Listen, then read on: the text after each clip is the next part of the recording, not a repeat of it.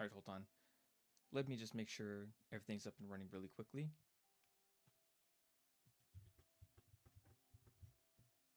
Alright, here we go.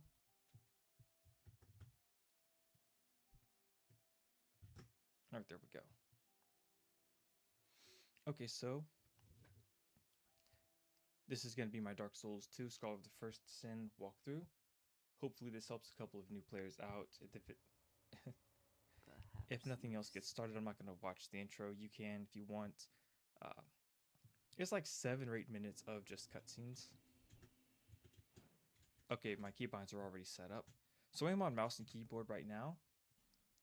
But I will just show you how to set this up really quickly. First of all, that's good. I do keep double clicking disabled, right? You do want to invert left click and right click if you're on mouse and keyboard, as well as double left click and double right click. No. Double right click, okay. I don't really use a whole bunch of those. Switch spells, that's good. Switch items, that's good. Want to disable that and that. You can keep that if you want. Right, okay. So I also prefer reset target lock and release to tab. I'm not gonna do anything else there, no. Okay, so Q, E, use item R. I'm okay with enter being interact. Let's see here. Dual wield right-handed weapon. I want to say that's 3. Lock guard, that's going to be 4. Down here, I'm going to put that as O. Right, okay, so let's see here. Anything else? Oh, right, I want to say it's going to be strong attack. Strong attack left hand.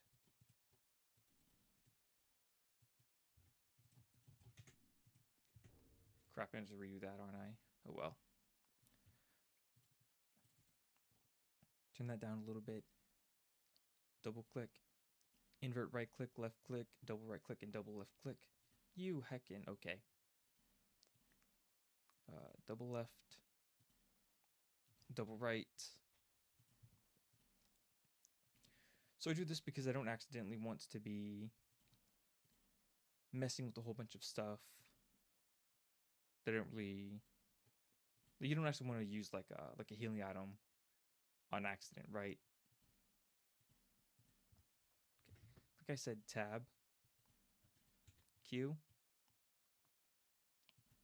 E, right, 1, 3, 4, R. Let's see here. That's good. Put that as O, right? All right.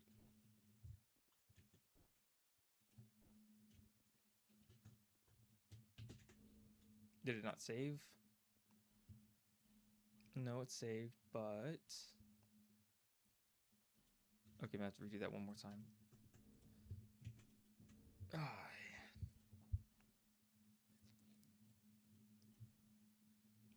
That... I need to reset to default. 2, 3, 4. I will do it as 3 for now. Left click.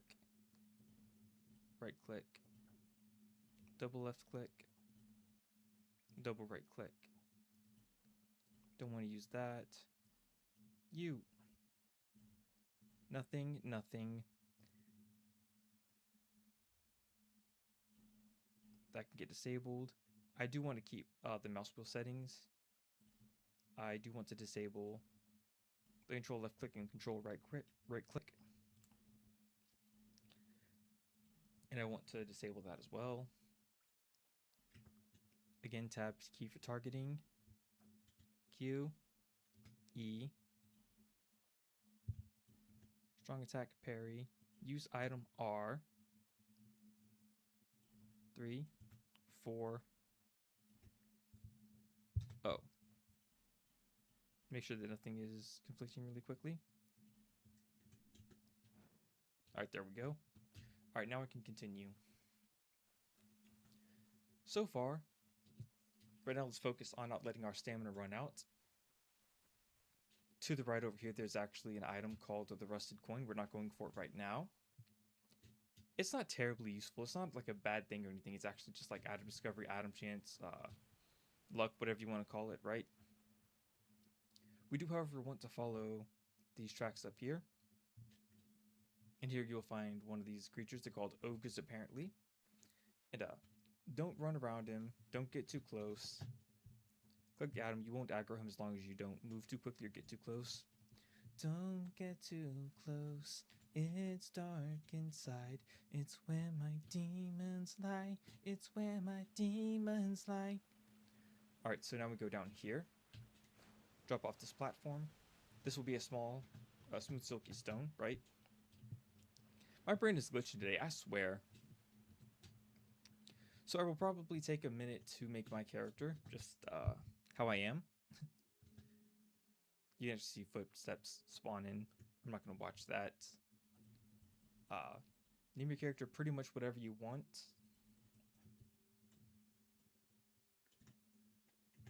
No. Let's just do that. No, caps.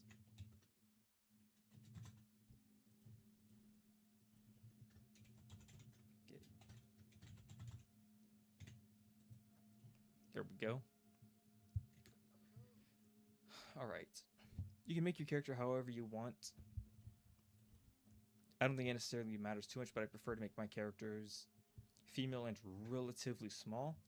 It's for whatever reason, I feel like when I'm playing on like male characters, like larger build characters, I feel like the hitbox changes a little bit differently. I'm not going to mess around with this too much. I'm going to mess around with the color settings a little bit. Just a little bit, right?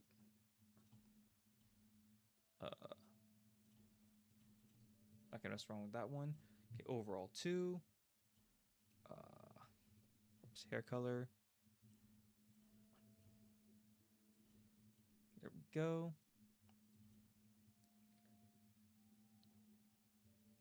I'm not going to mess around with this stuff too much. Just want to get a general face shape going on here. Eyebrows. Color. Same color as that. Eyes 1.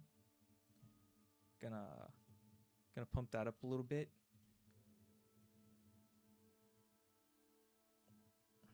Yeah, I think it's good where it's at. Pupil color. So I actually have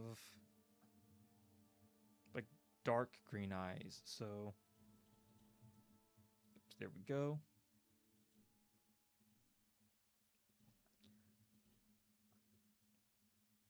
Why not add just a little bit? And that misses anything. Eyelid color. There we go.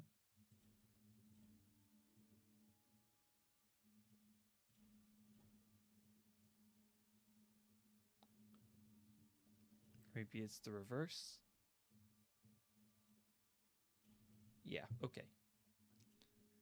Whoops. Mouth 1, mouth 2. Alright, so I'm going to play the Bandit class. It's, in my opinion, the best class. Warrior Knight are also pretty good classes, but these are not great if you don't know where like starting weapons are. The broadsword has no real range, and I want to say it's the broken straight sword is... It doesn't do a lot of damage, it doesn't have a lot of range, right? You can also make the swordsman work, though if you choose swordsman, I prefer to switch the positions of the scimitar and the long sword. And that's actually just short. It's actually a short sword, right? So switch the scimitar and the short sword's positions. Overall, bandit class I believe is the best one. I recommend you stay away from Celeric, Sorcerer, and Explorer. A lot of people pick Explorer because of the high adaptability, but to be honest with you, the rest of the stats are not great, right? And this is kind of just, you like suffering. So I'm going to do the Bandit class. The only thing I really like here is the bonfire aesthetic. Life ring is like 10 extra health. It's really not worth it. If you know what you're doing, where you're going, you're going to find yourself have a plethora of human effigies. Healing wares are just generally assorted healing. It's not, you know, if you're expecting to screw up a lot, maybe take that. You will literally find homeward bones all over the place, and you don't need but 5 of them throughout the entire game. At the very least, I won't, right? Seed of a Tree of Giants is good for invaders, but to be honest with you, no one really invades in this game anymore. It's kind of sad, right? But Bonfire Ascetic. This is a New Game Plus item, basically.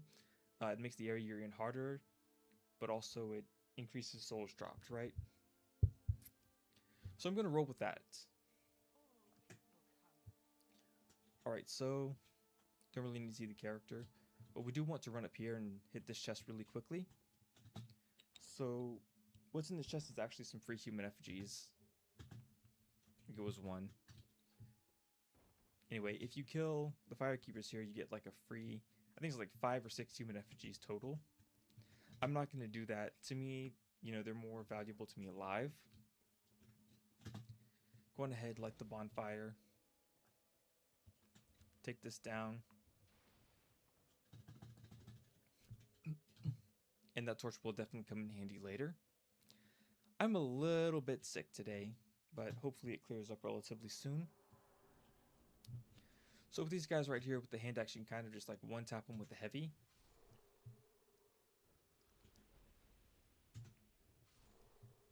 So go on ahead and just one tap them with the heavy.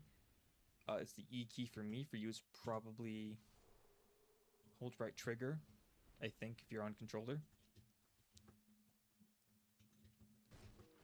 Go ahead and take the opportunity to backstab that guy. Why not? So this is one of the most crucial and most valuable parts of the mission, right? Dagger. And so I'm going to take the bow off here. I'm going to put the dagger here. I'm going to put the bow here. And the dagger will, in fact, come in handy later. Ow. So that guy's the one exception. And yeah, he barely survived, so make sure you like double light attack him. I forgot. Just spaced out there for a second. And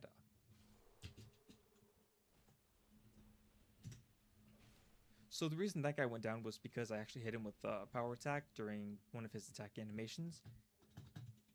And so that basically did counter damage. Counter damage applies when you deal damage to an opponent performing an action, whether if it's healing, whether if it's attacking, whether if it's going through a gate or something, you know, opening a door, opening a chest, that kind of thing, right? So this isn't very necessary, but I'm going to leave this small, smooth, silky stone here, and in hopes that I get something really good, and I get, whoops, no, I get a free human effigy. Nice. There's better drops there, but I'm not complaining too much about that.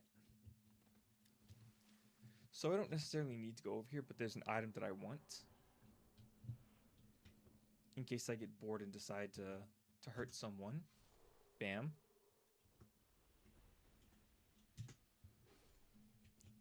Bam. Okay, so over here, across this bridge, there are actually like amber herbs, and these are spell uses, right? As well as, I think, restore HP. So now we're going to climb up this ladder right here. And this is going to be our opportunity to practice a plunging attack. So for me, it's going to be W and E at the same time, and I went right over. That's okay. There we go. So something you might want to keep in mind is the angle you attack does sort of matter. I managed to take both of them down without taking much damage at all. It's because I managed to get them in the horizontal swing of the axe.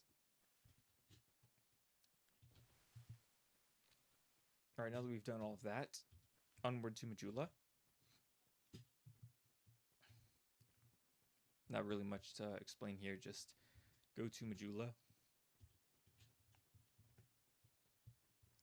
However, before we reach the Majula, we're going to pick up a couple of items, right? First one is to the left, we're going to see a tree, and under that tree we're going to see an item. I believe it is a divine blessing right here. Now, instead of continuing on to Majula, which is right there, we're going to follow this path up here. We're going to drop down here and drop down onto this little edge right here. And I believe this is going to be a Morning Star as well as Seller's Chime. Yes. And then over here, we're going to pick up the binoculars. We won't necessarily need them this run, this game, you know, whatever, right?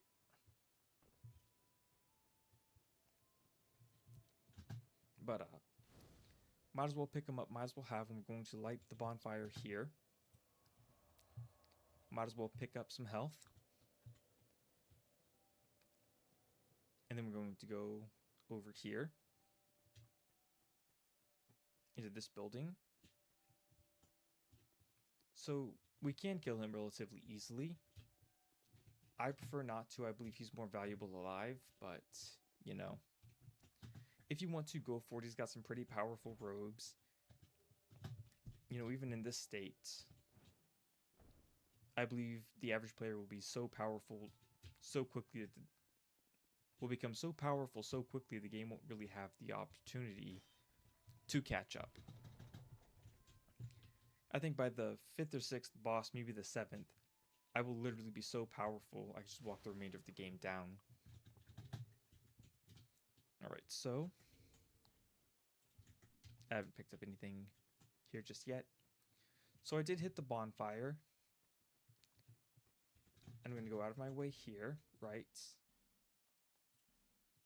I'm going to go on ahead and homeward bone out. Going to pick up a couple more items before I move on. And one of those items I want to pick up is just over here. I believe it is soul and yeah, soul and life gem. Okay. Now before we depart, we do want to talk to the Emerald Herald here.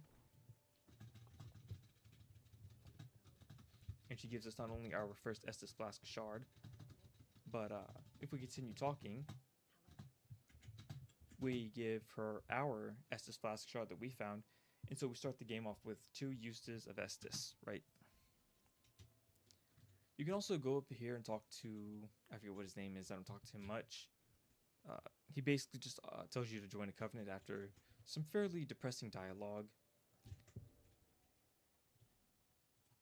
I'm gonna go on ahead and take off the helmet for now. I like seeing the back of my character's head. I don't know what to tell you, dude. I really don't. So this is actually a rusted coin in here as well. You don't necessarily have to pick it up, but it's on the way, right? You might as well.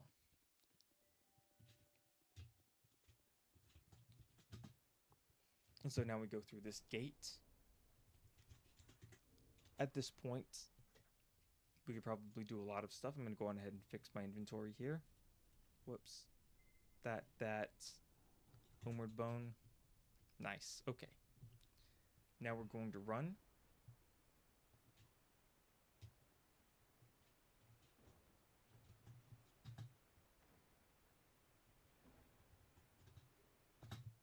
There we go.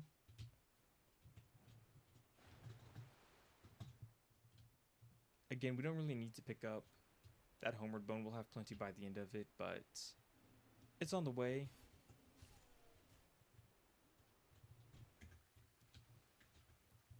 I believe I've got plenty of homeward bones at this point in time.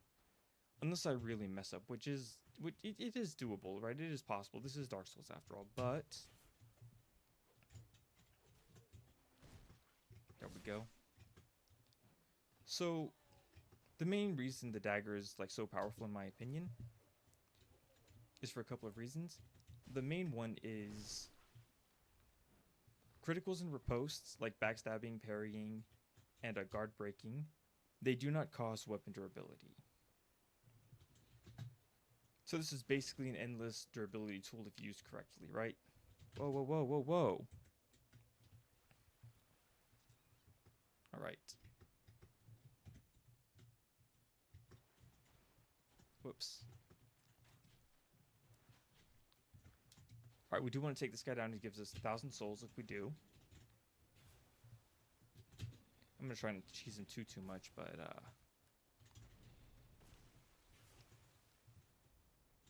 his belly is actually a bit of a critical spot.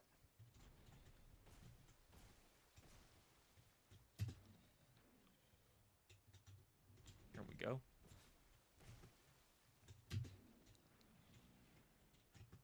He's cooked.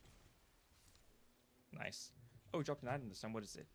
Soul of a Proud Knight plus 1,000 souls. Which is actually a pretty good deal, I'd say. Ow.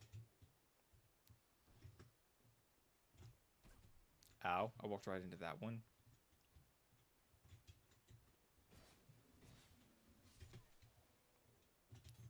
There we go.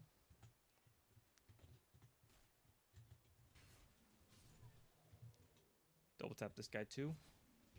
That one actually has a really slow wind up. And I want to make sure that that guy did not drop down. He will drop down later. We don't really need to fight him for a good long while.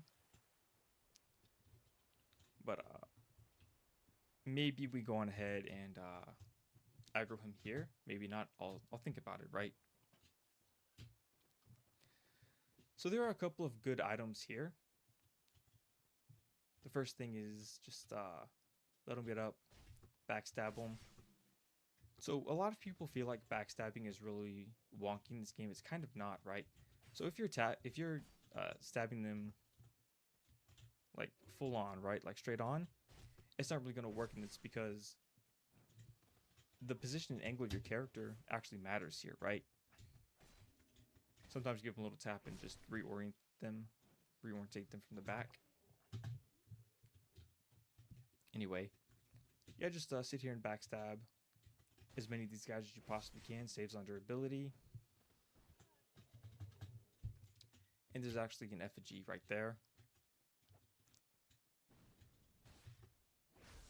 Free souls never hurt nobody.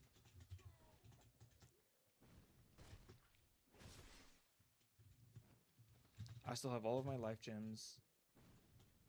All of my Estus. I'm in a pretty good spot here.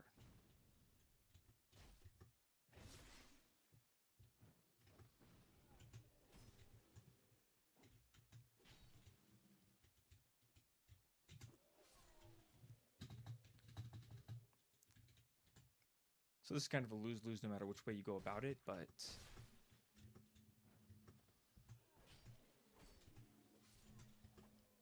there we go. Now we go around back this way, right here, right there.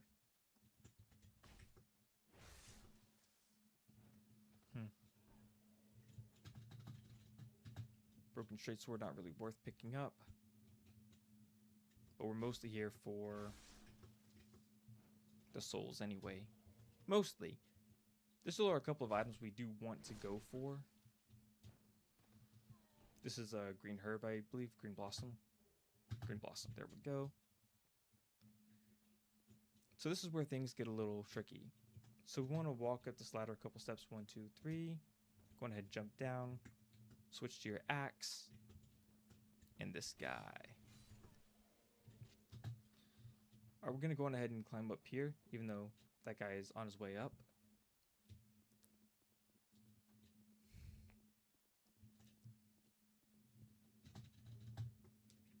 So this is the guy that was throwing bombs at me earlier. Be very, very slow. Be very, very quiet. Ow. No hurt, Cleveland. I wish I could do like the Cleveland Brown voice. That would have been hilarious. Short sword is a relatively decent weapon. It's not very durable, and it gets outscaled a bit later on. Oh, he made it up here before I did the thing. That's not typical. Bandit knife. Okay, so that's a relatively rare drop, but it's quite a bit better than the dagger that I have. So I'm going to go on ahead and use that dagger from now on. I think it's the second best dagger in the game, which is crazy for how early on it is. And these daggers here, I think there's 20 of them, 10, whatever, Those 10 daggers will become relatively useful a bit later on. So we're going to go ahead and grab those as well, and then we're going to go back up here, and we're going to continue on to the tower. I believe it's called the Cardinal Tower, right? It's been a bit, but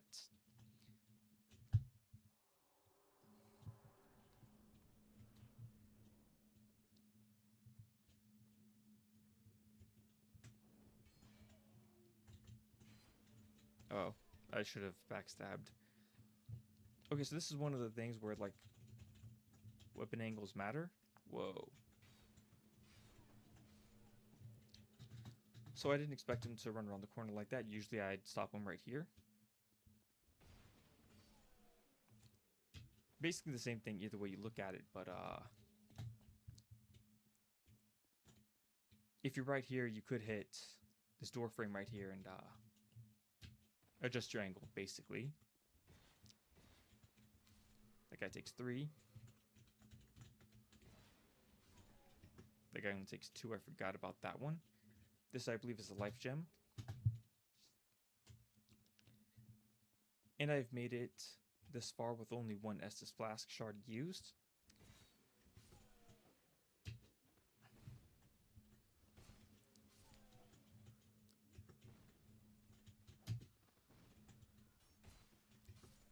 There we go.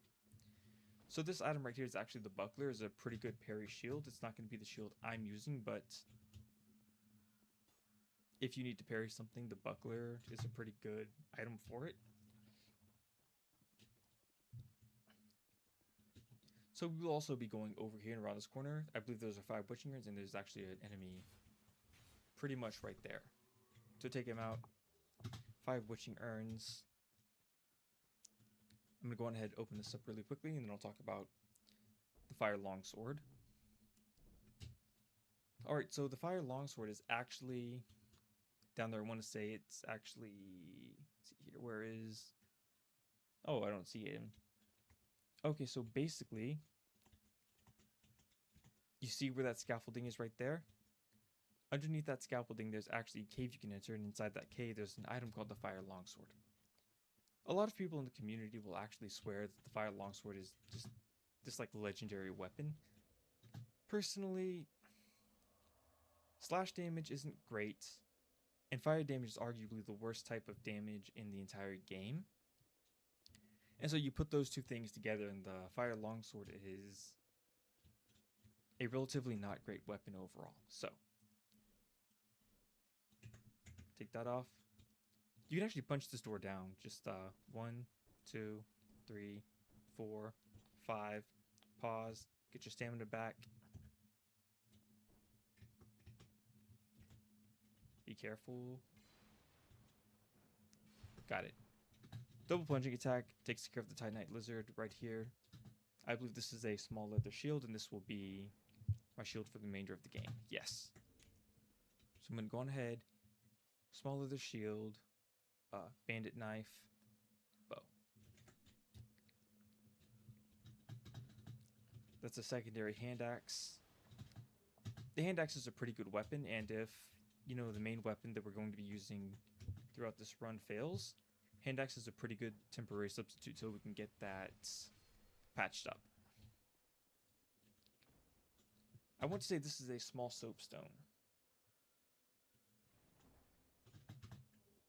Small white soapstone and a radiant life gem. And down here, you drop onto this branch and you get another divine blessing. Nice. So we're going to touch the bonfire here. Gonna go on ahead and check. No new messages or anything, understandable. Alright, so I think I need a couple more souls here. How much does this give me? I forgot. 800? Yeah.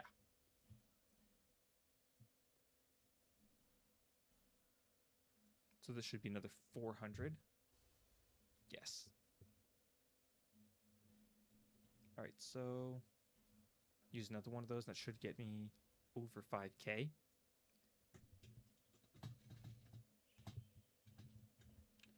Alright, so you don't really want any of these weapons. The SOTFS are actually pretty alright, but they've got no real range. The club is actually a speed run, but I believe they're just better weapons. I mean, it's right here. If you want it, I guess it's fine. I prefer the rapier personally, but go for it. And we already have 2 of these because we started off as the bandit class now. We should actually consider buying the traveling merchant hat. The reason is because it actually has an effect on it that gives item discovery, right? They're technically better sources of item discovery, especially later on in the game, but if we wanted a higher chance at like the winged spear, which is an excellent weapon this early on, it might be worth buying, honestly. So right here, we want the Ferrous Lockstone and Linnergrast's Key. Pretty much nothing else, right?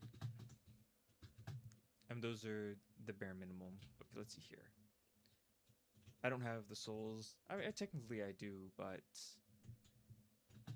I have so much more I need to do before I can like go back and recall and do a whole bunch of stuff, so.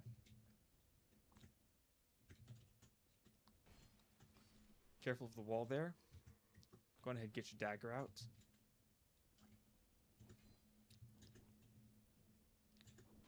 There we go. Almost bit it. So yeah, that guy is relatively easy to parry, and it's because parrying as a mechanic works very differently between Dark Souls 1 and Dark Souls 2. I've never played Dark Souls 1 specifically, but I understand that I have seen other people play through and talk about like parrying in Dark Souls 1 versus Dark Souls 2. Parrying in Dark Souls 2 is a lot more technical, or so I'm told, right? Like position goes into it, and like range, and the kind of weapon versus the kind of shield, and all that kind of thing is, it's interesting and it's very intuitive. So we won't drop down here. Don't forget to get your axe out. Take him down. Watch out for that archer right there. Oh dear. Okay, that was not at all what I wanted to do. Oh, and his item fell through. It could have been a pretty good item, I guess, but apparently not. Free Titanite Shard.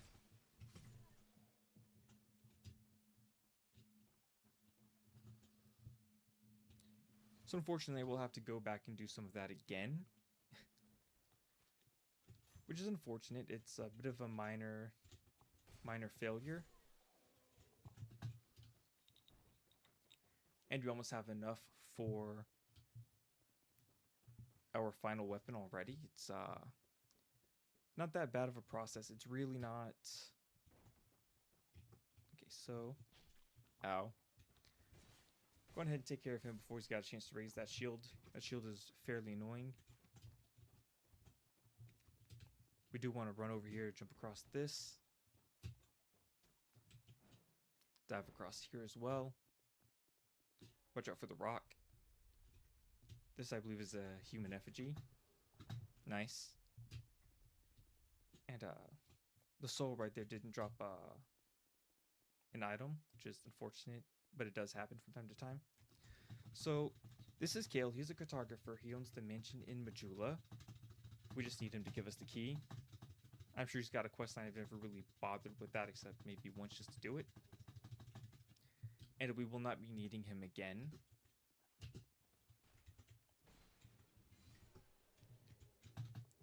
Amber Herb, does he drop an item? No, he does not. So if you actually activate a Bloodstain, you can actually see how other players met their end. And so it's not perfect. It doesn't necessarily give you all of the information, but what it does do is it kind of gives you a heads up, like, oh, well, that player went down there. That player, you know, jumped down a death pit. Oops. You know, it's that kind of thing. Meow. Bam, bam. There we go. Alright, so now I technically have enough for my final weapon, but I will continue on for just a little bit longer. And the reason is because there's a bit of a shortcut we can unlock, and it does technically save a little bit of time later on.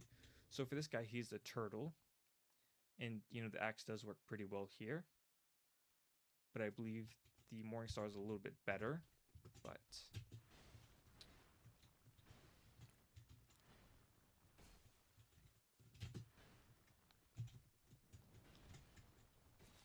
Careful when he does that. You gotta sort of just bait it out.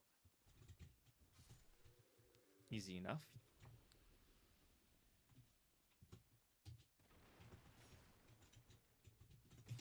Q, E. So basically light attack, heavy attack. And let's see here. I could fight the pursuer here. I'm really not going to. Just, oh. Yep. Yep. Oh dear. Okay, well. So go on ahead, pick this item up. It is an Estus Flask Shard. And then feel free to get out. The fact I had to use an Estus there is really not that bad. There are a couple of items here that could be useful. I believe there is a repair powder somewhere up there. I'm not going for it. I don't technically need it until maybe a little bit later. But even then, it's not imperative. So you do want to hold your shield up to block the spear guys. One of their attacks they'll do is like a 3 combo poke. Don't. Okay, guy. Okay, whatever. So technically, he wasn't supposed to do that. He was supposed to go a little bit further out here before he pokes and you parry him. And then I was going to get this guy right here to pop these barrels for me and open up this crack in the wall. That didn't happen. And when that happened, I was going to sit at the bonfire and go and get a couple more items. But since that didn't happen, I'm going to go on ahead and press on for more than I should. So go on ahead here.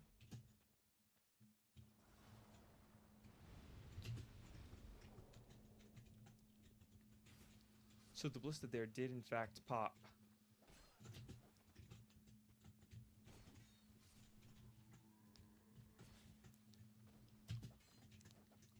Gotta be careful here.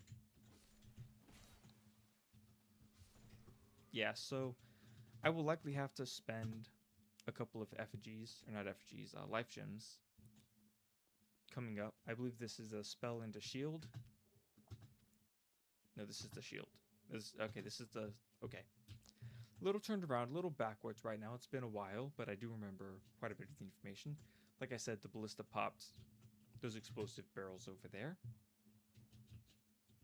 So a couple things about this. First of all, this chest is actually trapped. There are only 2 chests that spawn. The first one is a poison chest. You can pretty much just ignore it. The second one is... I want to say it's a crossbow chest, right? The crossbow chest is a little trickier to avoid. You basically want to roll diagonally in that direction. We'll see which chest I get. Okay, yeah. Okay, so I got the angle a little bit wrong there, but this should be a Titanite Shard. Yes. And so I'm going to use a life gem here, calculated. Go ahead and use the Ferrous Lockstone too. The life gem should restore most, if not all, of my health. And in one of these chests is a Titanite slab, and the other is a Chloranthy ring. Titanite slab, Chloranthy ring. Okay. So in Dark Souls 2, you get 4 ring slots, right? One of these ring slots I'm going to use for the Chloranthy ring. Just stamina regeneration. Pretty useful overall, you know, all around. Oh, wait. So right here, excuse me. So right here is a door that I can't access from this side or that side. It's a one-way door. The NPCs inside have to open it, and the reason and the way you do that is you kind of just bang on it for a little bit, and then that happens. So ordinarily, I'd use my rapier for this. Line them up in a row and just poke them down.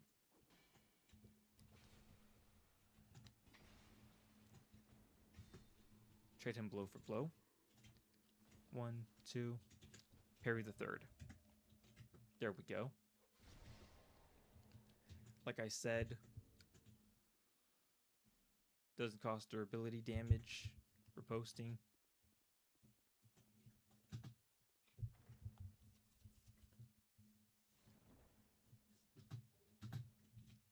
That's a large Titanite shard. We do need those, and it does have the health ring for free. The health ring is not significant at all. If you really want to have it on just for the early game, you can. There are generally better rings all over the place. So this is another thing. Hopefully I get this one right. This is mild-mannered Pate. He's essentially Patches, bit of a betrayer, or so people say. He's got some fairly interesting dialogue, I think, but yeah, wasn't supposed to happen.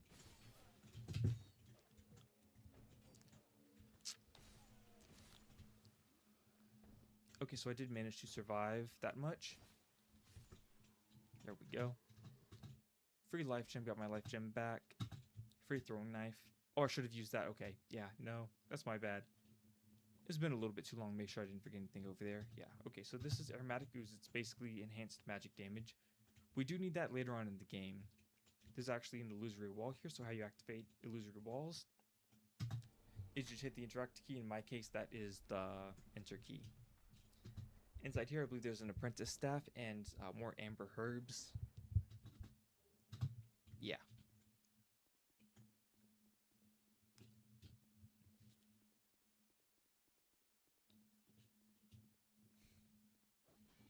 I'm debating whether or not I go up there or not. On one hand, the rewards for going up there really are not all that worth it. On the other hand, I'm relatively low health, and if I continue further on and mess up, I could get sent back to the bonfire. This is another green blossom, by the way.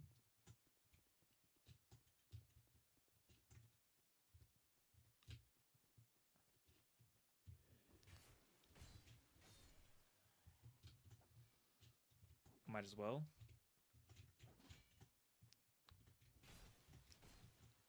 Oh dear. That's not at all what I wanted. And I believe there is another life gem over here. Soul. Okay. Well, we all make mistakes, you know, considering it's been a couple years, right? So if I don't go up there, I don't really need to mess with them any. There's technically a high chance to get, or not a high chance, but there's a chance to get a rapier. There's a chance to get a winged spear. But the main thing I'm worried about is these guys. 1, 2. Oh. That was, yeah, he got me. That's fair. Oh well. I'm really not terribly upset about that. It's just another chance to get the shortcut. Demonstrate that. But, I do technically have a firebomb now. So maybe I should just equip that. And just do it myself.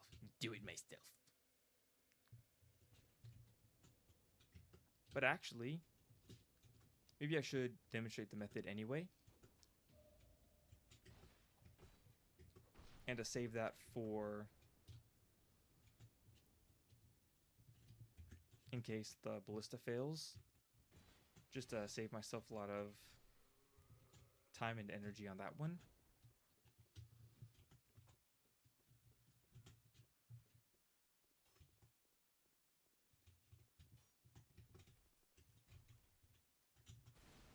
So if he does that attack, you kind of just like back off and like plunging attack him over and over. If he does the multi-swing, you kind of have to back off and wait for his combo to be done. There we go. And so this guy, ordinarily I'd feed him a couple throwing knives. Like this instead of doing it the way I did it before like an idiot. Okay, here we go.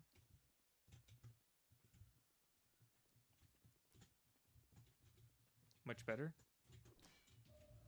Parry him. Sit him down. Penetrate him. Now we get this guy.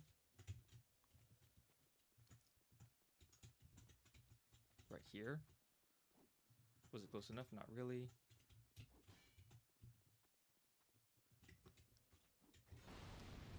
Okay, there we go. That's what I wanted to do the first time. So I did take a little bit of damage doing it, but that's fine. It's not that bad, right? Good thing I did pretty much everything else. If you talk to Pate after going in there, it doesn't matter if you live or die or whatever. He gives you the large soapstone. I think it's called the white soapstone, but he's not actually a bad guy. A lot of people try to sit here and say like, oh, he trapped you. But if you talk to him without running in here, he basically tells you, I've seen this, lock before. It's a trap. You run in and the gate slams behind you. You do kind of want to be careful with that. There we go. Excellent. First time, collect a couple extra souls.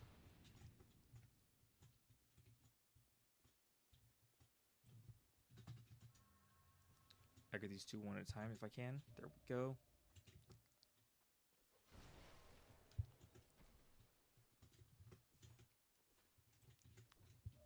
Nice. Okay, and we're back to where we left off. We don't necessarily want to go over there. There's nothing worth going over there again. We don't really want to go up there. That item's actually a halberd. Halberds aren't necessarily bad weapons, but they're unusually heavy. They require a ton of stats, and in the end, I feel like just the stat investment isn't worth it, right? I mean, considering the best weapon in the game weighs half as much of it, deals like 5 times the damage output. By the way, we do want to pick up those fire arrows right there. I forgot about that real quick. I saw them and I was like, I need that item. Okay, so we are just a little bit off schedule here, but that's fine. I feel like people would, for the most part, just enjoy the guide. So now we do want to return to Majula. And it is a little unfortunate that I died, but it's not imperative to fix that mistake right now.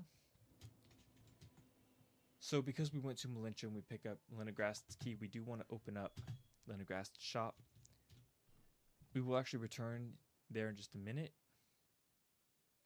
But before that, we do want to enter... I want to say his name is Kale. Kale's mansion, right? This is Kale's mansion. It's using the term mansion loosely. This is how we get our Ferris Lockstone back. And then we just continue on through the rest of the house. We want to stick left and go up this flight of stairs right here. And I think we're going to find 3 more small Titanite shards right here.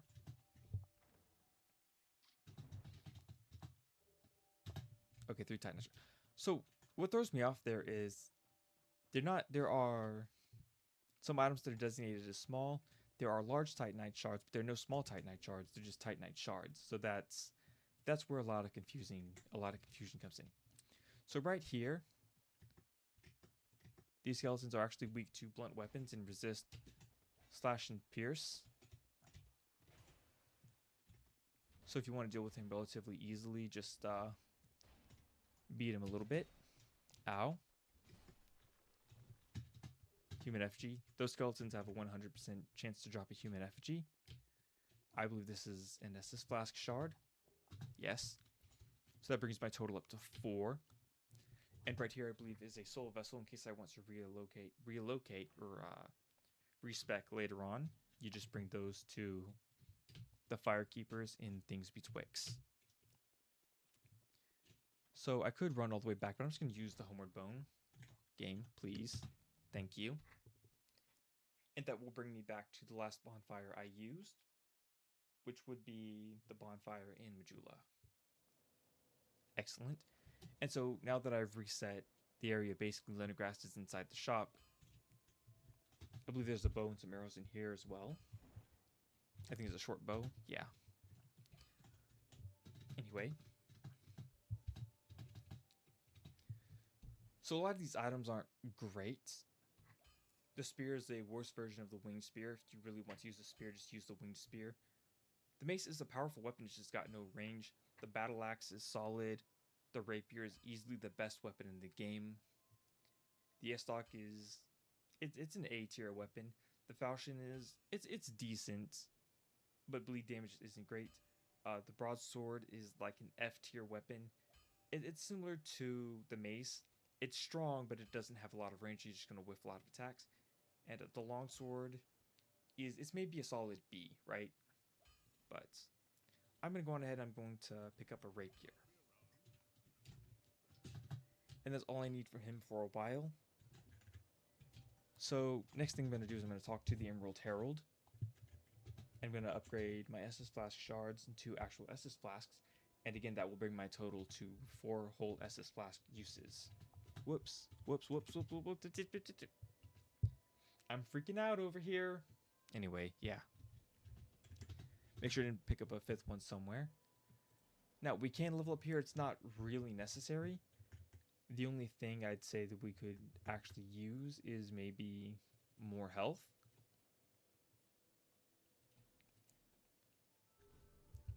I probably could have leveled up the rapier a little bit, but I'll do that after the first boss. So we did actually just unlock the pathway to the first boss as soon as we opened up the gate under the Cardinal Tower bonfire. And so that's pretty much exactly what I'm going to go do really quickly. Just beat the brakes off this boss real quick. Oh dear. Careful. There we go. Alright. Take the elevator. Go ahead and equip our hyper weapon here. This weapon will literally carry us through the remainder of the game. It's pretty crazy how early you get it, right?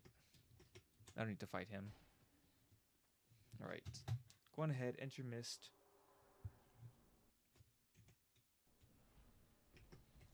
So this guy's going to want to stick around his ankles and poke. Switch between the 2 ankles. Watch out for the triple stomp. Watch out for the wavy hand flail. Other than that, he should go down pretty quickly.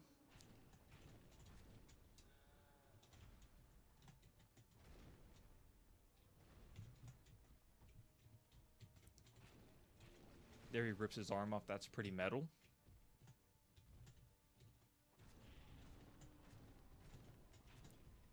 Just ruin his health bar there.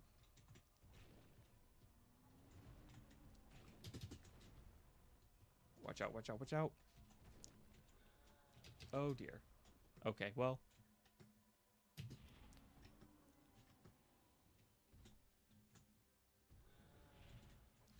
Easy. Gonna use one of my Estus Flasks before this guy here has a chance to take me down.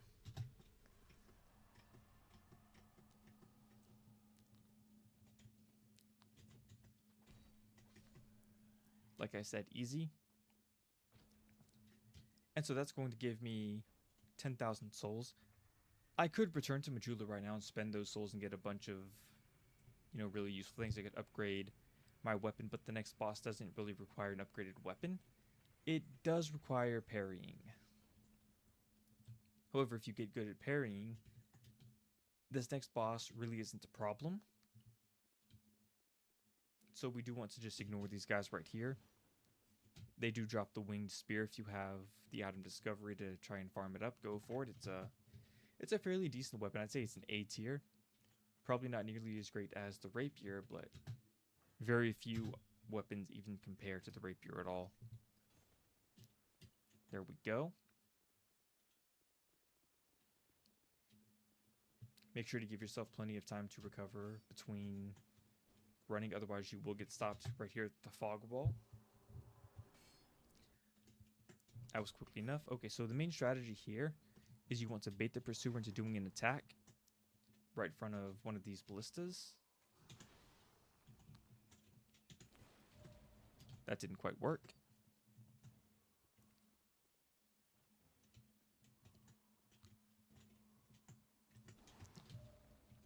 Not quite there yet. One more time. Okay, that didn't go well. Alright, plan B. Give him a little bit of space. Let him charge. Double tap the heal. Alright, when he does the blue weapon, you're going to want to shield strafe him. If he charges, you shield strafe.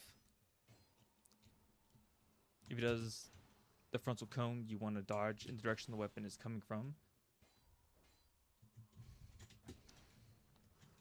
if he does the follow-up from the downward swing. Shield strafe again. So sometimes after doing the cone swing, he follows up with a shield bash. You just want to like step back away from the shield bash, and then you can kind of shield strafe the third spin attack.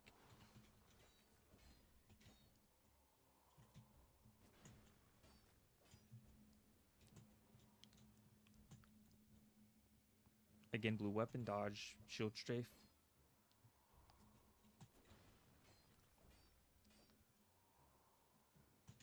You can also parry him that way. I probably should have done that, but it's fine. Again, shield strafe. Parry just because I can show off a little bit. My rapier is in pretty rough shape at this point in time. Probably shouldn't parry show off anymore. There we go.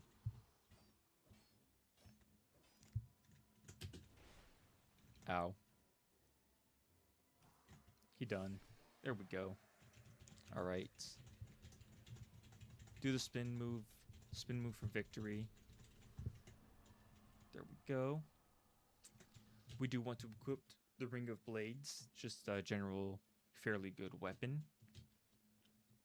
More people to farm the Winged Spear on if you want to. I will probably not be doing that. Go on ahead, tap the nest, and go on to the next area, which is Lost Bastille. Now, resting at a bonfire does restore durability to weapons and armor as long as they are not officially broken. So the red bar, you see where my rapier is on my actions. The rapier is actually fairly low on durability right now. I believe this is an Estus, or not an Estus. This is a human effigy. And the other one was the Dull Ember. You actually have to go this way to get the Dull Ember, which unlocks the blacksmith later on. I believe at this point in time I can get my rapier up to +4 or 5. +5. I just remember +5. So this is a large Titanite shard.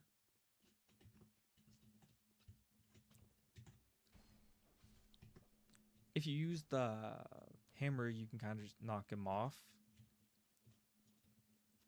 I prefer to do this. Make sure you dodge roll going to the corner. Sometimes the flames do go through the floor and deal quite a significant amount of damage. It sort of just depends on how the barrel falls, and like if it trips this, then it definitely will get you. But that didn't happen. Here we're going to fight a second pursuer. And the strategy is pretty much the same as the first one.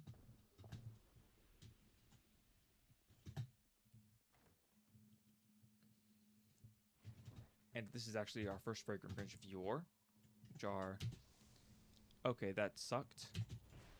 Oh. Oh. I'm overconfident.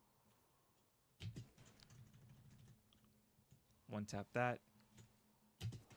So only one tap there because I didn't have the time for a full heal. There we go. Blue sword, shield strafe. So especially when he does the blue sword is actually a grab attack. And a lot of people don't think hyper armor exists in Dark Souls 2. It does. It just exists with grab attacks. And so you don't necessarily want to start hitting him immediately after he does the blue sword, because he's going to get hyper armor and take basically significantly reduced damage. So I got a little bit of cursed there. Not really a problem. But, ow. Even if I had gotten cursed, it wouldn't have been a problem. There we go. So these pursuers do drop something called Titanite. Twinkling Titanite. I forgot the name. But, Twinkling Titanite is actually some pretty good stuff. We will actually need a couple of those for a later section in the game. Watch out for these guys. You can use to just parry them like that. They are quite beefy though. Just beware. They are They have the meats, if you will.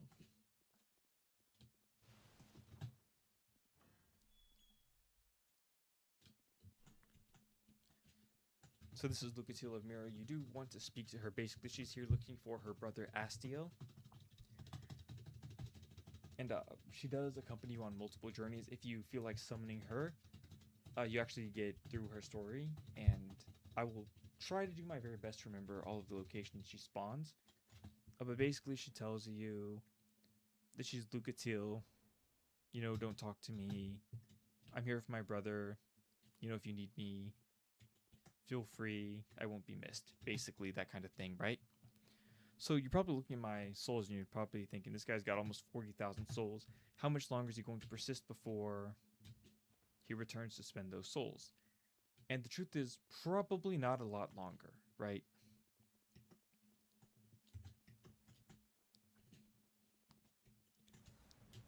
So hopefully I can get this guy to swing and blow himself up there.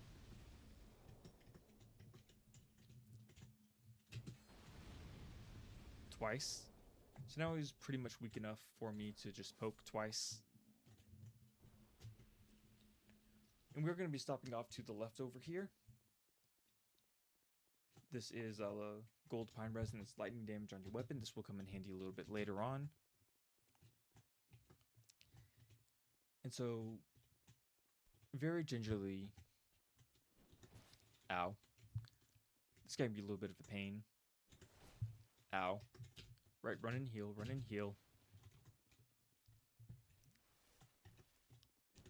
So like I said, if you get really good at parrying, you can just save yourself a lot of healing frustration.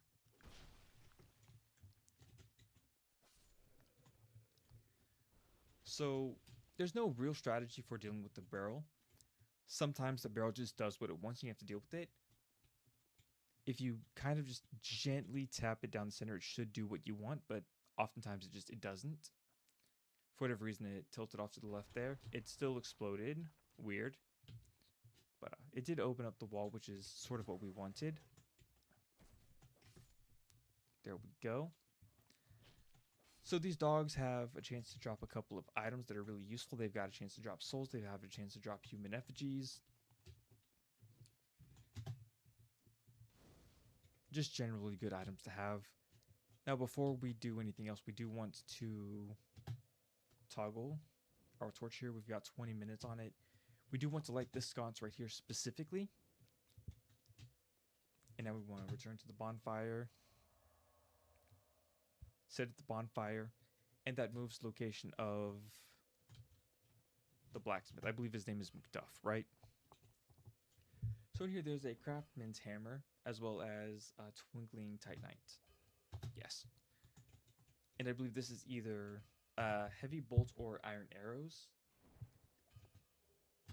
Heavy bolts, that means this one right here is iron arrows. 10 of them, I believe. And so this is either 2 large shards or 5 titanite. 5 titanite shards in here. There are 2 large shards. Right. And so that brings my total up into a rapier plus 5. So he does call us an imbecile, but it's worth giving him the Dull Ember for. So go on ahead and give that over. And so there are not a lot of great items here, right? This one you can get free if you explore the optional area in Forest of Fallen Giants. It's over by the first fog wall, or the second fog wall I entered into the area. Uchigatana is pretty much a good weapon in all of the Souls games. I just believe that the rapier is so much better. The great axe, it's so heavy, it's so slow, it costs, so much strength to use. Even if you, realize that you only technically need 16 strength. If you have 16 strength and you dual wield it, you can technically still do it, but it's a pretty big strength requirement. Again, winged spear, but there's a pretty high chance to get this anyway, just for free, just random mobs, right? Scythe, you get a better version of it later on in the game. Don't really mess with it. I believe we started off with the longbow because I'm bandit. You can get a free crossbow if you go up the ladder I was contemplating going up for all of that. It's a free light crossbow, and this shield is actually a 100% physical parry resistant weapon or shield. It's very good, especially if you just feel like blocking. I'm more of a parrier myself, so I'm not going to do that. This guy right here sells quite a few weapons, you know, a few arrows and stuff. He does sell repair powder and large titanite shard. I don't really mess with all that. It's not really worth it. But we will upgrade our rapier here. I believe up to +5 is the limit. Yeah, +5. And I will probably be back to mess with the craftsman's hammer later on. And so I'm significantly more powerful than I was the first time around. So now we're going to return to Majula.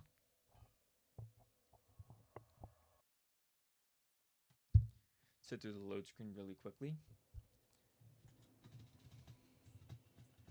And so I've not picked up any additional titanite shards, so I don't really need to. So a lot of people tell you to mess with this. You know, a lot of, different opinions. Personally, I tend not to mess with it too much because you don't really need to. Up until like a +20, +19 is fine. You know, the important stat right here is agility. Baseline, you've got like less than a single frame to dodge attacks, and you were seeing I was doing that relatively well, right? If you want to be close to Dark Souls 1 and 3, I find 94 agility works best. And from this point on, you can pretty much just stat dump into Vigor until 50. If you're using a heavier weapon that requires a lot of strength, you probably shouldn't go any more than 30 health. But anyway, so that is that entire path done. Gonna go ahead and tab out really quickly.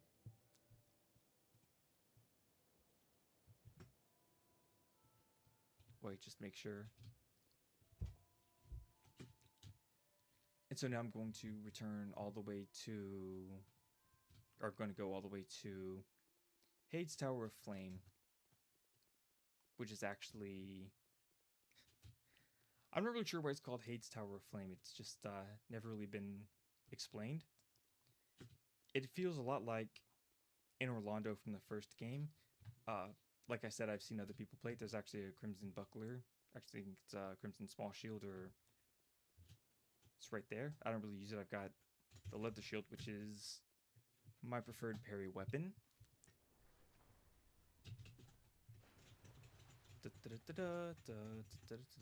So you do actually want to not mess around with those gates because they can send you to the Shadow Realm. And we don't really mess around with the Shadow Realm too much, you know? I mean, it's kind of bad enough I got smoked in the Forest of Fallen Giants, but it is what it is, you know? So these guys don't really mess with you until you beat one of the 2 bosses in the area. And whichever one you do is up to you. I'm probably going to do both, just because I can. Go ahead and rest here. I don't want that guy aggroing and following me down here. That'd be pretty bad. Right. Okay, so I'm going to be skipping most of this for now. Don't bonk me, bro. Human effigy. I believe right here are Loyal Talismans. Right. And so we're going to continue on to the next boss. Why not go that way first? Honestly, I don't think the rapier has enough durability on it to do all of that at once. And it progresses faster this way. Now, in that chest is a very valuable item. I believe it is called... Oh no, I don't remember what the ring is called. Anyway, so we can't cheese, I'm not going to. But basically once you enter, count the boss's steps, and the second the boss gets close enough to the edge, what you're going to want to do is run and roll past him. And if he does the charging attack, which you most likely will, he will literally just like swing himself right off the edge. I'm just gonna fight him regularly because I'm powerful. Don't hate me cause I'm powerful. I don't feel like I am real. Those of the Call of Duty days we remember so well. Anyway, so that's Dragon Rider down with a +5 rapier. And so now we do want to get a little domestic up here. If you're upset about me taking her down, don't worry. She's a pretty bad person. You know, she's impersonating a person of faith. She's also like a thief, and she likely stole... Oh dear. Okay, I did not mean to do that. But yeah, we just want to gently punch her into the water over here. It's a free fall. And plus, you do technically have to fight her later on, and she's way stronger. Especially if you get... I want to say this is... Whoa. Okay. Whoops. That was not a one-shot. It probably should have been. Okay, good. I really wish someone would take those dogs back inside. That would do me a significant favor. But whatever. Is what it is, I guess. So now that we've beaten a boss in the area, let's see here. I never got the strength, did I? Yeah, I forgot about that. Okay, so I do actually want to restore my humanity here. The reason is because Masterless Glencore is the summon in the area. I do actually want to also pick this up. But Masterless Glencore will be a significant help here. And because I'm an idiot and forgot, you know, the strength requirement, I'm going to have to two-hand the Morningstar for this next part. Just, you know. Bam, bam. Thank you, ma'am. Ow. Sir. This is a Wendy's. Oh, I forgot to equip my bandit knife again. Alright. One of you, please, just do the thing. I don't care which one. One of you fight me. So he's going to go back to, I believe it's called the Ring of Binding, right? Anyway. Okay, take him down. So this next guy, I'm going to parry him. He's going to stop. It's going to be a pretty nasty windup, and I'm going to parry as soon as he goes for the move. Right. Do it one more time. Easy. So I have not explained how parrying works in this game just yet. So basically, different weapons have different points of contact, right? The longer the weapon is, the further back you should probably stand, because a lot of weapons like rapiers and spears, and even greatswords to that extent, the critical spot, the sweet spot, if you want to call it that, the sweet spot is the easiest part to parry. Someone please, for the love of God, take the dogs back inside. I'm serious, bro. Come on, dude. Whoa, okay. Yeah, so I'm going to try not to let Glencore take too much damage here. There we go. He's mostly just here to take aggro off of me for just a little bit. Once again, wind up, parry, take down, right? And here we go. Glencore, what are you doing? That's fine, I guess. Backstab.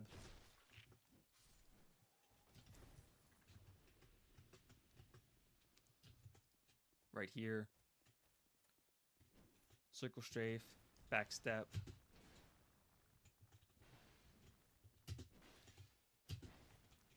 Yeah, so that's really why I don't use maces too much. They're pretty good weapons, just no range on them. And this is the tricky part. This is the main reason I've got Glencore.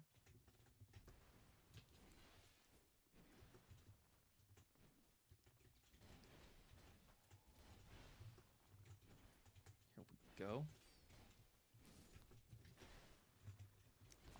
Ow. Glencore, please. Glencore. Okay, you know what, Glencore? Test your might. Test your might. Mortal Kombat! No, get in there, Glencore. Get in there. Since you want to troll so much. There. You're also fighting the spear guy next for me because... I mean, you've never made me tank like that before, so get in there. Actually, real quick. So, the barrel I exploded earlier. If it doesn't explode, you do want to equip a bow and an arrow. If you have the stats to use the weapon or not is irrelevant. Whoops. So we're gonna, aggro this guy with an arrow really quickly. We don't want to run up there because if we run up there too quickly, we might anger the dragon. Going ahead, let Glencore handle this. I've gotten a lot better, but again, Glencore kind of angered me, so... No, fight back, Glencore, fight back. There you go, fight back. Glencore's getting absolutely demolished here, so maybe, just maybe, you should have, tanked those first two, and maybe you would have lived. Alright, here we go. So, he's very similar to the other enemies. Wait for the 3 combo. And then parry, you kind of want to sit just outside of his parry, strike range. 1, 2, and parry the 3rd. There we go. Eat him alive.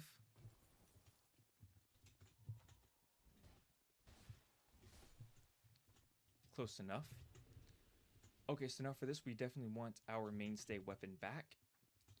So the strategy here is we're going to run about halfway up the stairs. We're going to continue onto about the center of the ring up there. And then we're going to run across the bridge and we're going to fight the dragon. So only still about halfway. Right here. And start sprinting again.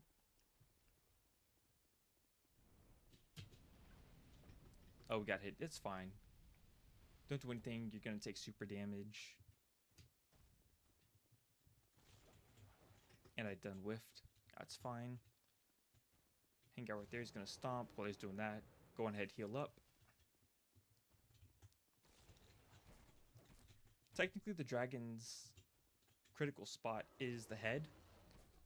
But it's not an easy target to hit. If he does that, you just run across the bridge again.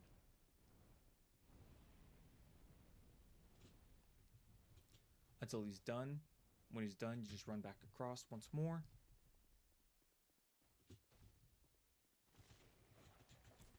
And just going to poke him there. And he's done now. I believe he drops a petrified dragon bone, which is the high level upgrade material, as well as the white dragon crest shield, white dragon parma. And the white dragon parma is actually more item discovery.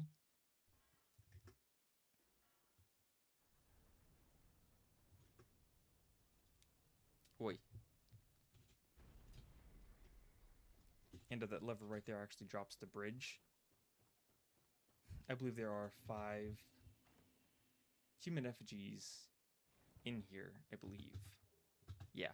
And right here, I believe it is an old Radiant Life Gem. So this is an interesting thing about Dark Souls 2.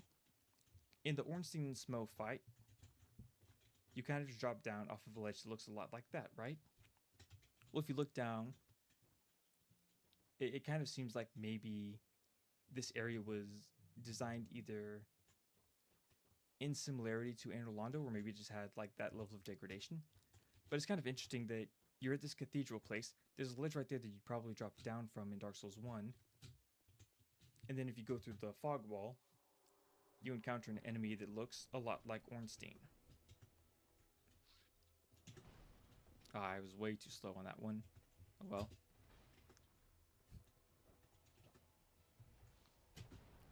Okay, okay, game. Okay, well.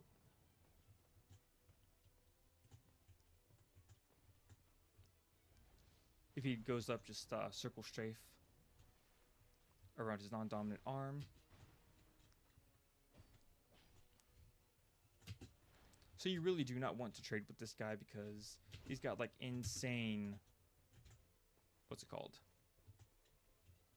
Counter-strike damage. So if you must, wait for him to do something, run away, heal up. Shields are pretty good for this fight. Run away, heal up.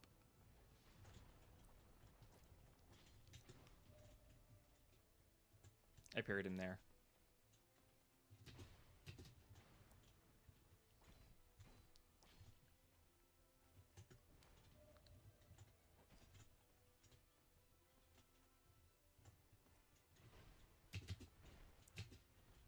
There we go.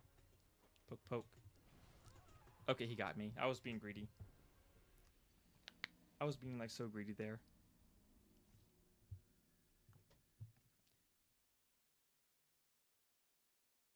Let's see here, how long ago was that? That was... Hello, Sandy Hugh. Yeah, no, so I only have one monitor. And so I can't really do chat and game at the same time. Unless I have my phone ready. If I have my phone... But also, my phone is not necessarily always charged. Let me see if I can't do that really quickly. Just, Oi. Right here. Let's see if I can't get this up really quickly. Ow. Little clumsy, still new to streaming, not really used to the controls, not really used to, you know, talking to people.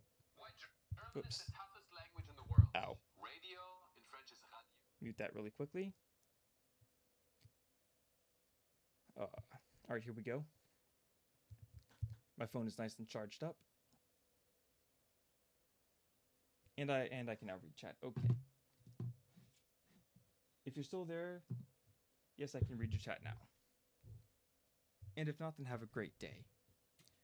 So, I don't really need to do any of that stuff again because I already have the way cleared of the dragon.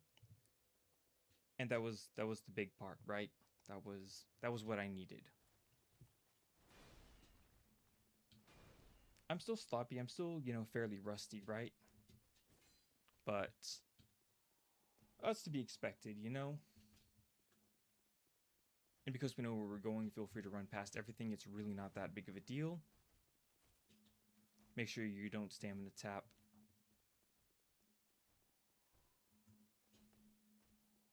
And because we've beaten the dragon, we don't need to do the same strategy to get up the stairs the first time. Right? And we can pretty much just ignore all of that. And as soon as we've beaten the old dragon slayer here, we can either homeward bone back to the previous bonfire, or we could take the bonfire in the cathedral here.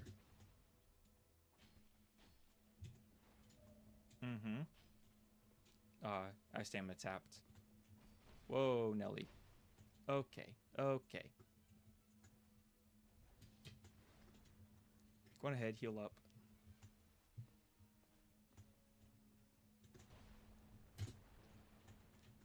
Bam. Right, mate? Come on.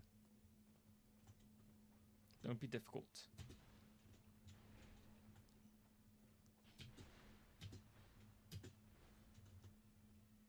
Mommy. Okay, good. Bam. Come and get it.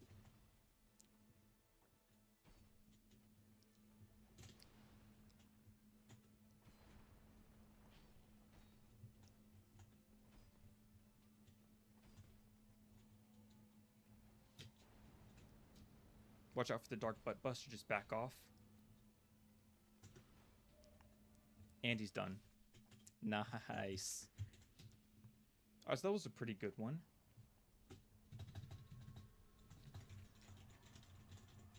So if you manage to find any summon stones along the way, or actually rather, you should probably drop a summon stone early on as soon as you get it, and that gives you a token of fidelity.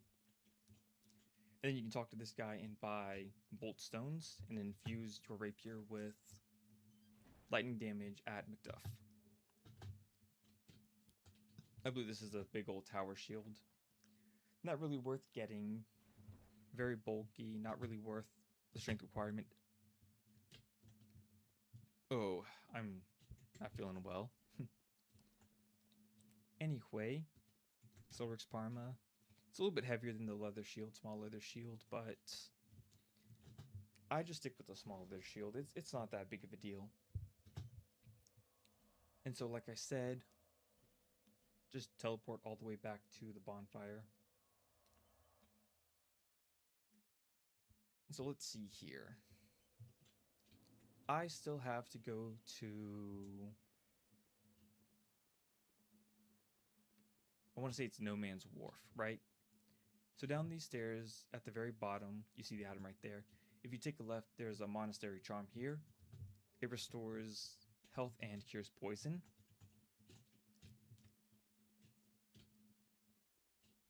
And we try not to mess around too much with these like old knights here.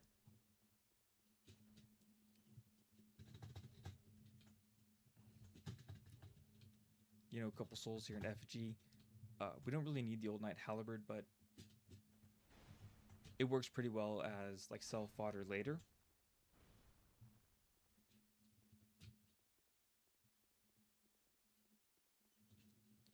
We do want to get our bandit knife out here though. So we do want to parry this guy. Similar strategy to the other spear guys. And this is our very first Sublime Bone Dust.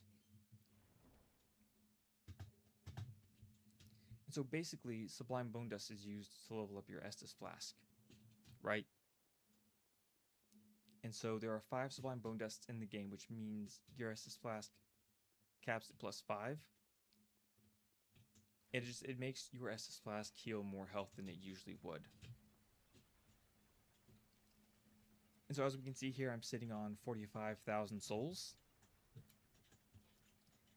And that's usually a pretty good indicator that it's time to return to Majula. I mean, it kind of sucks to lose that many souls, you know? I'm holding on to them so long because I know where I'm going and I've got a pretty good idea of what I'm doing. But it's not always a good idea to do that. Specifically in a couple of areas. Right here. Go on ahead, take down these guys. That was Counter-Strike. And the Basilisk did not drop a bolt stone or any kind of stone really. It's kind of sad. Ring of Binding all the way back from the knight guarding that one chest, which is, by the way, an excellent weapon.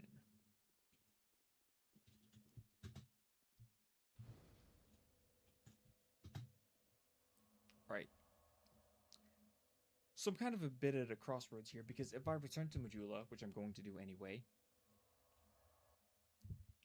I get to spend a bunch of souls. I can't upgrade my rapier any further. But just the fact that I'd have, you know, an extra like 700 or 800 health total would be crazy good. So the thing I've got to upgrade at this point right here is Vigor. And to be honest with you, I don't necessarily agree with anyone that you should go to 50 Vigor. I mean, you don't really need 23 plus 100 health for anything. If you choose to, you can. I prefer to go to 30 Vigor, 30 Endurance, and that typically suffices, right? So I'm going to remove all of my armor and everything that I don't need here. And so the boss in this area actually sits in water, and as the fight progresses, the water gets deeper and deeper, and it limits how much you can move. And wearing armor makes you move slower and slower until you pretty much can't move at all. And I consider it a bit of a precaution to just remove all of your armor and prevent that from happening as long as you possibly can.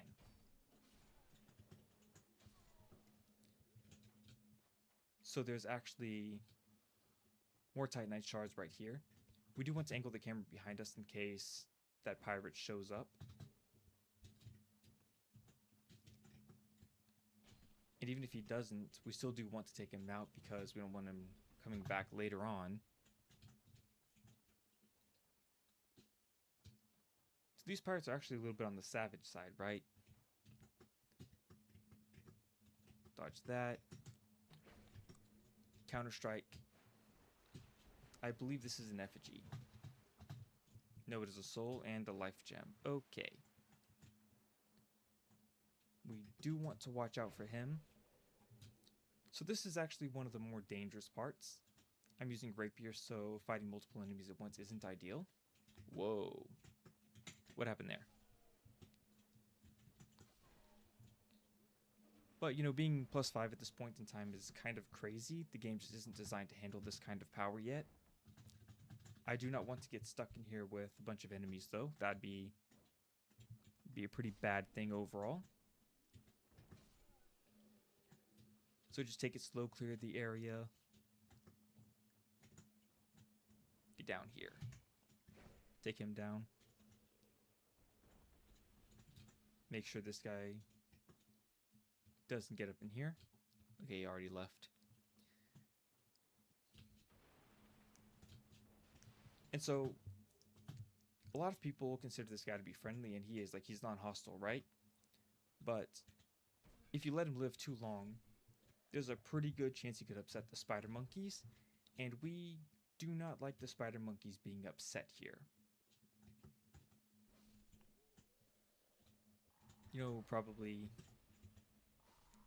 just best to leave him be as is and just run past. This is where we meet Lucatile for the second time.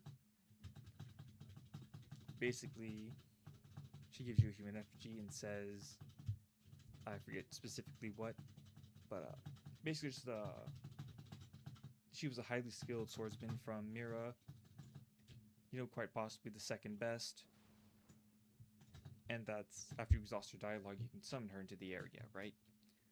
I'll do my due diligence and tell her where we can find her as soon as I reach there.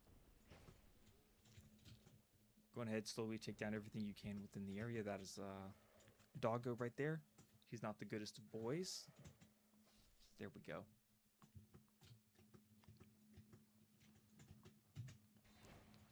Oof. Alright.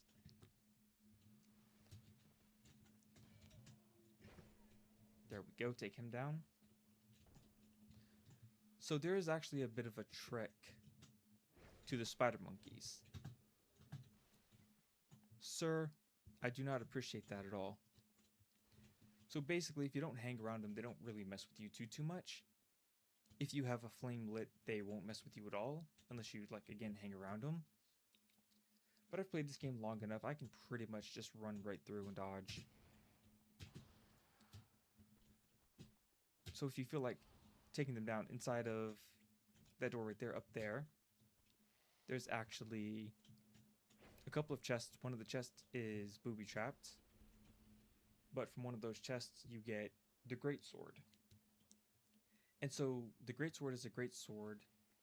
It's called greatsword, but it's actually an ultra greatsword. I think it costs 28 strength to use. It's massive, it does weigh a lot, but it does a lot of damage, and the one-handed moveset is a fairly nice side-to-side frontal cone. This area right here can be a little dangerous. If you get caught by one of them, you're pretty much dead there. And so this is where we activate the bell. You can actually hit the bell with an arrow. I've never done it before myself, but you can do it. I prefer to just do it this way, it's easier. So when we drop down here, watch out for that guy. I think he's called like a shadow assassin. There's another one over here.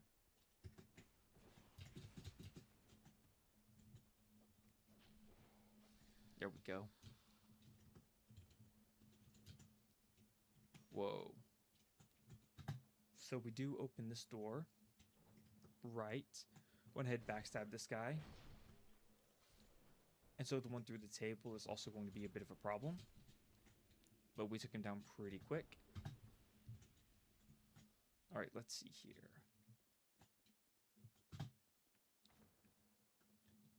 So,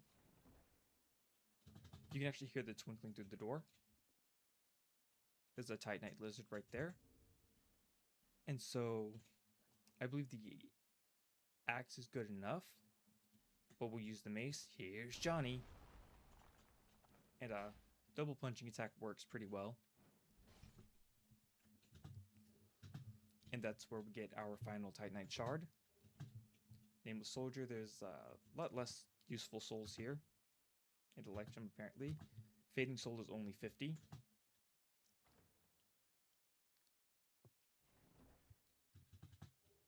Royal Soldier's Ring reduces the equip load further. I'll use that for now. That's Ring of Binding, not Royal Soldier's Ring. Dingus, there we go. And I'll use a Witching Urn right here to get into these two pots. I don't technically have to, but these are flame butterflies and they're fairly useful later on. I don't need the Witching Urns there anymore. And truth be told, okay, I thought he survived. I was like, I thought I took that guy down. Ow. Right in the spine. So this is another fake wall, but this is the one you have to activate with your interaction key. And I want to say there is a large Titanite shard in here. Look at 3 fire bombs, and this would be the large Titanite shard. Right.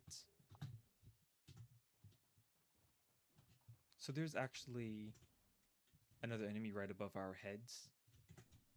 He's not that dangerous, but you do want to be careful not to get poked by him, because these guys can absolutely chunk you out. So this is actually a friendly NPC. I believe his name is Gilligan. No. I the blacksmith. Hold on. Gavlan. His name is Gavlan. With Gavlan, you wheel, you deal. Alright, so you can actually sell him stuff and get rid of a bunch of stuff you don't need. I keep the Watch Dragon Parma here. I keep the leather shield. I get rid of the buckler. I only technically need 1 short bow. Don't need the arrows. Don't need the Silver's Chime. Don't need the Sorcerer's Staff. That's not worth it. I'm going to keep the Craftsman's Hammer. Going to get rid of the Morning Star. Going to get rid of the hand axes. I probably should hold on to those. I'm going to get rid of everything that isn't something I immediately need right now. Whoa. Keep the Bandit's Knife. Gonna get rid of this stuff too. So just in case any of you are out here wondering, I do not really use armor because armor just limits how much stamina you have. Gonna get rid of the ring, it's 10 extra HP. And I don't need more souls, I'm already extremely powerful. I could get rid of some of this stuff, I'm really not going to, don't really need to get rid of anything else. He does have the Ring of Giants. It's not a great item to have, really. But if you're really set on a poise build, you can have it. I am going to buy those poison arrows for later, though. Oh, I do need to make sure I dialogue exhaust him. Come here. No. I just run through his dialogue really quickly. Oi. And so this makes sure that he spawns in the next area. And if you do this once more. There. Then you will spawn with an infinite inventory where you can buy, I think, poison moss, poison arrows, poison daggers, or poison throwing knives. You know, that kind of thing. You're just like an endless merchant. I'm going to return all the way to the bonfire at this point in time.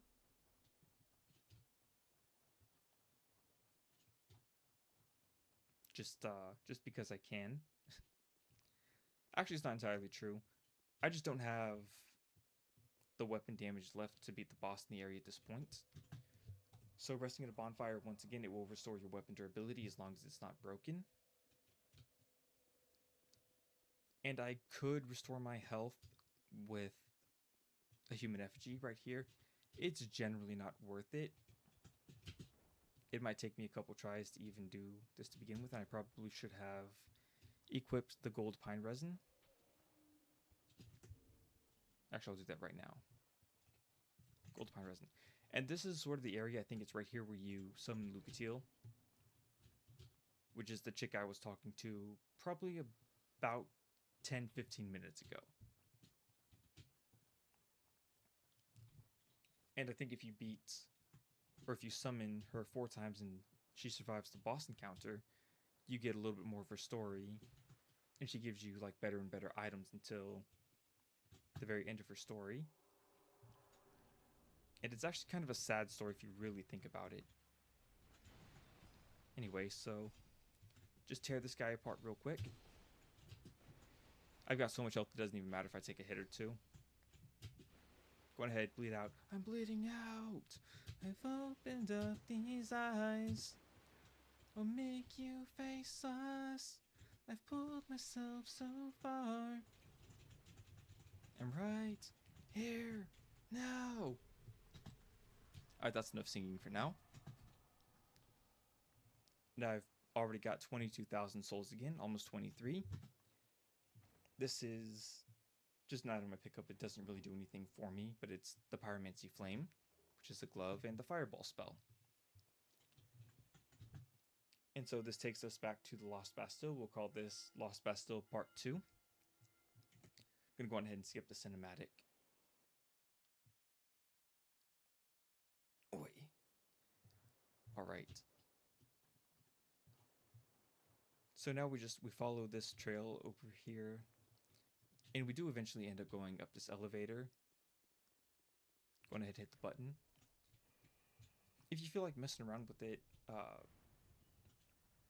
if you go inside, up to the top, hit the button again, roll out, you actually end up on top of the elevator, and there's an item somewhere on one of these walls here. And it's a free scimitar. Not one that I need, not one that I'm going to use, but it's there if you really want a scimitar, you know? It's probably a B or C tier weapon. The last cell up here is actually Bonfire, right? And some of the items in the area are like poison resistance. I really don't need all of that though, to be honest. I'm freakishly powerful as is. I'm going to continue on with my journey at this point. And the 5th Estus Flask is actually pretty nearby. I think it's down there. And I'll make it to that before I go back to Majula. Ow. One more time. There we go. Alright, let's see here. Oh, and there's Forlorn. And I am not designed to fight Forlorn. So, get my equipment ready. Whoops. Bandit Dagger. Leather Shield. Alright. So that was a spinning attack. It's actually fairly telegraphed. And I took a significant portion of his health away with that one move. Just keep backing up. If he spins, parry. One more spin, he's done. If he roll spins. Wait, there we go. It wasn't that bad, but it's because I came prepared. I probably could have done that with the rapier as well, but it would have been a little bit more risky. So I do want to do a little bit of preparation here as well. Let's see here. Whoops, other way around. Bam, bam, bam.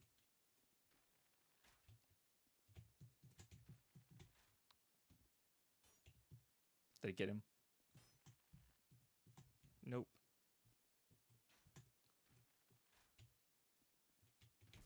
Oh, wow. Curve the arrow, bro. There we go. All right, I do want... That's aromatic ooze. I want the witching stone, or the witching urns again. There we go. All right. Destroy that guy real quick. Just a little bit less to worry about later on. So this is actually one of those parts that give even veteran players like me a little bit of difficulty from time to time. And the RNG in this entire area can be fairly brutal. So 1, 2, 3, 4, 5. There we go.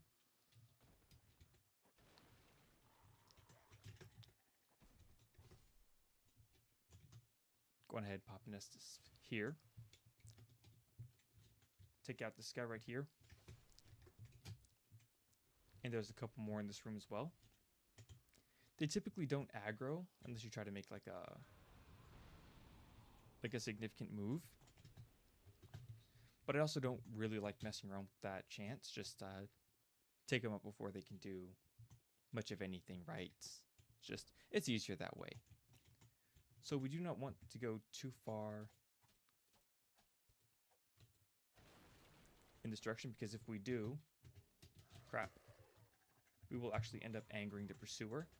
And you do not want to fight 5 dogs and a pursuer at the same time. It's doable, but it's very frustrating. And so that dog right there is a little stuck. It's okay. Let me help you out. Oh. Might as well. Alright, so I've pretty much taken care of every threat in the area, except for the pursuer himself.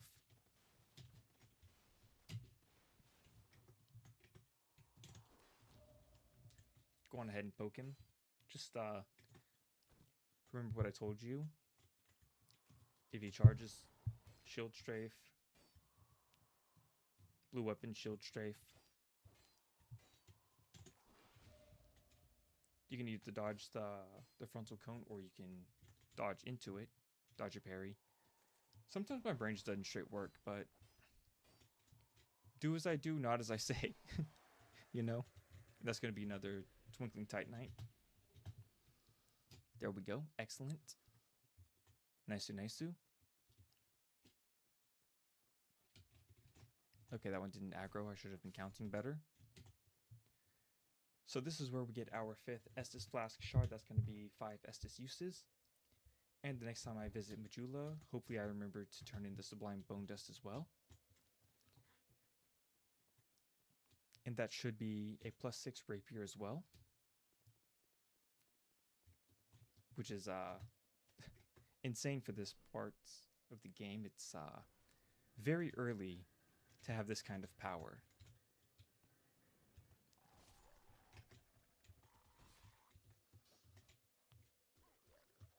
I guard broke that dog. That dog doesn't have a guard to break.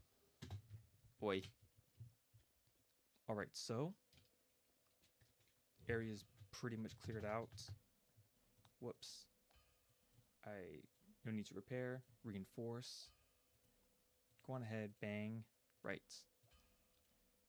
+2 that. You don't really need to go any higher than that, but you know, might as well. And I would upgrade the bandit's knife, but there's a chance I could get the thief dagger, and that's even betterer. That's more gooderer, right? I still have got 34k souls. The thing is, do I return to Majula and spend them, even if it would be like massively beneficial, or do I carry on in sake of time? I think I'm going to return to Majula, because if I lose that many souls, I'm rage quitting, honestly. It's who I am, you know. I'm not gonna sit here and even though I'm massively powerful, it doesn't matter to me. Like, the slightest setback is tilting. Alright, go on ahead, give her your Estus Flask Shard. Now I've got 5 uses of Estus. I'm also going to level up a little bit. Whoa, don't need to go any higher than that for now. 14 endurance. Alright, let's see here. Is there anything else in the area I need to do before continuing on? I don't think so.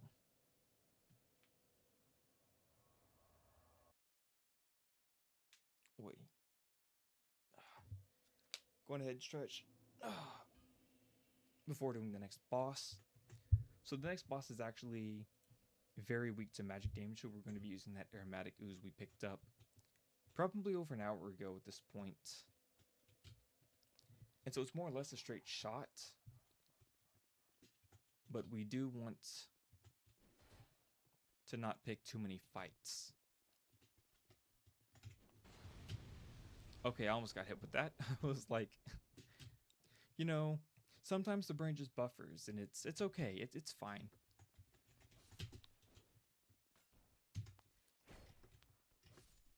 So the old Leo ring is coming in clutch here with that one shot. I shouldn't have been able to do that, but I did. So these two shouldn't really mess with me too much. Just ignore them. Take him down. Go ahead, let the door take that one. Drop down, drop down, drop down again. Ignore everything in this area. Dodge him, climb up this ladder.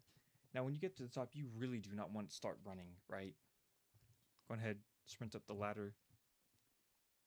Careful. Oh dear. Okay, okay, okay. I'm running. Did I make it? I made it. Okay, good. So you want to buff up as soon as the second guy spawns.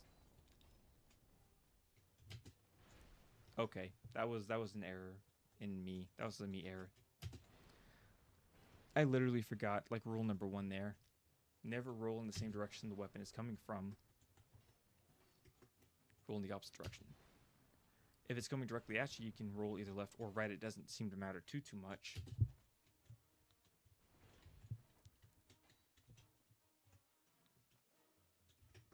Okay, he fell down. Give him space. You don't want to join him down there, because the other two will join, and then you're stuck in a 1v3, and that's not good. Okay, so I'm going to add the witching urns, if I can. There. Going ahead, as soon as he starts backing up, buff up. 1, 2, 3. 1, 2, 3. Back up this way if you can, because the other guy's going to be on his way in. And now there's 2 up here. Going to go on ahead and jump down. And before they join you, heal up.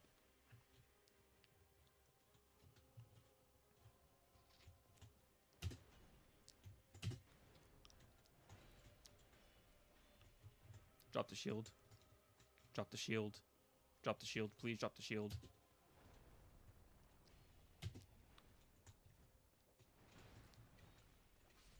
There we go. And then there was 1. And he's no real threat. Okay, I got pancaked. Remember, it doesn't matter how skilled you are at the game if you're too busy showing off. But yeah, that was easy enough. So there are some actually pretty good items in these walls over here.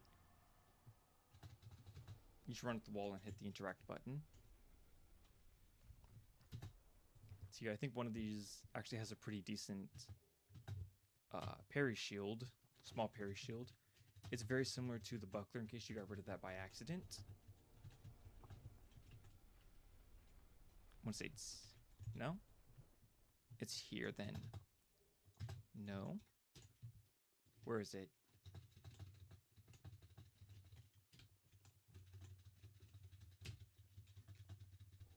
Okay. Okay. Okay. Okay. I'm There's no way. There's no way, right? Yeah. Try attacking. So I swear there's like a shield somewhere in here called the target shield, but maybe this is like in the way or something. I know there is, right? But if you got rid of the buckler against one of those walls, there's a target shield. There's actually another illusory wall right here. I don't think there's necessarily anything inside of it, but you know, free soul. Yeah, just rouge water. So rouge water actually increases, or it restores the amount of spells you can use. Soul of a Nameless Soldier, watch out for that guy. Go ahead and sit at this bonfire right here. And again, I've got 35,000 souls again. That is a regular occurrence for me.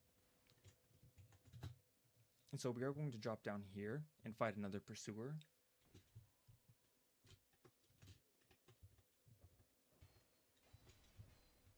This one takes significant less time to beat.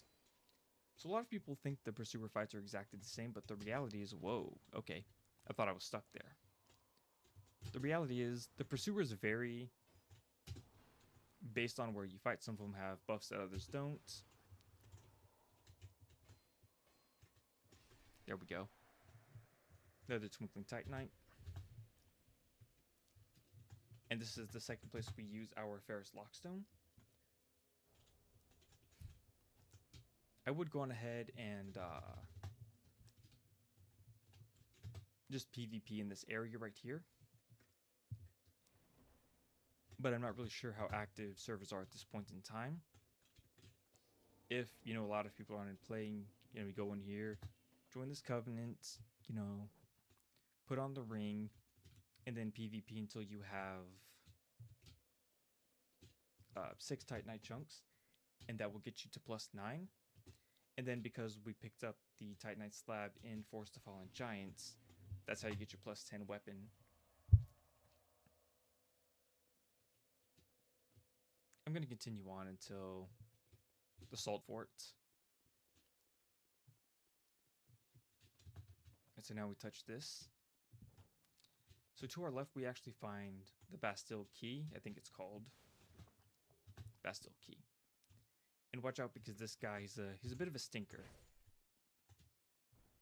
Just okay, just poke him. Just poke him in the stomach real quick. Just tickle him. We don't need to go that way. I mean, you can if you want to, but there's no real reason to. You do want to be careful on these boxes to the left up here. Actually, to the right. There's an exploding guy. Another exploding guy. And so this corner right here is a little bit dangerous. It can be made less dangerous if you stand far end right here. This guy goes down and he explodes. Just walk away. And so now there's only 2 right in front of you. So wait for this to go over your head. Roll, poke. And this guy, last one standing, not anymore. Free Alluring Skull.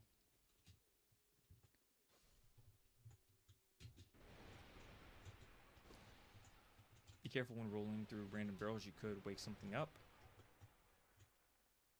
This guy's gonna drop down because of all of the sound. Poke him too. And so another illusory wall right here. And I believe right about here there's another one. There we go. Again, it's on the way, green blossoms. And this is where we fight another pursuer. Nothing too dangerous, just start poking him when he's raising out of the ground. Blue sword, shield strafe.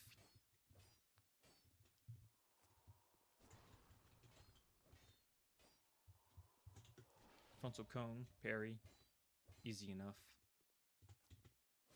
There we go. And it's going to be another Titanite shard. Or Titanite, Twinkling Titanite.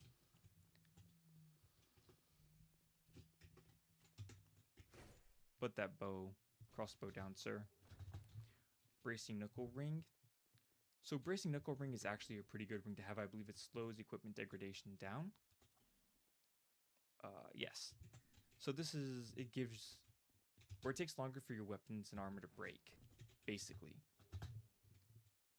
And we don't necessarily need to go over here. There's actually a chance we can't get back up easily. It's a little, the jumps are a little iffy. But if we go this way with it, we actually get, I believe it's called the Falcon Shield. I think. Golden Wing Shield, okay. And the Golden Wing Shield is, it's heavier than the shield I'm on right now, which is the small leather shield. But I would say it's more aesthetically pleasing, so if you want to go for that, you probably can. But the problem is when you try to go back, you might struggle to get back up. Even if you get back up, you might roll off the side too. So it's a bit of a gamble, honestly. Come on, game. If you fall, that's pretty much a death fall as well.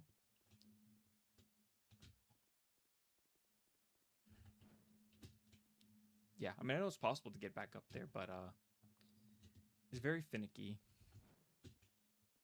Yeah, I think I'm just gonna homeward bone instead of spending 10-15 minutes trying to figure that one out, or risking falling and dying. I'm gonna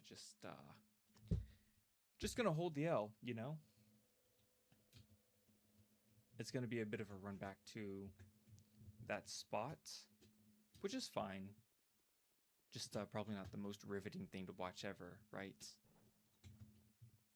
That being said, more or less just skip everything. Actually, I'm gonna place that with the Alluring Skull. I may need it because this is actually incredibly stupid what I'm doing.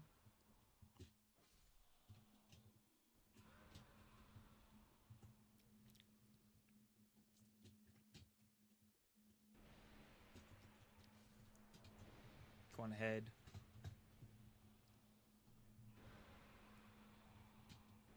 All right, yeah, I'm running. I'm running for it. So this is actually the Salt Fort. Missed me with that. All right, bro.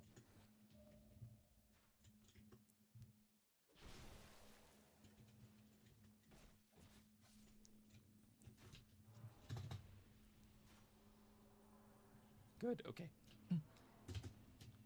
Yikes. Yeah, so those guys are very spicy at the moment.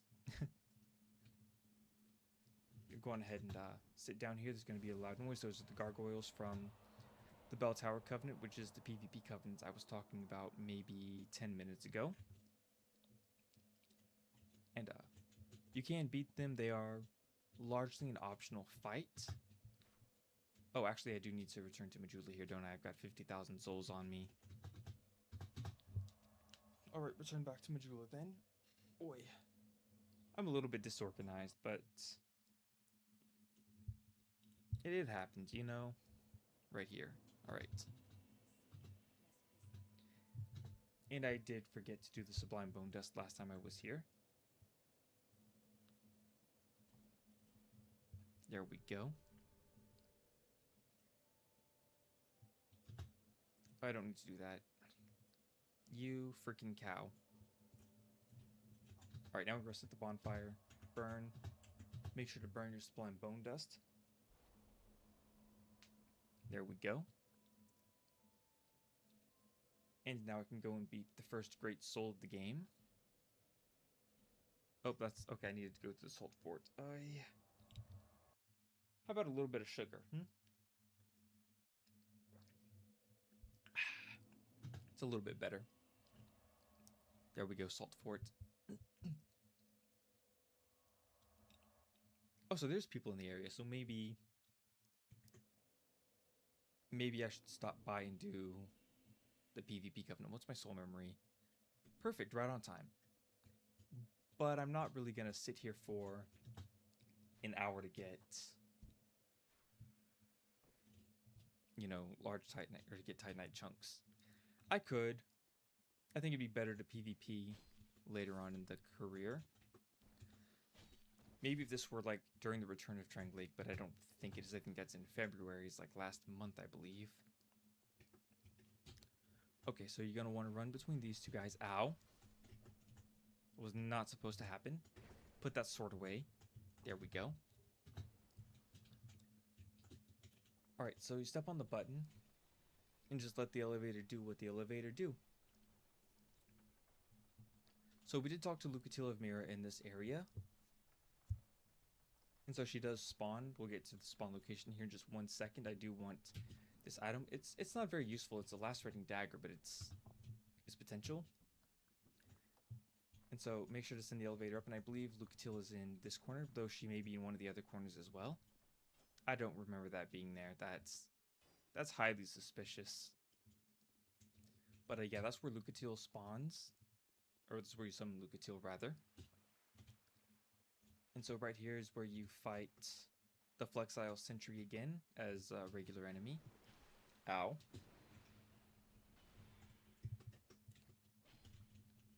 Just,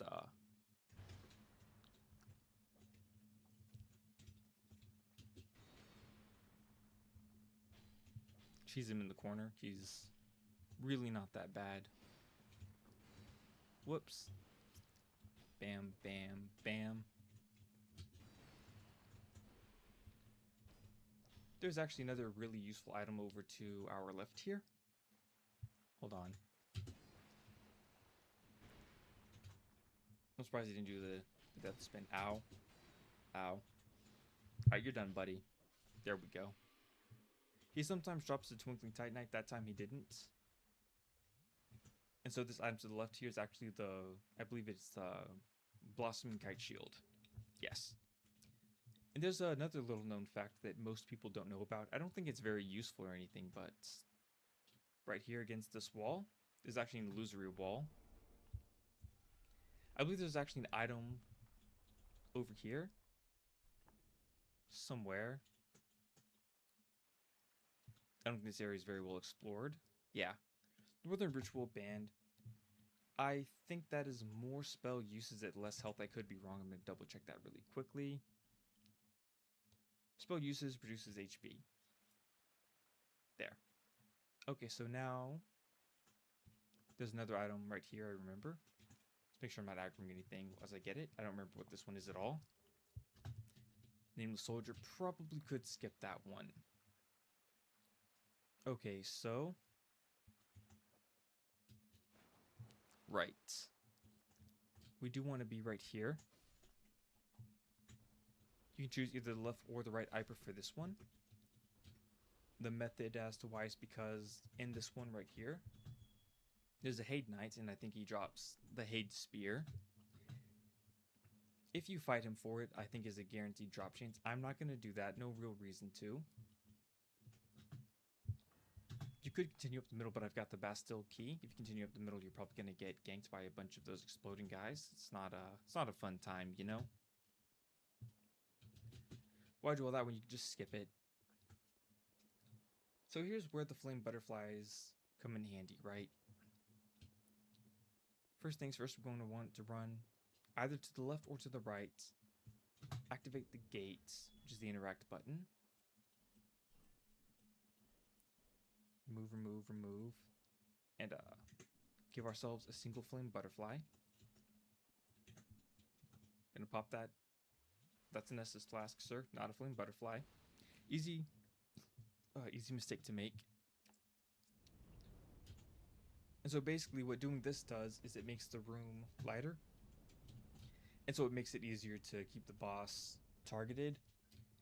And I'm not 100% sure on the second part here, but it seems to make the boss's attacks easier to dodge, or at the very least it increases your amount of depth perception.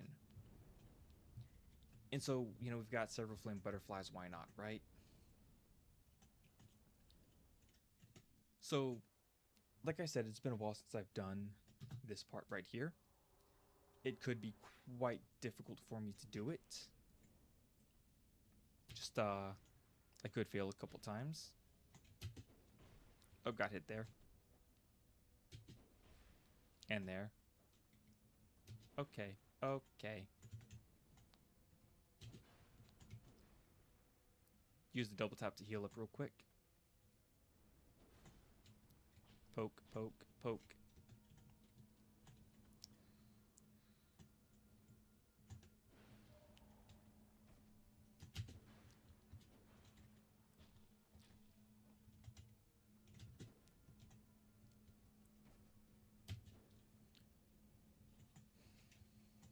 Alright, come on.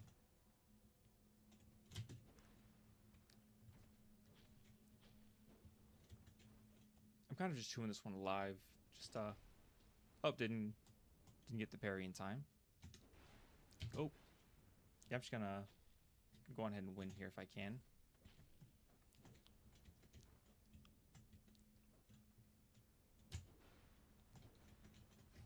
There we go.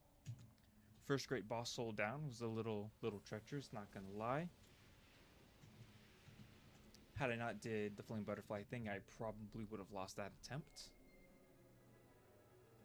It makes it easier to remain locked on and increases the range you can remain locked on and just does a whole bunch of very good things for you. And it's another fragrant branch of Yor for me, which will come in handy a little bit later. Little bit later. So we will want to actually activate the Primal Bonfire and return to Majula. And so I need to make sure that I keep at least 13,400 souls in my inventory, and that will unlock the next couple of areas for me. Thank you, Shanalot.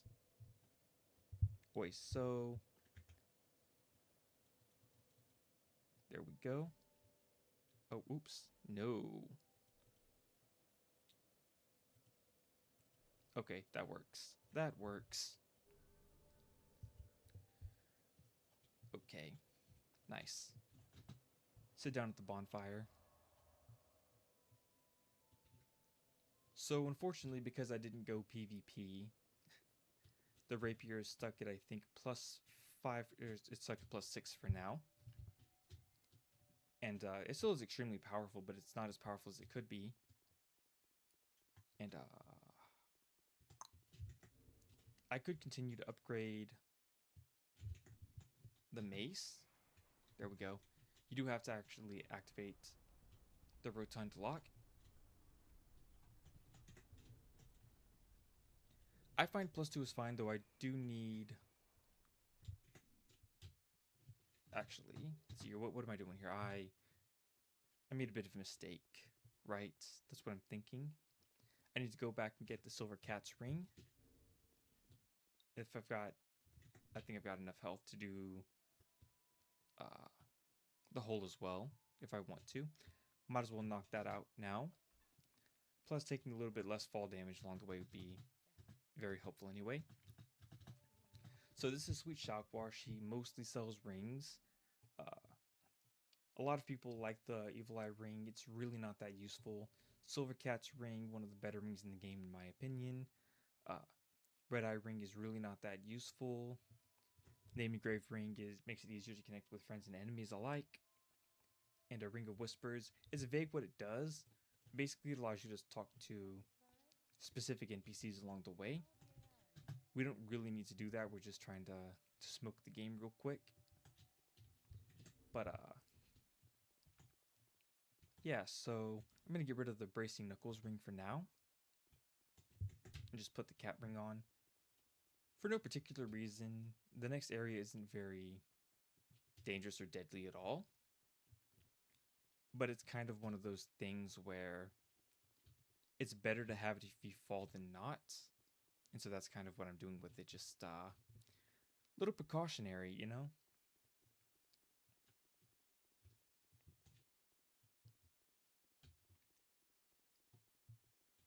And this guy right here is actually, he sells hexes.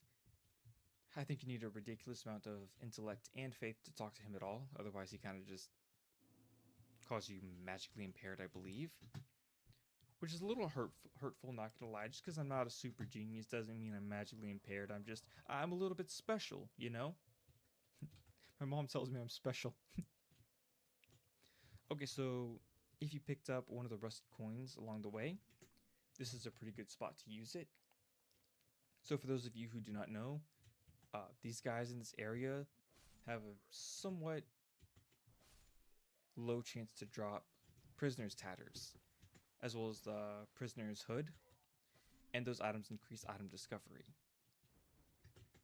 You know, luck, drop chance, whatever you want to call it, right? As well as other items like life gems, but we really don't count that too much. I mean, if you're not really getting prisoner's tatters, what are you doing with your life, you know? And so the hood is less important here because there's an even better version of the hood a bit later on in the game. But the item we want right here is prisoner's tatters. Hopefully it drops. If not, don't stress about it, right?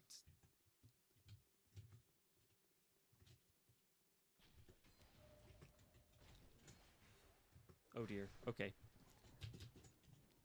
So you probably shouldn't do what I just did. And so I stuck myself against that wall there. Or that door, rather.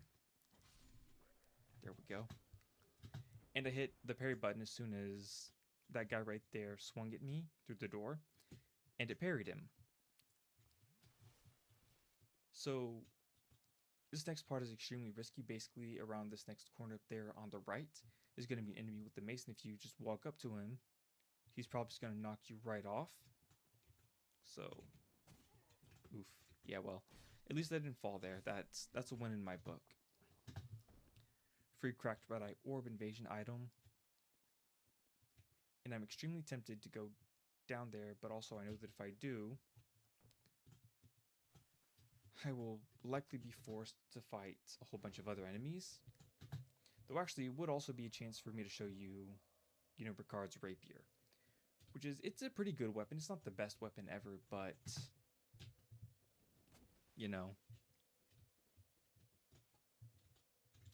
This is technically a walkthrough after all. I figured I should at the very least mention it, right? So, plunging attack here. Made it just barely. Ferrous Lockstone, Token of Fidelity. And I believe, yes, so I can take that to, I believe his name is Tardigrade. And he will sell me infinite bolt stones from that point on. And so let's see here. There's a butterfly right there. Gonna get out my daggers here. Throwing knife. Bam. Right. So weapons like the throwing knife here actually scale with dexterity. And oh, that's not good. They scale extremely hard. Also, you'll see that just poison damage is pretty intense in this game. It's preferable if you do not allow yourself to get poisoned at all. But these things do happen. And so take care of those guys with throwing knives if you can. At 12 dexterity, you should pretty much just one-shot them. We do want to be careful down here as well. I believe the herb is just more spell uses. Restores spell uses. Watch out for the basilisk here. It's a pretty big one. I believe the gizzard is the crit. The crit spot. There we go. And it dropped a large Titanite shard, which would have been preferable if it had dropped a bolt stone, so I wouldn't have had to have bought one, but So that's Ricard's rapier. I'd say it's a solid C or B tier weapon. It's a pretty big dex requirement. For what it is, it's not particularly damaging. The multiple hits makes it, relatively easy to parry in PvP. Though you could put Poison or Bleed on it and do kind of like a meme troll build. Though people in PvP don't really do that kind of thing anymore. It's kind of sad. I really wish people would continue PvPing in this game because it was just so much fun, but no one really does it. Right? I'm starting to think to myself, did I remember to knock the tree down? I don't think I did, but okay, there goes the item discovery buff. I'm gonna use it one more time. Yeah, that was a good, 10-minute buff to item discovery. And so hopefully I get the prisoner's tatters somewhere over here. This is actually a pretty decent spot to farm it up.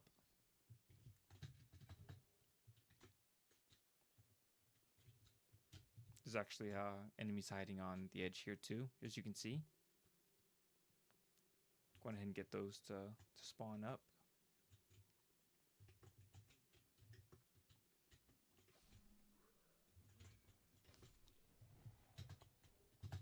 Another life gem. Would someone please get me the prisoner's tatters, please? Whoops. There we go.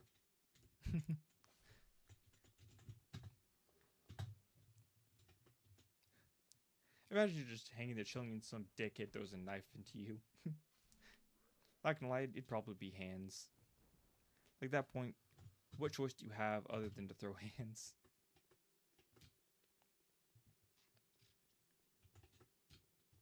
Anyway, I want to say I did remember to throw the tree down.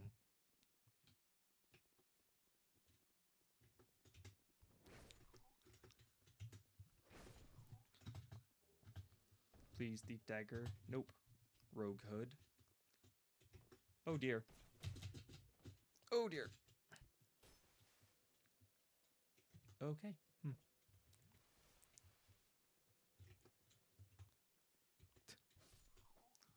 I've got to set up the bonfire. And like a genius, I did not remember to knock the tree down. Classic. It happens. It really happens, right? Thief dagger. No thief dagger. Thief dagger. No thief dagger. Prisoner tatter. No prisoner tatter. Thief dagger. Okay, he already fell down. No thief dagger. Go ahead and knock the tree down. I should have done this in the first place, but didn't. Might as well rest at the bonfire.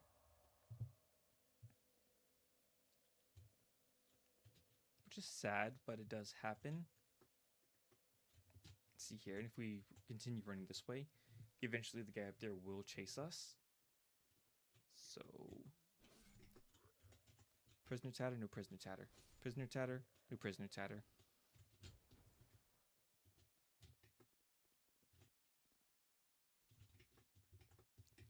This guy's actually...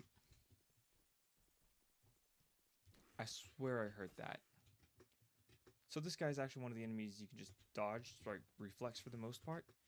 So the downward attacks, you just like dodge left or right based on whichever one he does. And as soon as his weapons are stuck in the ground, you can try and just walk behind him and backstab him. Thief dagger. No thief dagger.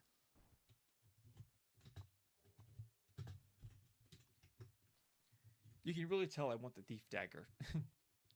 It's the best dagger in the game by far. There's no real comparison to it. It's like double the damage of any other. I will be fighting Forlorn Part 2 here, and I did take poison damage there. I should have remembered the poison butterfly, but by the way, the butterflies do drop poison moss. Sir, I will be right with you. Just wait for poison to drop off.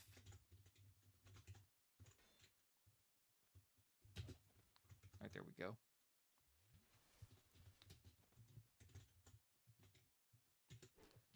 Parry. Repost. Dope. Alright, one more time. Oh. Oh.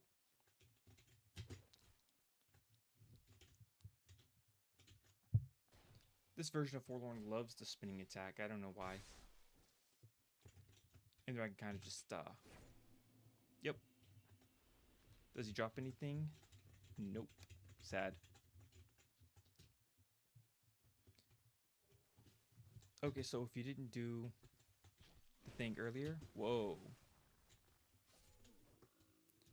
There will be another chance for your aromatic ooze. Might as well S this up, and there goes the luck boost from the rusted coin. Which is sad because I would have liked to have gotten here first a little bit, but you know, is what it is. Free life gem, Morningstar mace. No. Okay, let's see here. Thief dagger, please. Thief dagger. No. Crap. Give me the thief dagger. I need it.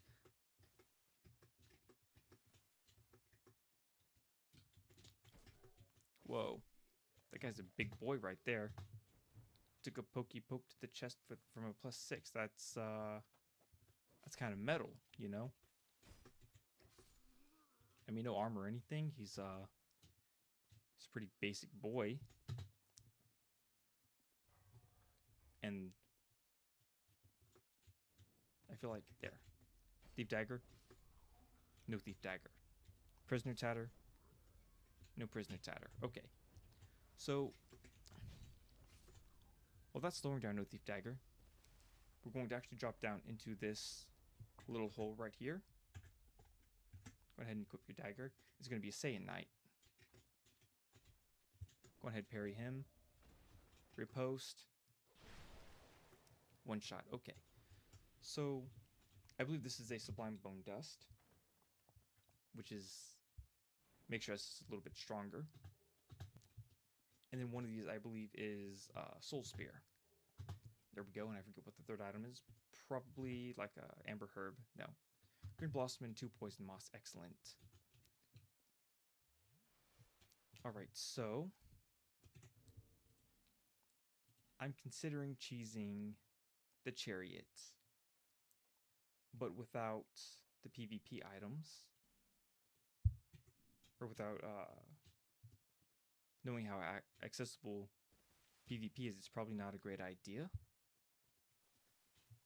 I mean, it'd probably just be best to hurry up and just finish smoking the game already. Why not? I'm trying to think if there's anything I need from the PvP arena to continue on. I don't think so. Okay, so this is where we're going to switch up our strategy just a little bit. We do have a little something we need to do here. No thief dagger, sad. See, I'm going to continue on with this a little bit further. Thief dagger. Ow.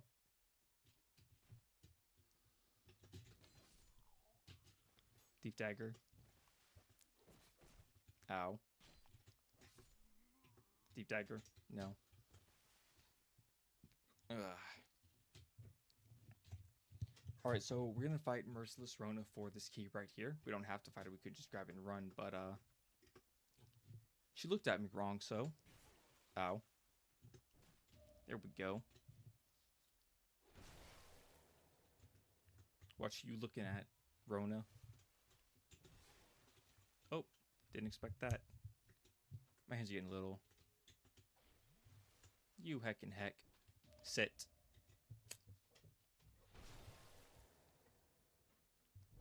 We don't do that in my house.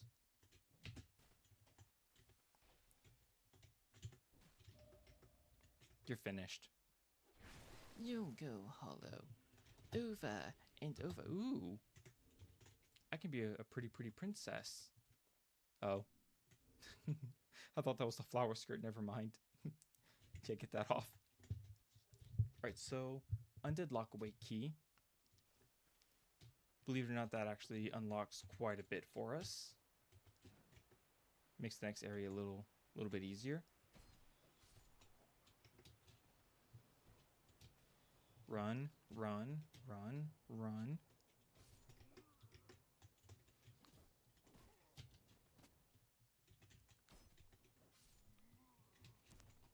Ouch. I really hope that's the dagger. Throwing knife. Rogue hood, flame butterfly. The RNG is not with me. Okay, so at this point, I think I'm going to equip. I think I have to equip the Morning Star, right? So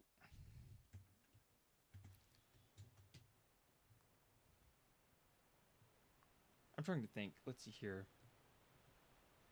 The Morning Star is best for the skeletons. The Morning Star isn't very well upgraded at this point because I have the Craftsman's Hammer, which is a far superior weapon, but I'm an idiot and forgot to put that 1 point into strength, right? Yeah. So the thing is, I think that's the best solution to the problem right now. Oh, you know, I done scuffed. Oops.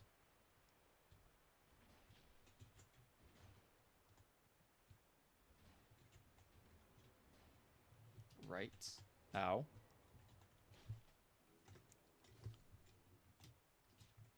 Okay, okay, okay, game, okay, game.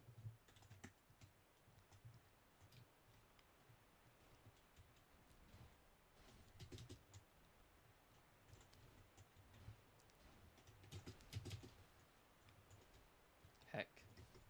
Sit. Stay. Whoa. Okay.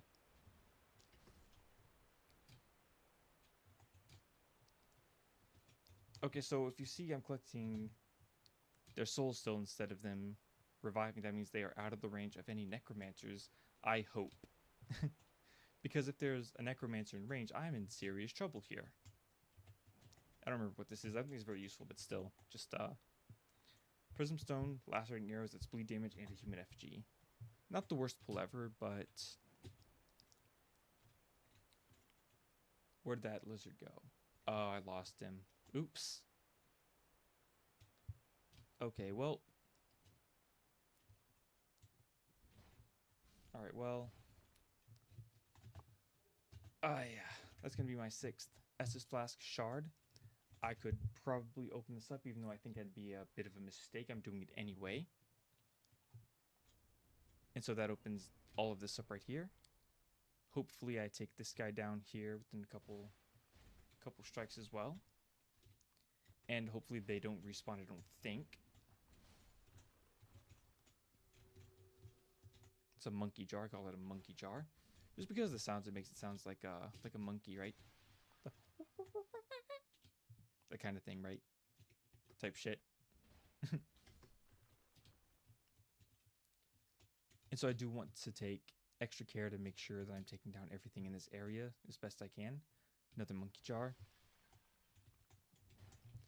So if you're not keen on using the Craftsman's Hammer, there's a weapon right just the Magic Mace. You can upgrade that with regular Titanite. I just think the Craftsman's Hammer is a bit better. And because we beat Merciless Rona and collected the key, we can unlock this door right here. This will take us right back to the bonfire. And it also unlocks access to Creighton. So basically, you run through his dialogue real quick.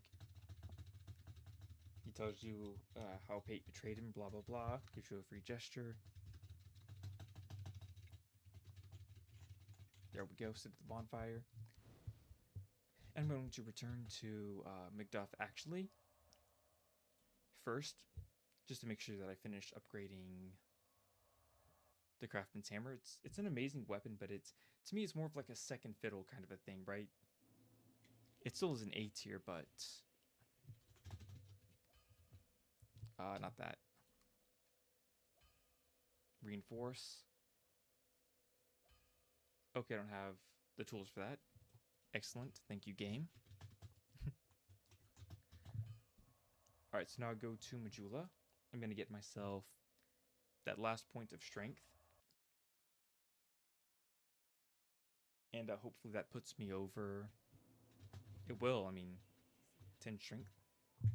I do need to know you heckin' give her my 6th Estus Flask Shard.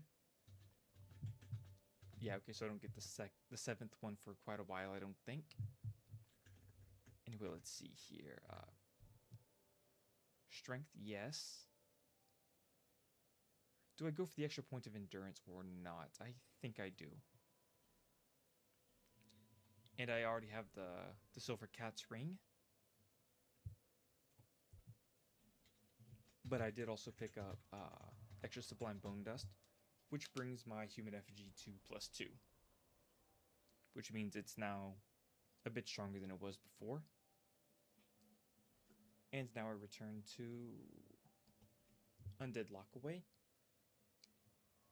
Hopefully I can get the Titanite Lizard. Alright, so instead of that, I need this now. I don't need the Rapier anymore for quite a while, actually. Gonna go on right here. Let's see here. Take care of the Monkey Jar. Bonk. Running start. Bonk. Bonk. This thing's kind of nasty if you think about it. Bonk. Oh, he blocked it and still almost went down.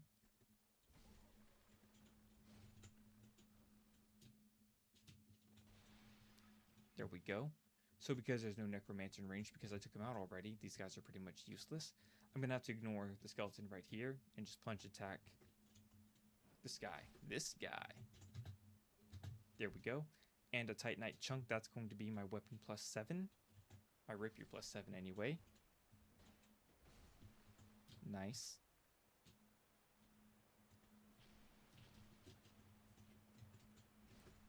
Bam. Kind of sad I didn't really get a Thief Dagger, but, you know, it's okay, it happens.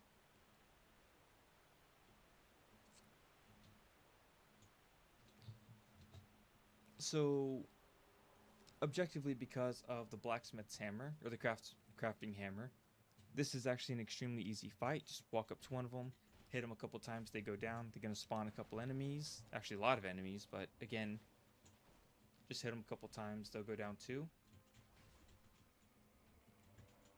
There we go. Bam. Bam. Bam. Bam.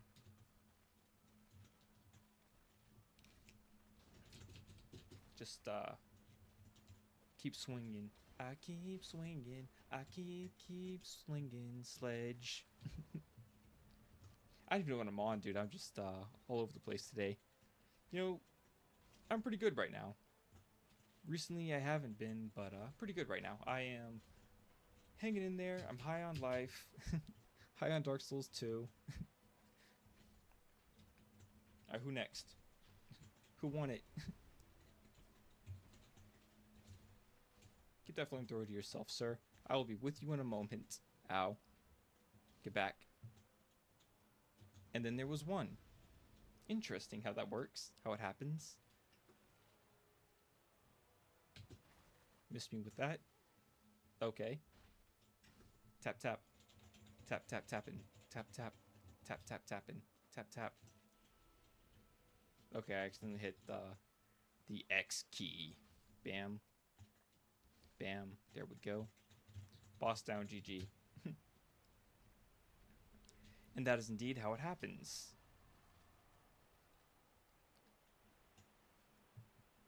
So I'm like insanely powerful at this point.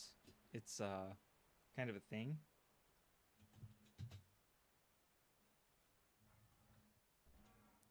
$20,000 souls back. I get 20,000 souls in my pocket.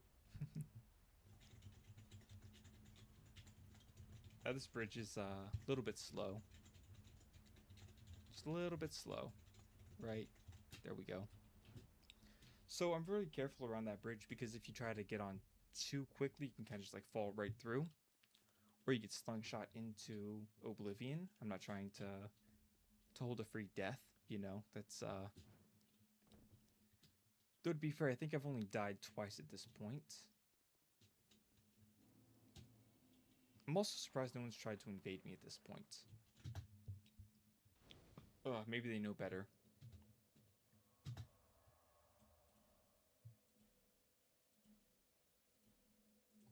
make sure I haven't picked anything else up that I just wasn't paying attention for. All right. So now we talk to her. I believe her name is Chloanne. So I don't think she sells anything too valuable. I think she has bonfire aesthetic, and I think she sells small shards, though later on she sells quite a bit more. You don't really have to mess with her or buy anything too much.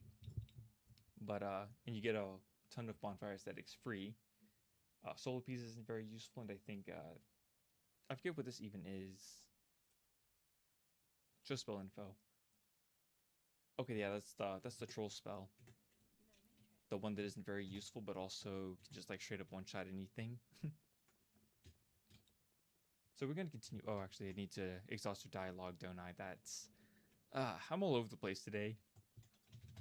Full on golden retriever energy. Starting to get a little cold. Gonna put my blanket back on. Talk.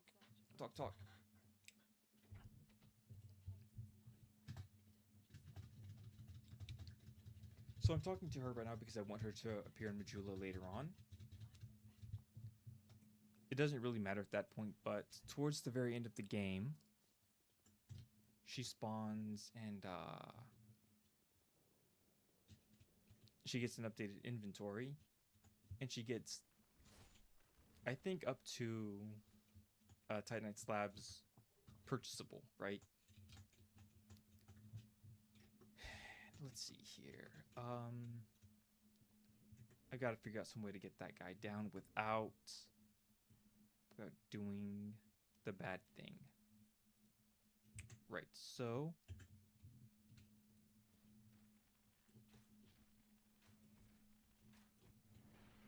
I prefer to fight this guy from a distance.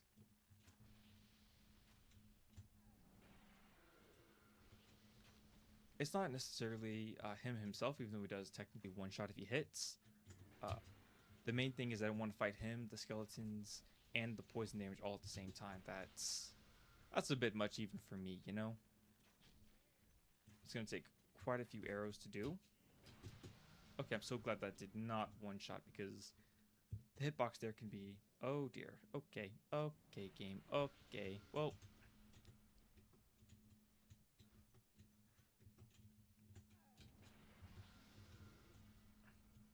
Okay, I need the parry key. There we go. Bam. Bam. Bam. Okay, so at this point, I'm still likely to get extremely poisoned going in here, but I'm going to prepare with the poison moss. Anyway, so let's see here. Let's plot this out. I believe one of those over there is a Titanite chunk. I do need that.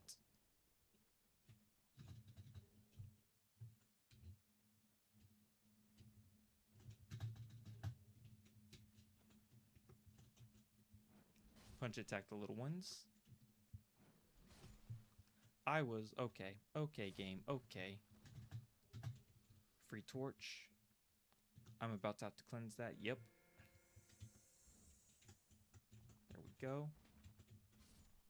So I should be fine, right? Like...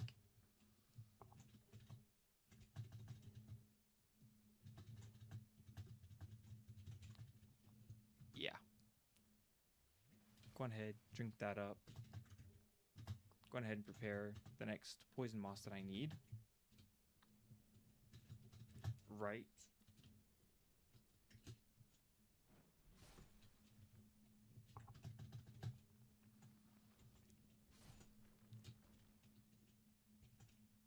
Okay, there we go. It's okay to pop, or rather be reckless with the SS flasks here. We'll find another bonfire long before we need to use the remaining 3. And I've still got, 3 poison mosses.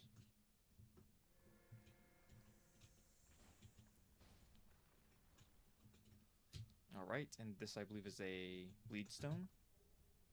No, it's a fragrant of yore. The bleedstone is in this chest then, clearly. Raw stone, okay. And here's Gavlin again. Talk to him. I don't think he's got an updated inventory this time, no. But we can sell more stuff. Get rid of the extra bandit's knife. Get rid of that. Keep that. Get rid of that. I don't need that. Or that. I don't need that.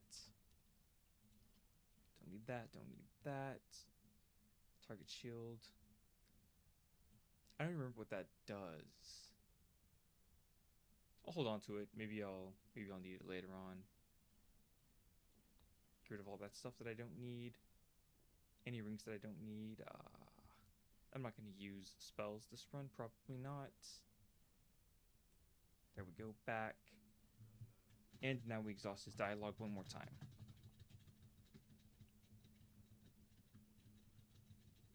Gavilan wheel, Gavilan deal.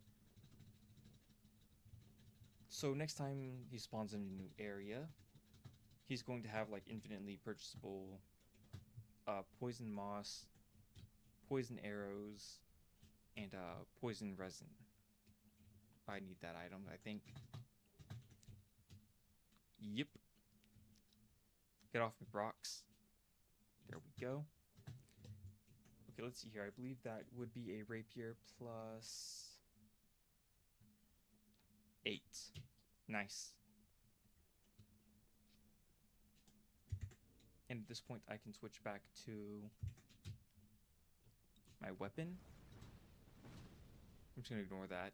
All that fire going on over there. 10 hexing runes, don't really need those, but they're not necessarily a bad thing to have, just in case. Ow. So, these NPCs right here are called desert sorceresses, and they kind of hurt. Like, be very careful on them. They can pretty much one-shot me at this point. I will try not to get hit by them too much, but it is a possibility. And I'm tempted to take this one out from range, but I'm not going to. I would love to just... This is Sparta! This... Actually, it's not a this is Sparta. It's more like, what would you even call that? Like, ooh. Careful. Ooh, the Desert Sorceress Hood. It's kind of a useless item, but it's a relatively cool item as well. Like just, rare drop chance. Maybe I'll give it to... Roseanne, and I didn't pull the lever. I didn't pull the lever, Crunk. Yeah, I probably should have pulled the lever.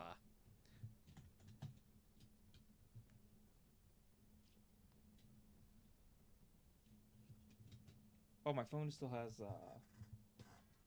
quite a bit of battery in it, which is a shame. Actually, it's a little bit odd because it doesn't usually perform that well. I mean, it's usually an hour or two, then it's dead, so that's good. All right, let's see here. What do I need to do at this point? I need the hammer, right? Stop. Hammer time. Do I need to recall, go back to Majula here? I don't believe so. Smack. Can I make it? Ah, so close. All right.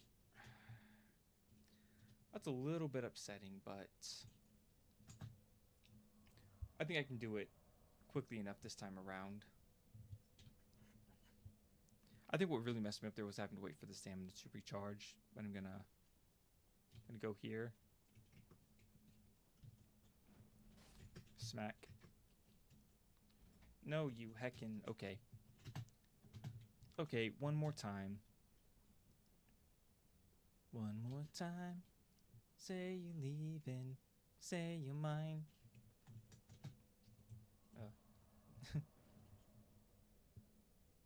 Boy, let's see here. Just ignore it for now.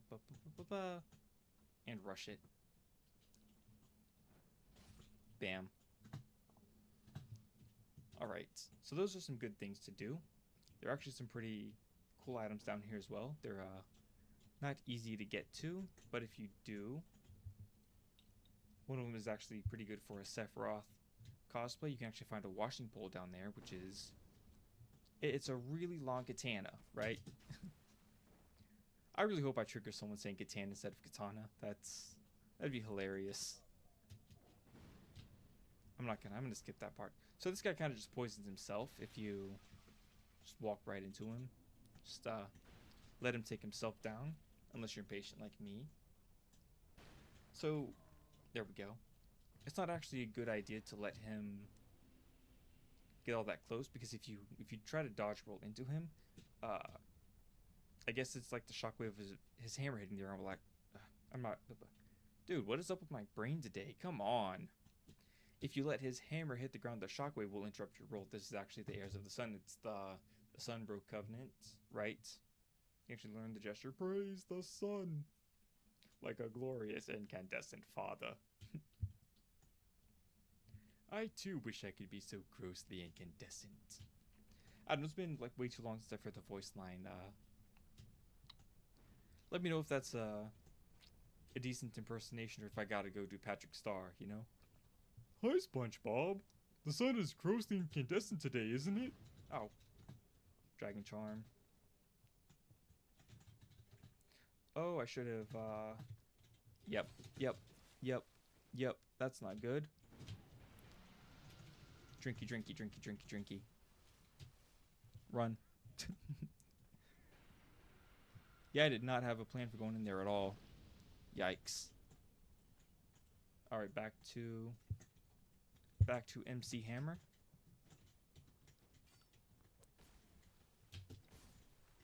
Okay, well. Might as well chug chug. The next boss isn't what I'm worried about necessarily, but I'm worried about the boss after that. So right there, right there. And I'm wondering if maybe I should like easy cheese this, because I'm not really into messing around with these guys with the flame sorceresses up there, the desert sorceresses. Doesn't seem like fun to me, you know?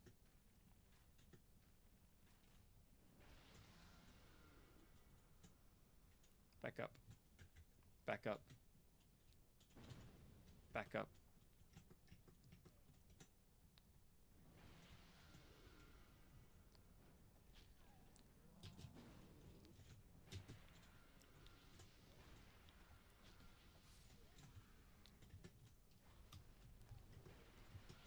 Ow. Okay, I done goofed. I done goofed.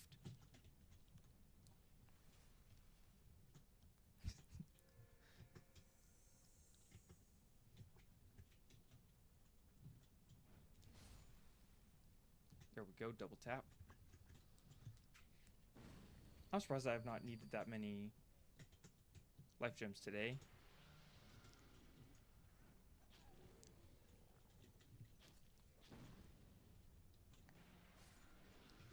Alright, let's see here. Got my poison moss ready if I need anything else. Free Titanite slab. All enemies dead. Free Titanite shard.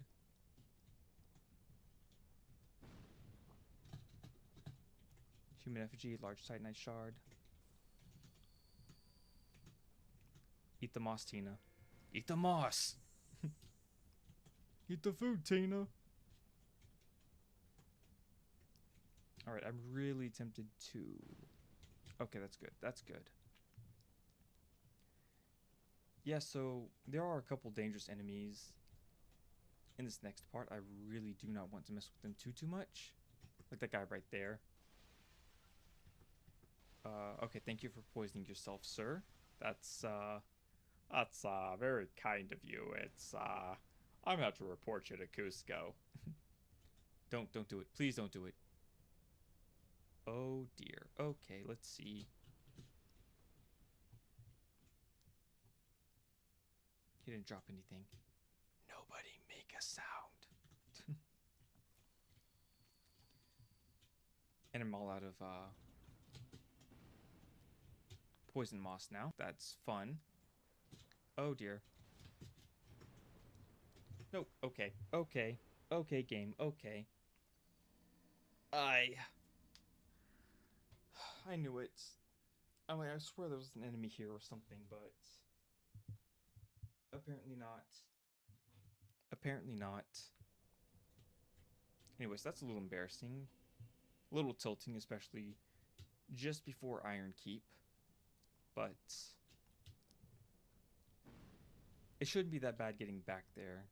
Hopefully. Oh dear. Okay.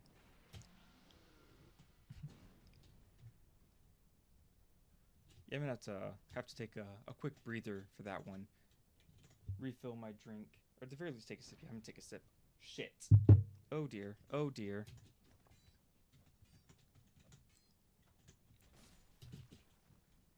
Okay, there we go.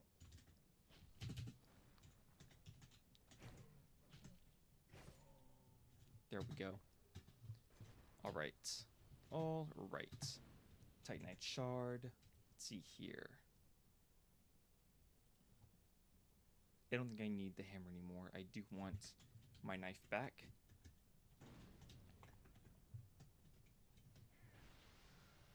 Alright.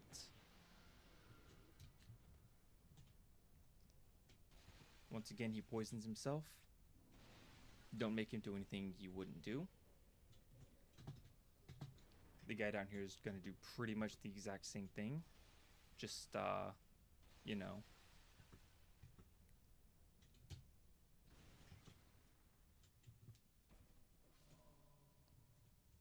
No drop sad. Don't need to go that way. Alright, let's see here.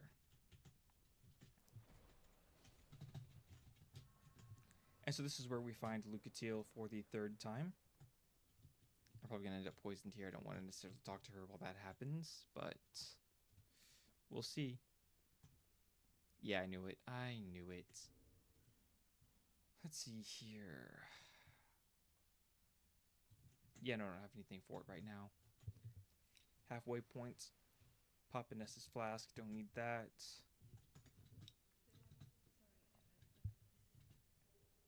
Okay, so the Ring of Steel Protection is actually a very good item in the game. It drastically reduces the amount of physical damage you take. It's 100% worth using. And so right here, she's just telling you that her brother was so much better and he disappeared one day. And so I do want to make sure that I exhaust her dialogue here as well.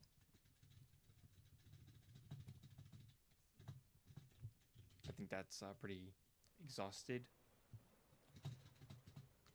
Repair powder, just because I can, it's on the way. Even though it's really not worth taking all that poison damage. Actually, yeah, it kind of is. Kind of is, not gonna lie. It's, that's, yeah, I mean, is what it is. Okay, yeah, so we do want to upsetty spaghetti this guy. And again, he's just gonna walk right through all of this. We don't want to end up poisoned a second time. Just slowly back it up. Smack. Smack, smack, sugar, smack. Give me some smack and I'll smack you back. Okay, so right here we're safe from the Desert Sorceress. For now. We do want to stay alongside this wall though. At this point she can in fact hit us still.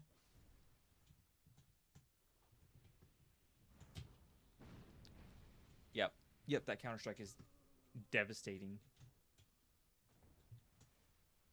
And there's a reason I opted for 30 health, 30 points into health, or vigor specifically, right? Oh, you... Almost said it. Almost said the bad words.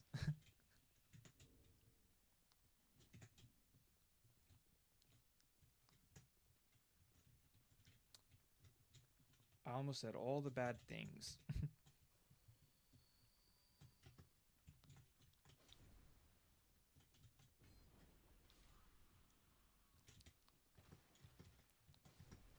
There.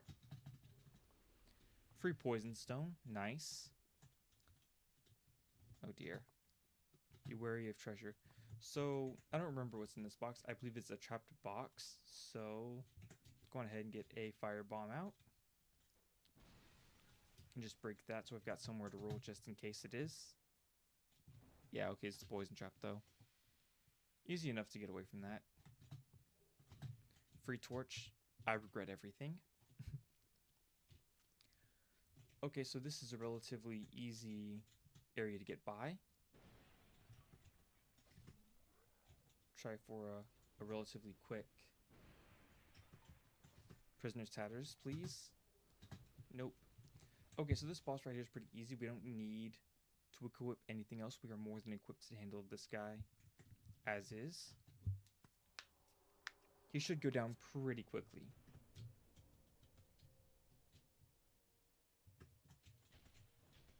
Three, four.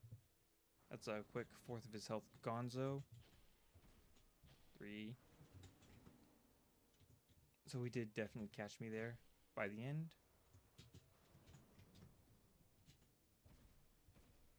There we go. Easy, easy. Gonna break out the bow real quick and just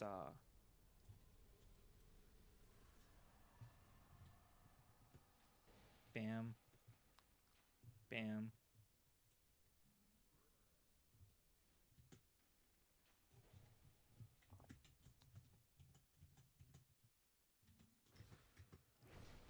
Bam. I've never noticed that these guys are just not hostile, right? I mean, it's strange that they're not hostile, right? Bam. There we go. Nice, nice.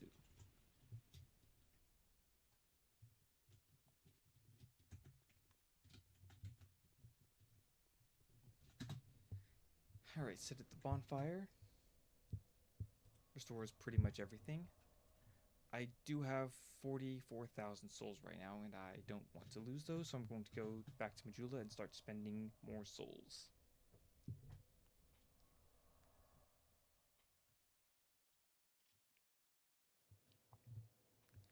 And so I'm at a point where I definitely need more health than I have.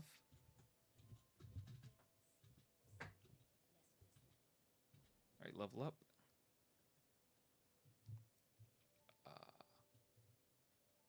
Stat dump into vigor as best as I can. Because eventually I'm going to have to go down that hole, and that hole's going to take quite a bit of damage to do so. So, you know. Oi.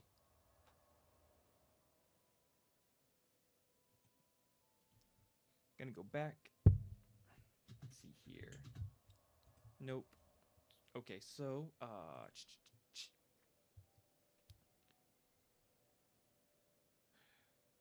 I think I will actually go down the gutter now, because... Actually, how much health do I have? I have 1,579 health. That's kind of crazy, to be honest, but okay. Let's see here. I'm gonna drop. Nice, I did take a pretty nice chunk of damage, though. Drop again before I do this third drop. I'm going to want to heal up. Actually, it's the fourth drop that I want to heal up for, but okay. You know, might as well, right? So I could drop down there. I'm going to drop down here, though. This is technically an optional area that I'm entering, but it's a lot easier than doing the rest of it, right? Plus, I feel like just doing this puts me in a better position overall than either messing with a whole bunch of jumps that I don't necessarily need to do. Plus, it gives an additional chance to get the prisoner's tatters.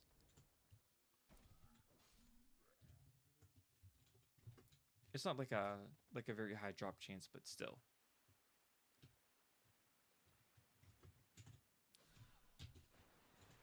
Oh, I don't need to do this. I don't need to do this, yeah. Oh, Ferrous Lockstone, perhaps? I think so. Nope, Nameless Soldier, whatever. Soul. Third repair powder. Alright, I'm out. I'm out.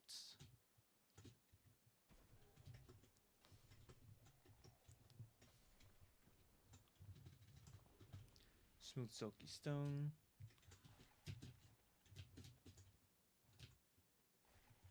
go.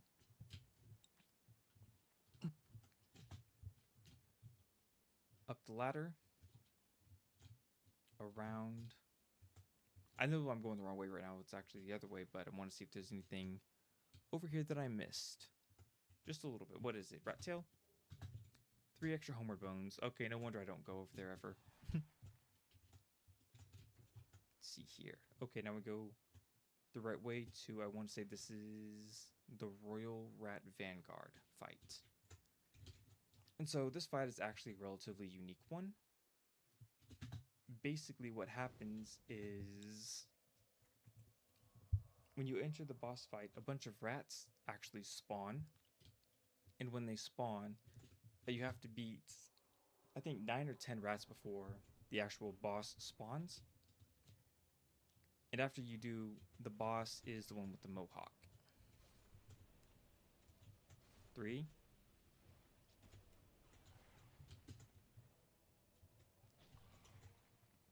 You. 4, 5, 6, 7, 8.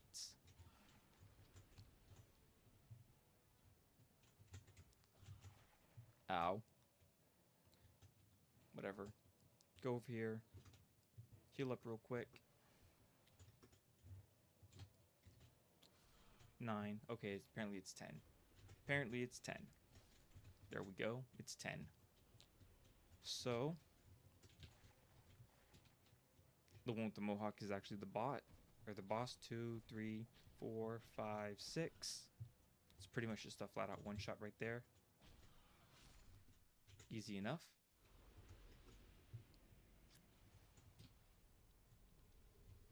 Rat Tail, Royal Rat Vanguard, and then you go here, you can talk to Montague.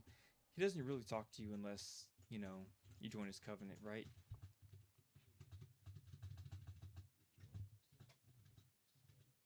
I don't think he's got an emote or anything anyway, but it's a fun little covenant, though it's a bit dead at this point. Though if you have got, like, just the right amount of soul memory, you can kind of camp it out and have a good time. Though you are kind of griefing other players at that point. But I feel like it's alright because you're not necessarily inconveniencing them. They don't lose anything if they lose to you, right? Just, maybe their ego gets hurt a little bit, you know? Alright, there's the bleed stone. Alright, so this is one of the main reasons why I went down this way instead of the other way. So below me there's actually a Titanite lizard. If you stand right here, do a plunging attack, you'll just turn around and smack. The contents will fall through the bridge.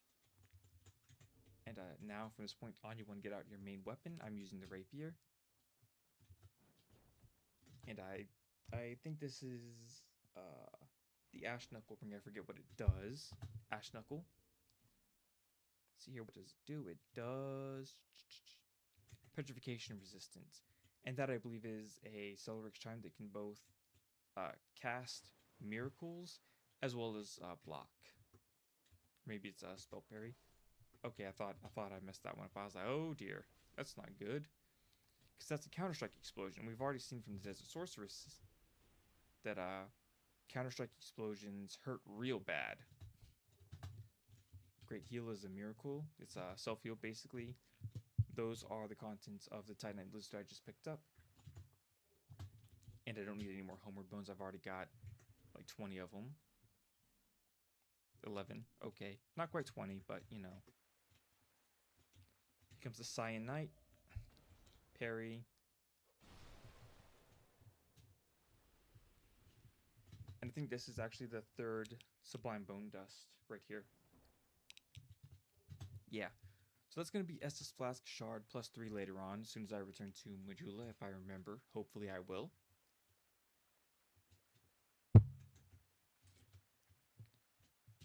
Boy, if not...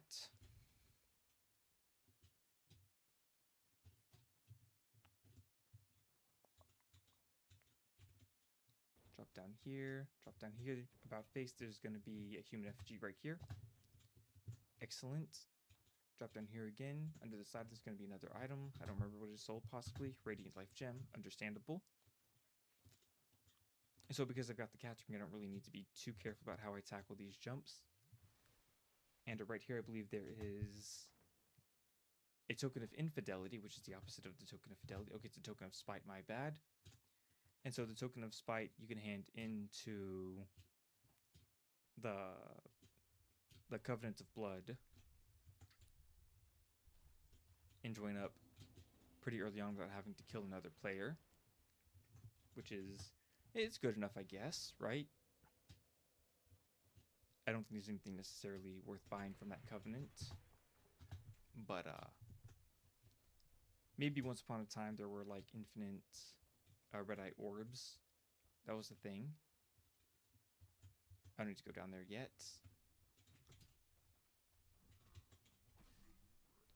Give me the prisoner's satyrs, please.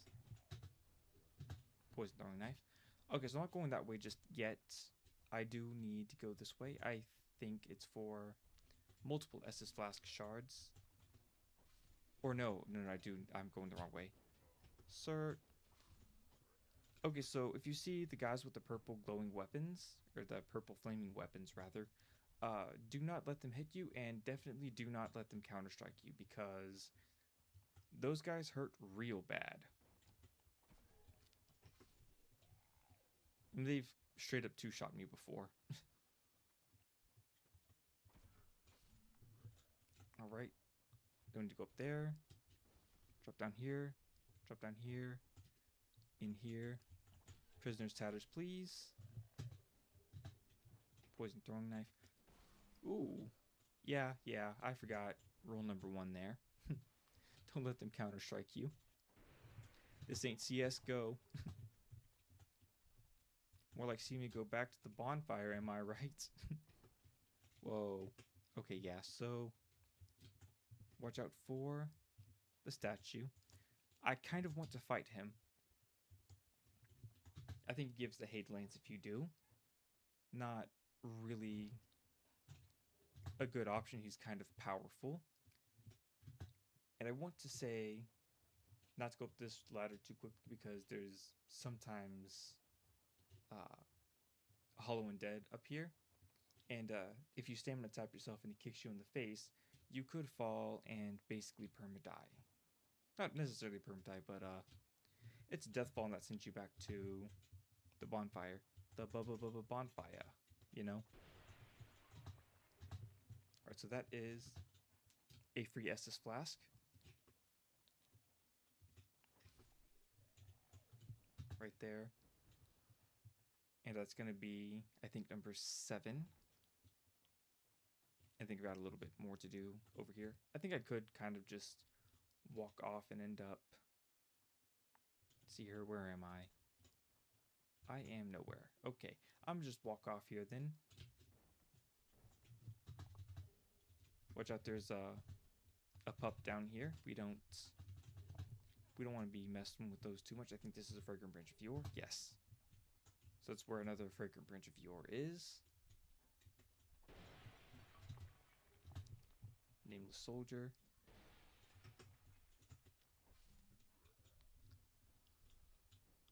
Okay, yes, and I could have just dropped right off that platform. Ow. That was fun.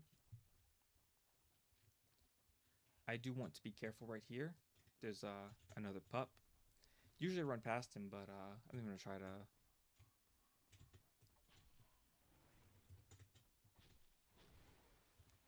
Yeah, I've got so much health I can kind of just face tank him. That's... nice. Walk up the ladder here. To the right. I want to say there's like an item there, but there's not. That's strange. And so this area is kind of very dark if you don't know where you're going. You're going to want to run into a couple of problems here. Not necessarily want to, but you know. That guy can actually knock you off the bridge. And a lot of this is it's knowing where the ambush points are, like where you're gonna run into trouble. That's where you get the red eye shield. It's like a C tier shield. It's not. A lot of people like it because of yikes. Oh, behave. Austin Powers. Okay, come here. Yes, the wall's just kind of melting. Just fun fact, I guess. And I don't necessarily go to seek the bug out, but okay, Mr. Torch guy. At this rate, I would very much like to end up with the prisoner's tatters if I can. Actually, to be honest with you, this character's got some pretty insane luck going on, just baseline. And so that white light right there is actually a bug. It heals or cures poison. In case you get poisoned here. Yes! A prisoner's tatters. So that makes it even easier for me to item farm. And over here, it's actually a breakable wall and a bonfire right here. So if you make it this far, you don't have to do that annoying long run back again. Oi.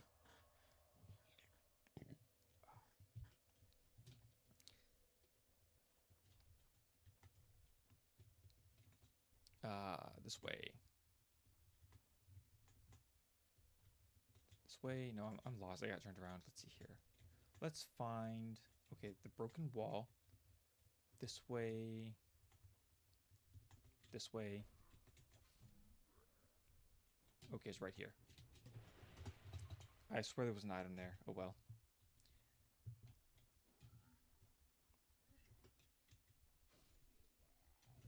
That's what I thought.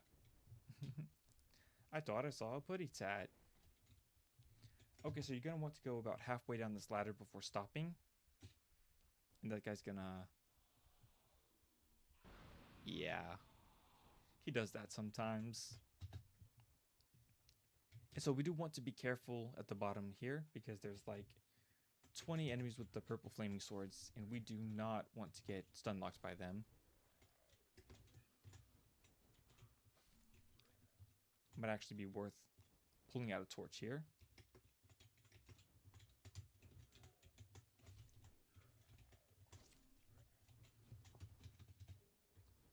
Poison throwing knife, torch.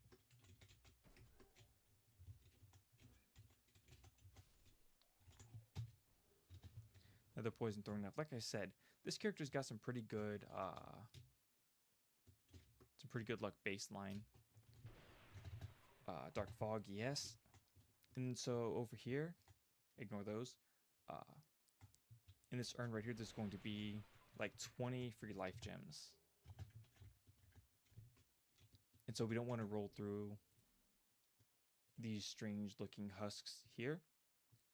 What we do want to do is sacrifice maybe a hexing urn. And that's how we avoid durability damage. And there's a lot more of them right here. That one only took one. At the bottom here, there is another fragrant branch Fior. Nice. And so we continue on down this path. There's only one way to go, so there's nothing to really mess up. Then we traverse the fog. Now stick to the left. There's going to be a bonfire pretty much immediately. Nice. Alright, so this area is a bit complicated. I'll do my best to explain as I walk through. So there are a couple of ways you can go about attacking this area. You can pretty much hit each and every last one of these statues individually. And whenever your durability gets low, you just return to the bonfire. The statues will not respawn unless you die. Or you can go under the map like I'm about to. It's not necessarily a glitch or anything, but there's a hidden pathway down here. It's a little hard to see sometimes, I think. Let's see here. Where is it? It's right there. I see it. There we go. It was a little risky backstepping off of it, but I needed to see it. And this is where we meet Lucatio for the third time. And she's not in very good health.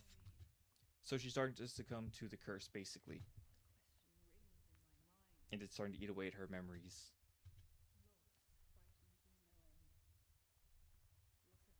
Loss of self, yeah.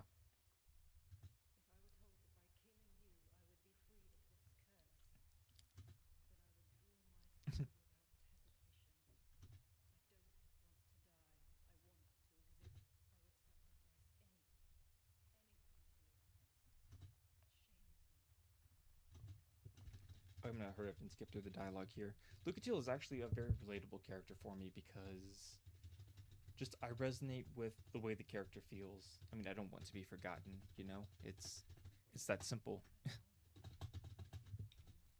And unfortunately, the reality is one day I will be. But that's also part of the point of starting a YouTube channel, is maybe I'll be remembered long after I'm gone.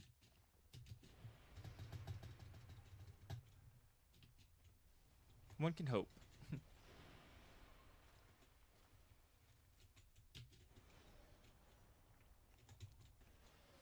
But all these are dead and gone, dead and gone. Okay, we do want to stick to the right here. Actually want to spend one of our fragrant branches of yore. We're gonna get invaded by Woodland Child Vector.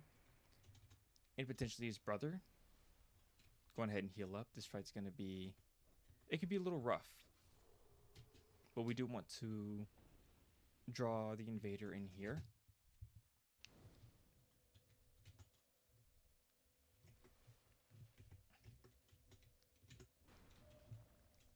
Just because I don't really want to fight him in a whole bunch of poison statues or freaky handjob alien guys. You know how it is, right? This ain't no Diddy party. Would it be technically like a handjob or like a blowjob, I wonder? Just shower thoughts, you know? Easy peasy lemon squeezy. Okay, so this is actually where we'd summon Lucatiel for the third time. Just I think it's over here in this corner. I'm really not going to do that, even though I like her story. See here, I think maybe actually I will. I probably could have done it earlier than this, but you know.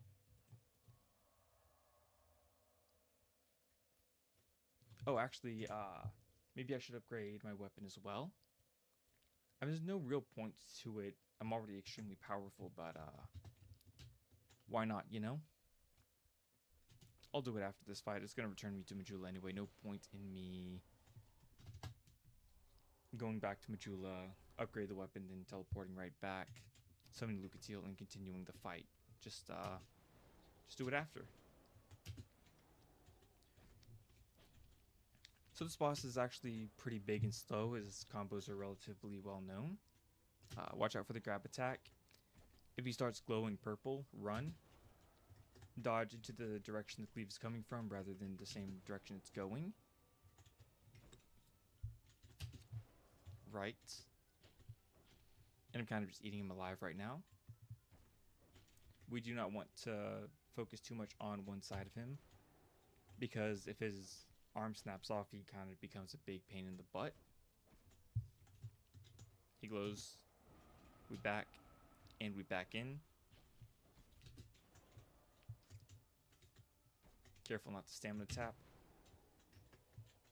Weapon.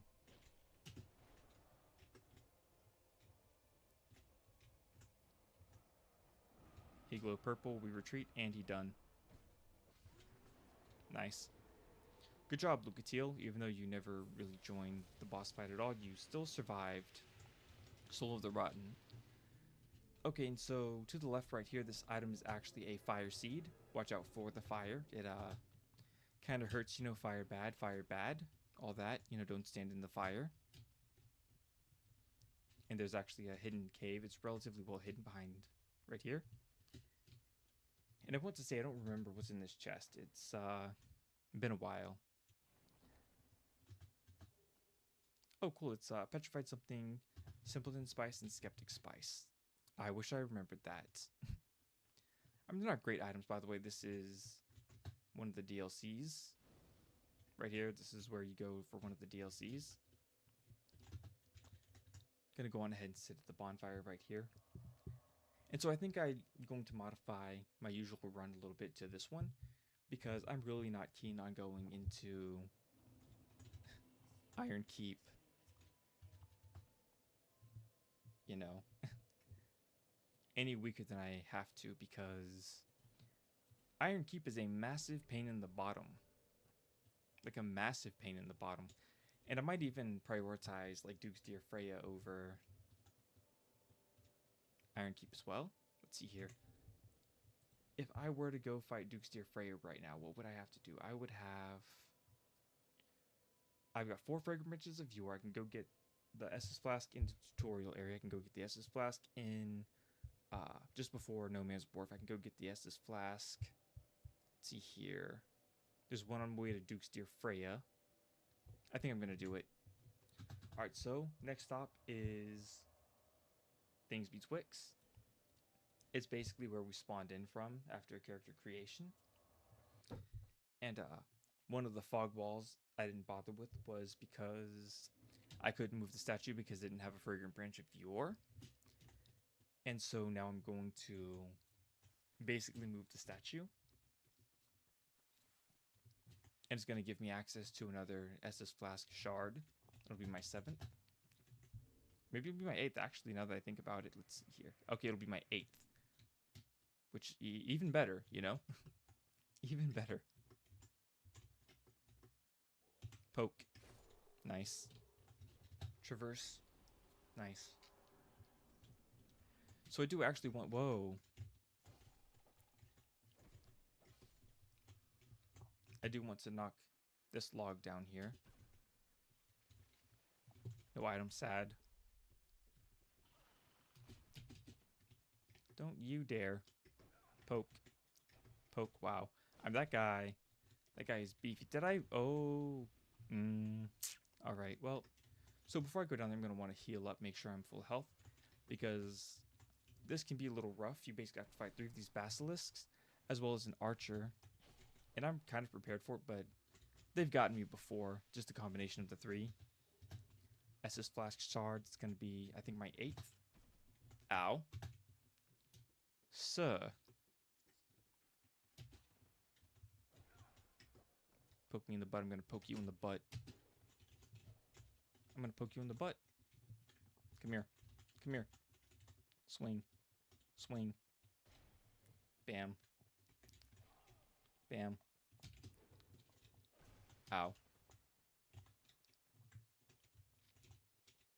Swing. Ow. Ow. Come on.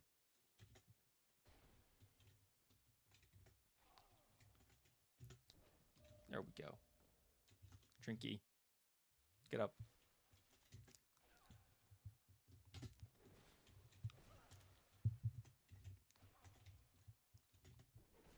Ow.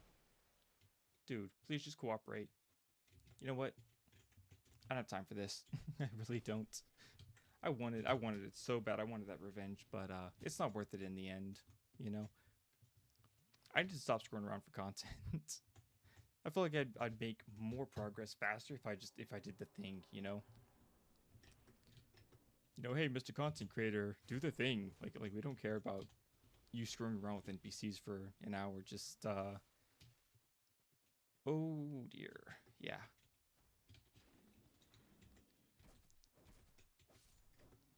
Just easy 3-tap.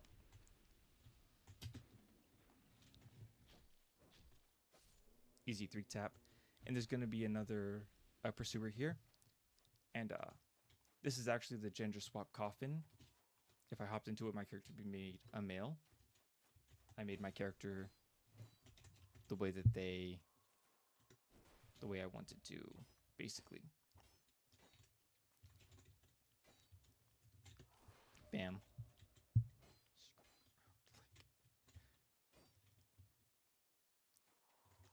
And of course, for the extra Twinkling Titanite, I'm going to do this. Why not, right? Make my Craftsman's Hammer just a little bit stronger if I can. Though, to be fair, I don't think it necessarily does any better at +3 or +4. But, just something to have, you know? Why not? Why make it more difficult than it needs to be, you know?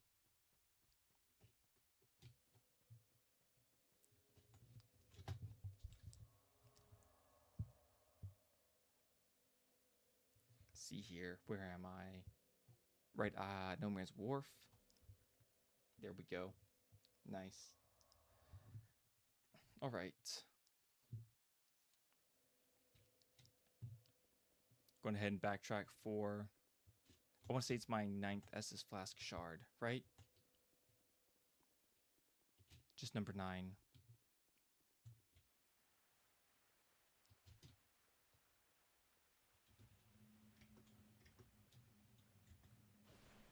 Oof.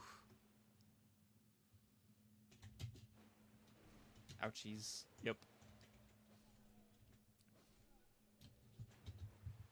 Whoops. What was that throwing knife? You heckin' heck. 7, 8, or 9. Like, yeah.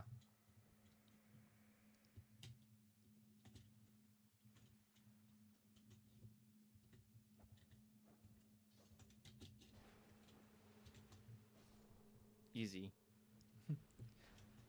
I said like I didn't miss 4 times.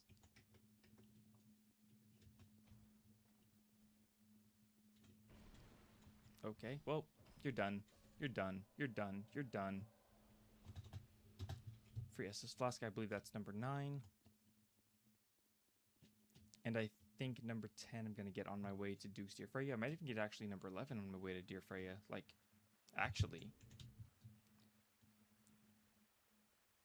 I feel like it'd be almost as long to like go through my inventory and like re-equip a Homeward Bone than it would be to just like leg it back. I feel like the difference would be like a second or two. It's really not that big of a deal, but might as well, right? And so I'm going to go back to the Unseen Path.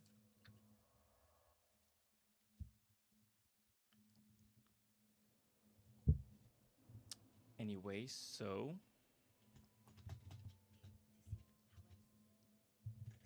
first of all, yeah, let's upgrade.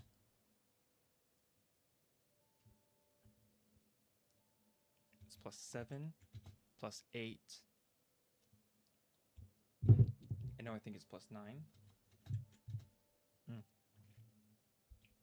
There we go.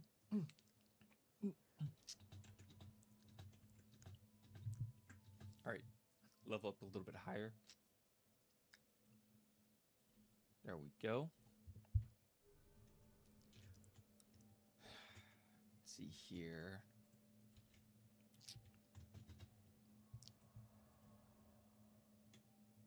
Burn. Sublime. Yes.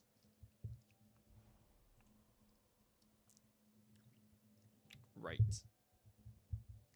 And so now I'm going to go to Duke's Dear Freya. So as soon as I hit Freya, I know that I don't need Fragrant Branches of Yore anymore to progress. The reason is because I need 2 Fragrant Branches of Yore to unlock the enemy on my way into the Ruined Sentinels boss fight. I need 1 to unlock this NPC. I think her name is Rosabeth. And after that, I need 1 to unlock the path to actually, is the Lion Mage technically... No, he's not, right? That's... Yeah, I don't technically need that part, but...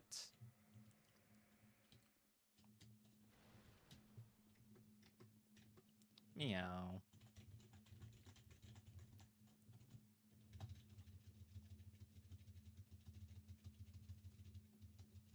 I'm fine, thank you for rescuing me. My name is Rosabeth, blah, blah, blah.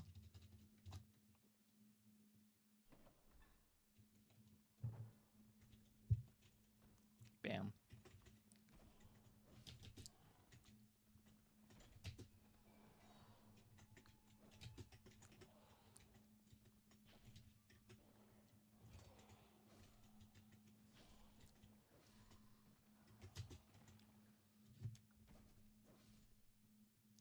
Clap, clap.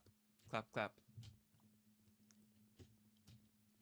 Okay, so to the right here, there's actually an Estus Flask shard in this chest.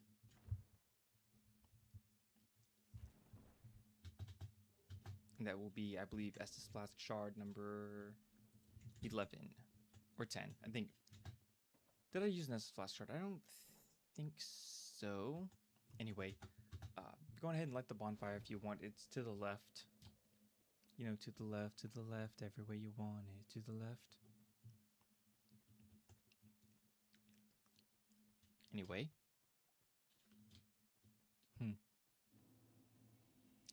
I mean, kind of just like bulldoze right through this next part. You don't really have to stop and do anything. But, like I said, it's on the way, right? Like, I don't necessarily need to sit here and... Yeah. Might as well clear it all out. Reduce the chance you get, you know, caught out, surrounded, stun locked, that kind of thing.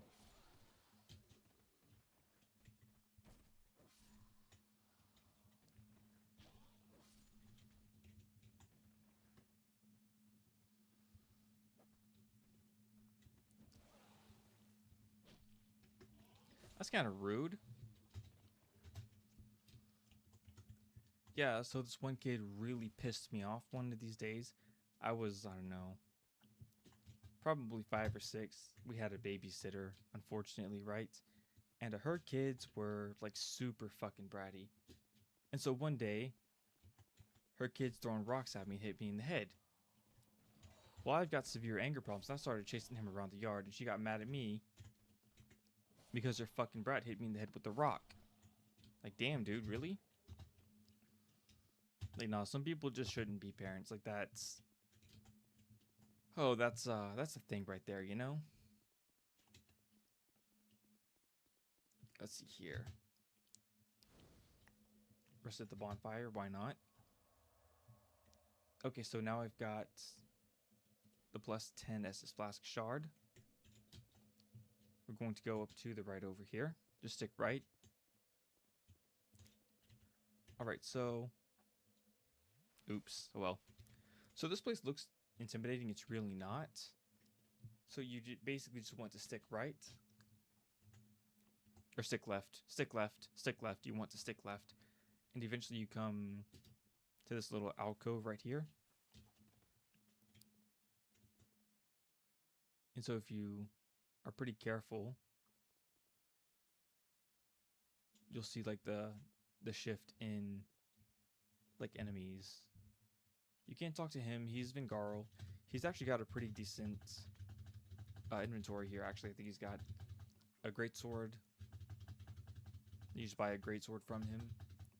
It's the greatsword called greatsword, but it's actually an ultra, right? And he's got the claymore as well. Claymore with the claymore, you know, Ouroboros. We all remember that. He's got, you know, gold pine resin, lightning urns, as well as magic barrier, and the decapitate head gesture. And apparently I just lost connection. Actually, that's a very bad sign. I need to make sure stream is okay. Vingarl's helm. So the Vingarl set is actually a fairly good set. Hold on, just give me 1 second. Yeah, so my stream is actually up. Still. Kind of dropped frames a little bit here and there. But it's only 0.5% of the stream so far. It's relatively good. I did drop in offline mode. I would like to go back into offline mode, or I like to re-enter online mode, right? Because I'm a bit of a PvP fiend and I like to PvP.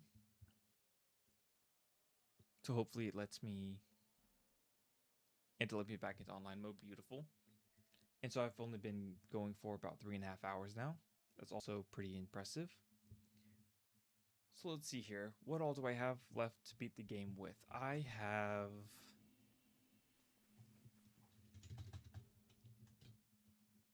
Scorpioness Nazca. I have Duke's Dear Freya. I have the Congregation. I have... what's her name? What's her name?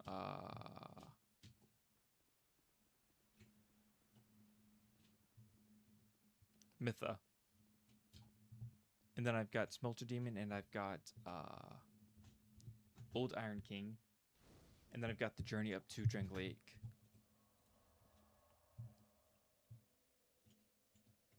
My phone's battery is actually holding up pretty well today, which is, that's a new one to me, you know? So these are actually ghosts here. They are pretending to be like random players. They are not. You do actually kind of want to take them down as best as you can. But before continuing on, I'm going to want to run up here. And so we see this like destroyed part of the bridge right here.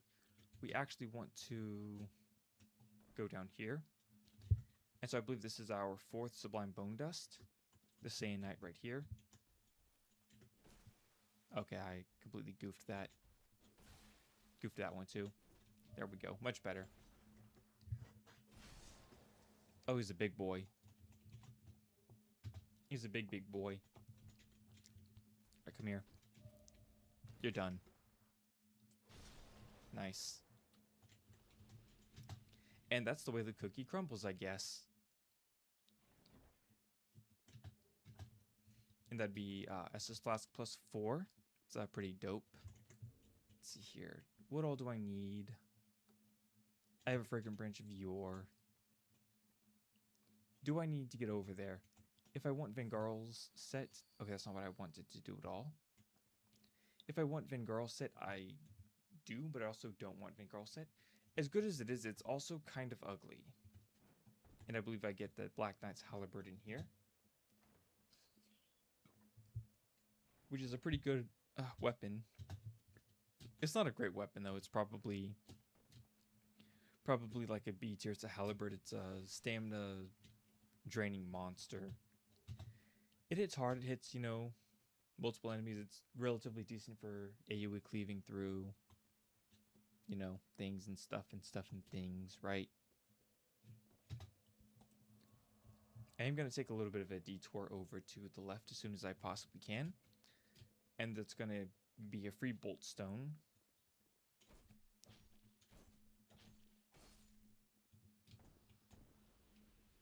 Just follow the ruins until you end up inside of the next building, which shouldn't really be that difficult. Monkey urn and right. Flame butterfly, more torch.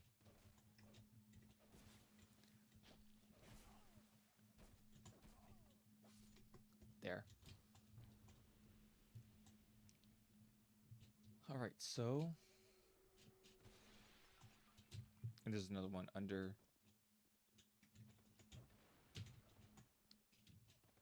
Right here. Just my elbow itches.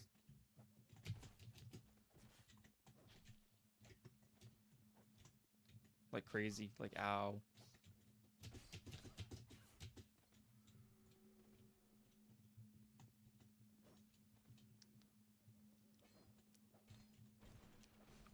There we go. Yeah, so he almost counter-struck the counter-striker. Again, no CSGO. Okay, so for this next part, I'm going to switch back to the Craftsman's Hammer. And so the reason is there's actually Titanite Lizard over here to the left. And this guy can actually be quite tanky. He took a single shot. And so the hammer is just more or less to make sure he doesn't. Take down the monkey urn. Freaking monkey jar. And this is what I was talking about earlier. This is where you get the better version of the scythe. It's just a dark scythe. And again, technically the scythe is just a halberd. Which again, stamina monster is not really worth the stat investment. You know, way heavier than they have any right to be. Back to the main one. There's no real way to get in there with without spending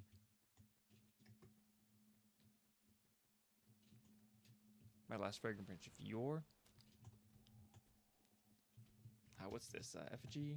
Ferrous Lockstone. Nope. I'm trying not to prattle on too much, but sometimes curiosity gets the best of me. There we go.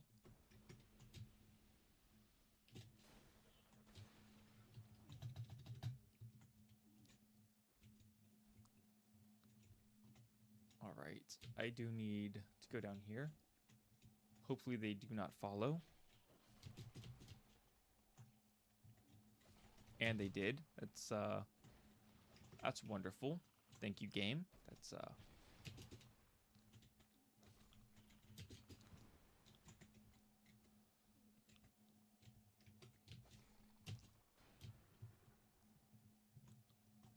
why not? Just there we go. Titanite. Twinkling Titanite. Yes, yes. So we do not want to touch the orangish yellowish liquid here. I know it looks like Estus. It's not. It's actually like acid. It'll hyper degrade your equipment real quick. So we don't touch that. All right. And I'm gonna say probably here in about 10 or so minutes we're going to encounter Gavlin for the third and final time, and at this point he will have unlimited poison arrows, he will have poison moss, he will have, you know, unlimited pine resin, that kind of thing. And I will also go talk to Peyton, because completing his and Pate's quest line, Creighton and Pate's quest line, will give you access to the engraved gauntlet. So basically you just sit here, you talk to him, and then next time you encounter him and Peyton, they will fight. You will have access to an item. There we go. And that item will give you a much higher chance to critically strike. And while that will ultimately degrade your weapon equipment faster, more damage is more gooder, right? That's what we agreed upon.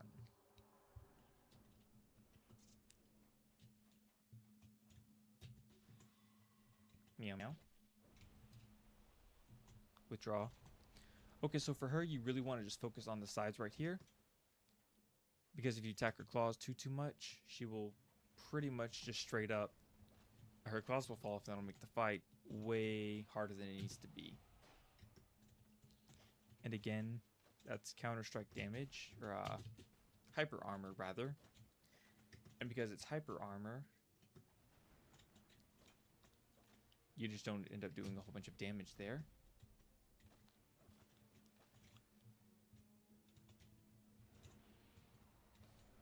There we go. Counter strike to finish off. Soul of Scorpioness Nazca completed.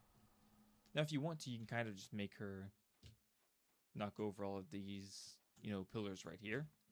I don't think there's any way to do it on your own necessarily, but I also don't think there's anything good in there either. It's kind of just one of those things where you can do it, but I don't think it's worth even trying. Alright, so now we enter Doors of Pharos. Not really a particularly interesting area. If you stick right, you'll eventually walk into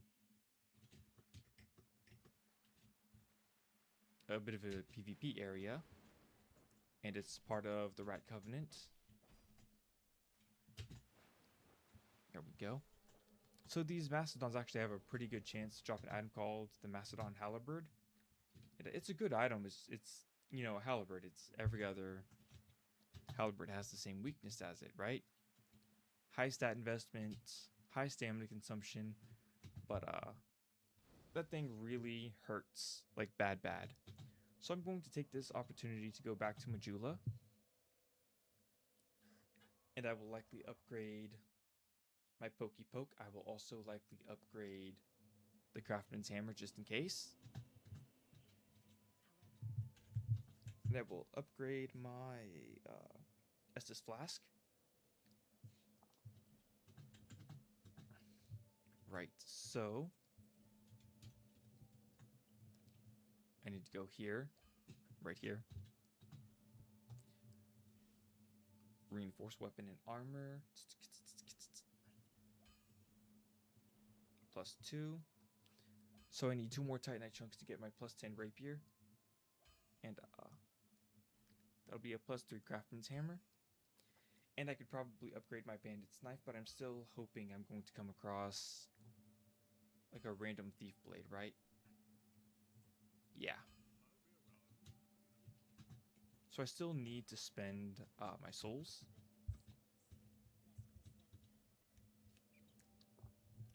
Which is understandable. I've almost got 50 vitality, which is insane.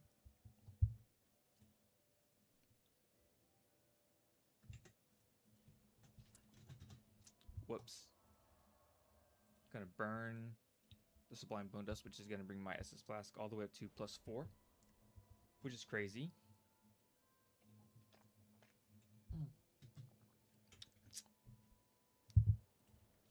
Let's see here.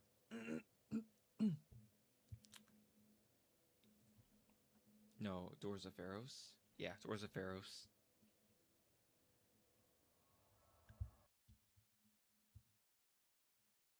Excuse me? Why would you do such a thing? Okay, so... And here's where you get the Santier's Spear. I probably could demonstrate that, but honestly, this place is a bit of a nightmare. And I've got 6 Ferrous Lockstones to find it. Basically, what you want to do is you stick to the right. There's a... I want to say a Toxic Rat in there, as well as a Mastodon. But if you stick to the right, you just want to activate the Pharos contraptions in the water. Actually, I think I'll just demonstrate it. Screw it. Come here, boy.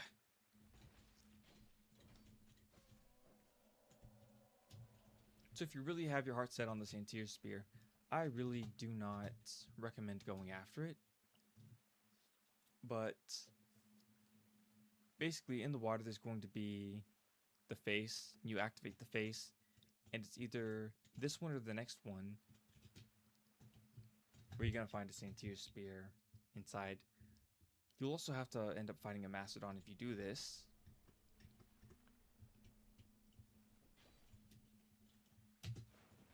Right. Oop. Another Mastodon Great Shield. Please don't miss the Santier's Spear, because I really don't want to go deeper. Right, so that's the Santier's Spear. And it's not a great weapon until you break it. After you break it, it's a better weapon. So it's the first Ferrous Lockstone in the water on the right. It'll take probably, I don't know, 15, maybe 20 minutes to break it. After you break it, it gets an upgraded moveset. It still has high, like, stat cost, right? And to be honest with you, over the years, it's kind of been nerfed to oblivion. But, I still think it's a decent weapon. It's just not my favorite. Ooh, I thought that was going to do way more damage. Alright, poke, poke.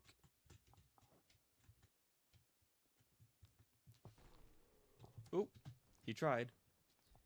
You know, he tried so hard and got so not far. Yeah, no. So this is where we meet Gavlin for the 3rd time. And he's got infinite poison moss, infinite poison arrows, and infinite poison resin, as well as infinite daggers. We don't really need anything from him at this point in time. We can still sell stuff to him, but I'm so freakishly powerful right now, it doesn't even matter. Like I said, I've spiraled out of control to the point where the game is just, it's not even a challenge anymore. Honestly, I kind of prefer the power fantasy of it, you know? Just just walk in, absolutely devastate everything in your path, and just leave like a boss. So we're going to stop right here. So that's going to be a Titanite Lizard. I do want to plunge attack it. So run, target. It's going to about face. One shot, nice. Alright, I'm going to switch back to the main weapon here. Bada bing, bada boom. Poke, poke, poke, poke, poke. Large Titanite shard. I kind of wish it would just give me my last like Titanite chunk at this point, or my last two. Counter Strike for the win. Mundane Stone, Giram Great Helm. Don't get either one of those. Yeah, no, so...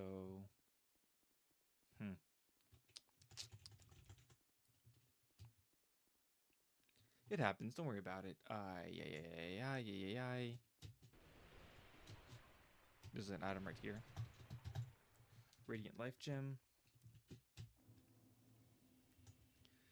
So this next one right here is for all of you spellcasters. It's not a great area to be in, but I'll do my best to show and explain like what it is. So basically, right here there's a bunch of Titanite, right? It's like all over the place, Titanite souls. This entire area is just full of it. So we do more or less want to stick to the left here.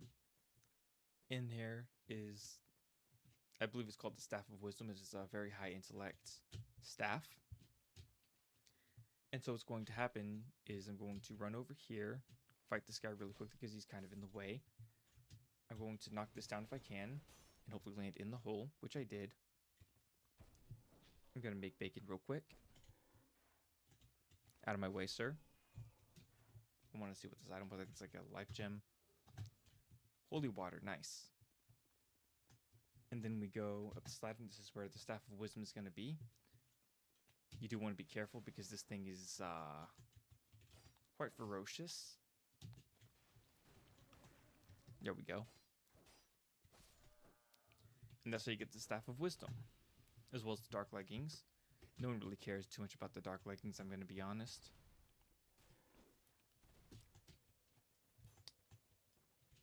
Wait.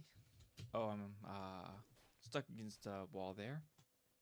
I swear this used to be inside one of the tents. Maybe it was in like the original Dark Souls 2, but not in Scholar of the First Sin apparently.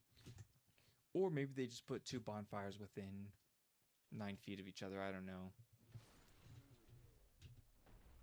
Ooh, I was expecting that to take him down. It did not. Pokey pokey. Right. Over here. Oh, I'm so glad that stopped me because I was about to get smushed by the rock. I was about to...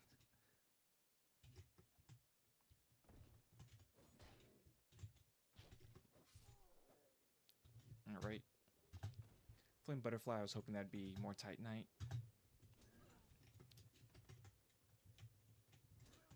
Okay, I will not be bullied by a bunch of peasants.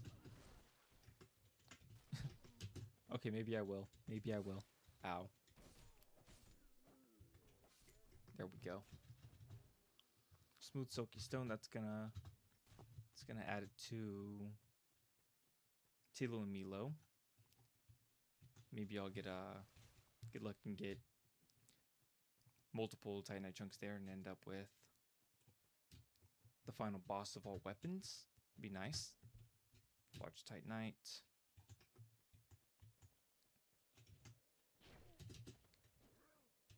It's kind of crazy how much armor these guys have.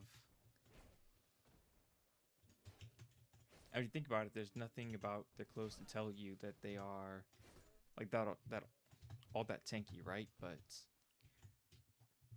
they're eating damage from a +8 rapier really well. Just they eat that.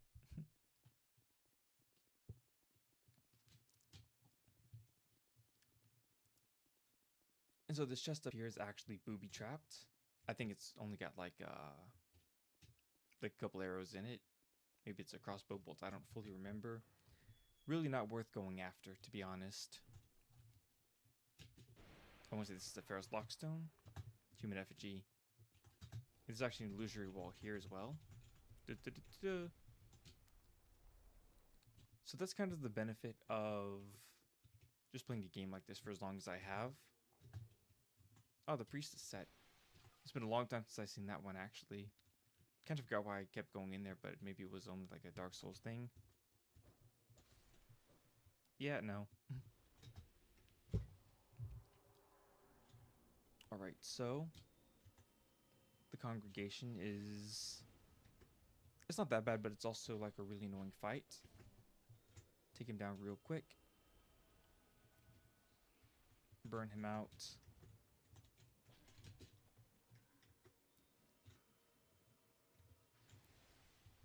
Just,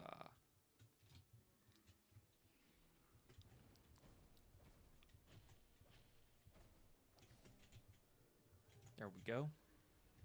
Oh no. A whole 2% of my health is gone. Whatever will I do? Ow. Actually, to be honest, it's really not that bad.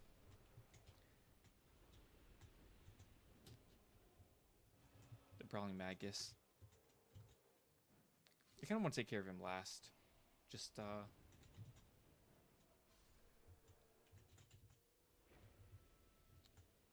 Yikes.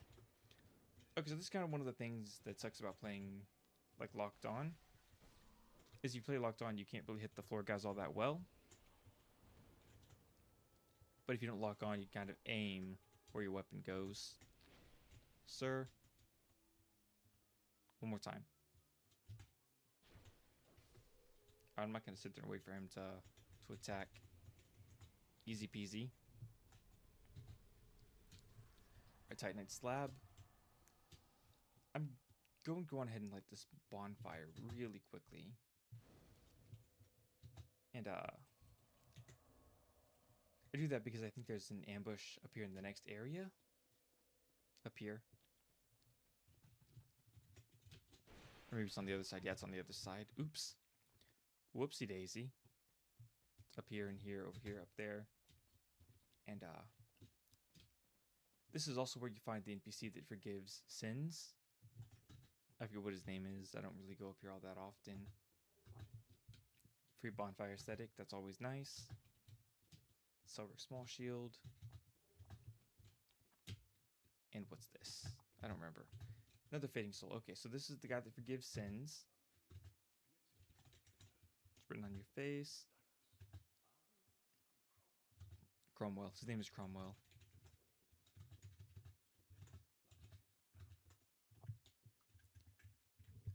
I wonder what he has. The priestess set. Interesting. Oh, he's got the bite rings. Cool. Dark tropes. Don't really need that. Oh, so that's where people get all the miracles from. I guess it's just been too long since I've done any of the achievements. But, you know, is what it is. I've got 20,000 souls in my pocket. Let's see here. I'm going to need the hammer because it's hammer time. Alright, line it up pretty carefully. There's the Titanite lizard. Back. Run, jump. Hit it. Nice.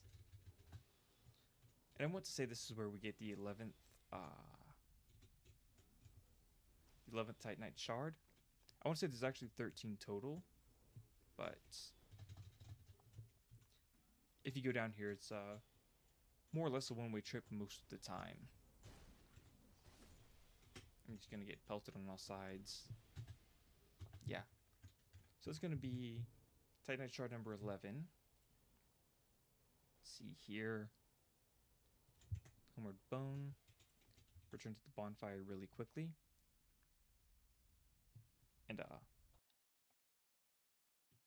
I would also like to demonstrate where Weaponsmith Ornifex is, but also I feel like it'd be better done with a bomb rather than anything else.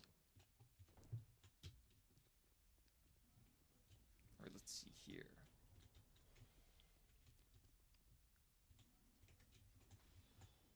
So that right there is Weapon Master Ornifix's house. You can kind of see the door. Hold on. It's pretty much right under that building. Just a small wooden door. Oh, why am I here? I am all kinds of confused. I shouldn't be here yet.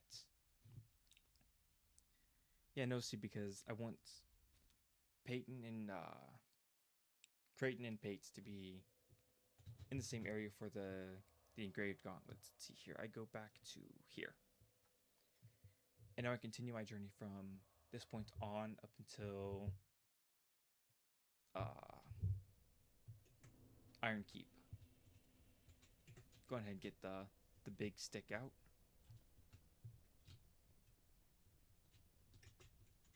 Oh, why didn't you react, sir? You were supposed to react. Ow. Yeah, so that's why you don't roll around those guys. Just back away slowly.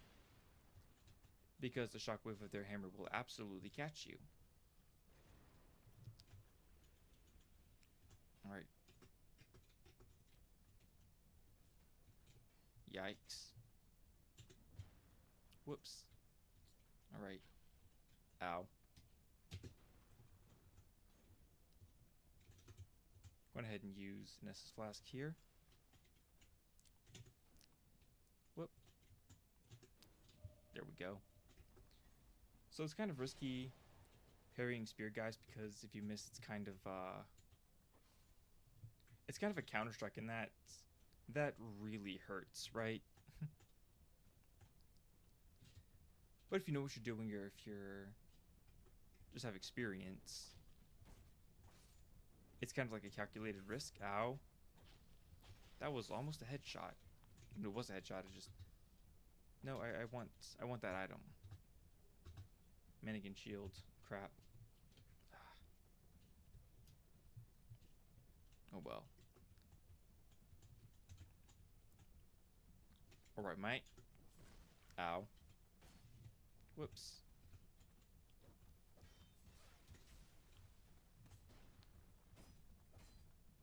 There we go.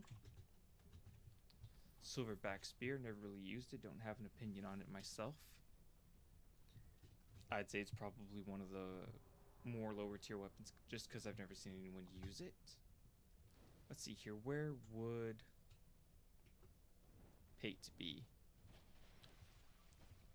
I think Pate is over here still somewhere. Black fire bombs. Watch out for the pressure plate. I do believe we want to crawl up the ladder, right?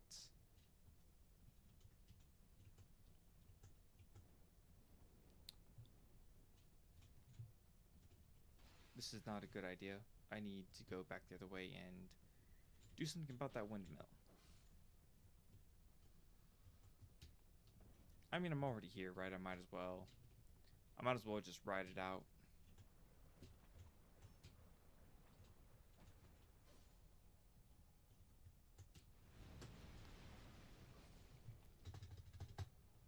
Flame butterfly, you have been poisoned. Yes, I had not noticed. Thank you, game, for announcing that I had in fact been poisoned. Alright, so I really don't want to traverse this while poisoned because, once again, those guys, they freaking hurt, bruh. Like, I ain't even joking. It's a one-shot waiting to happen. Alright, no longer poisoned. Ow.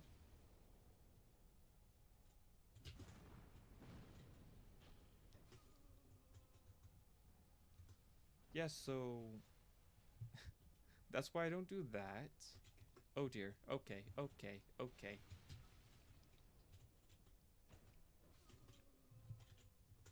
No dress. Sad.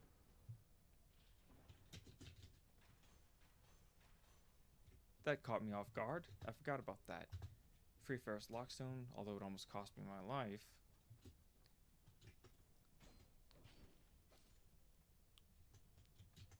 Alright, I believe down here is where we meet Pate for the second time. Bad feeling about it. Right, okay.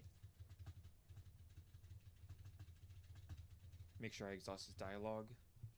I think it's kind of pointless because I haven't talked to him after getting to the treasure, but also I do remember there being like oh yeah, oh yeah.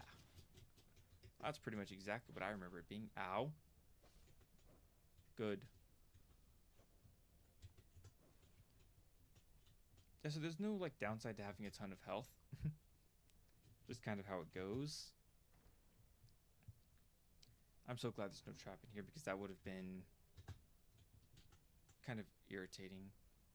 I don't remember that being a great soul arrow. I remember it being, well, not much else, to be honest with you. I thought it was like a spear, but anyway, so you talk to him and then he goes to Brightstone Cove where he fights Creighton for, I don't even fully remember. It's like a ring or something, right? Anyway, so I could go on ahead and unlock McGillicuddy,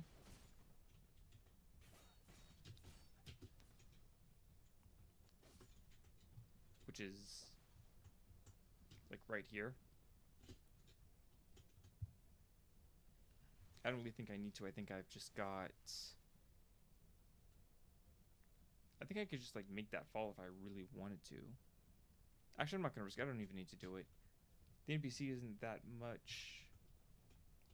If you take him, or if you talk to him, he will move to Majula. I'm gonna light a torch here, get rid of the poison in the boss room because I could do it without, but I'm really not into the struggle, you know? I mean, maybe if I had access to like flaming pine resin, I'd put up with the stink, but not before, you know? Charcoal pine resin, I think it's called.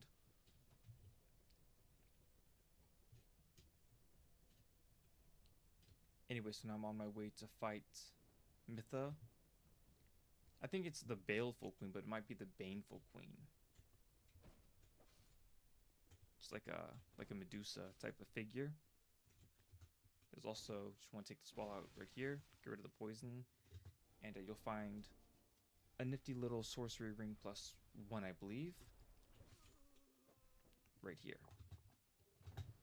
Spell quartz ring, and basically that'll make the boss's like magic attacks hurt just a little bit less. And so you don't want to fight him out here. You want to pull him back. And the reason is because around the right side corner, ow. Okay, game. Okay. There's actually another desert sorceress, and we've already established those things hurt like real bad. I think I almost got one shot by her like an hour and a half ago.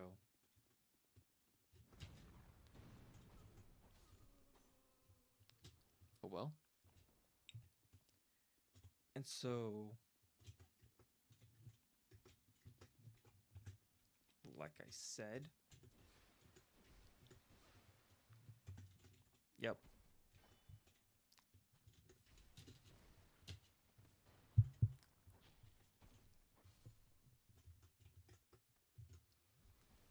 So Jester Thomas here is actually one of the best NPCs you can actually summon. And he sort of eats the boss alive. Not at all what I want to do. And so if you find yourself struggling on this boss, I feel like I need to explain what burning the windmill does. Basically, burning the windmill gets rid of all of the poison in the area. And if you have further trouble, if you make it this far, you summon Jester Thomas, and he basically one-shots the boss for you. Not a literal one-shot, but I mean, he's kind of like a chainsaw. You just chews right through her, which is insane.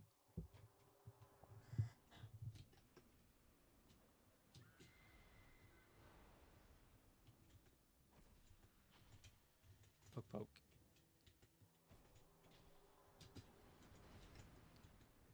And so the boss actually heals in poison. So probably do the very best not to let her sit in poison.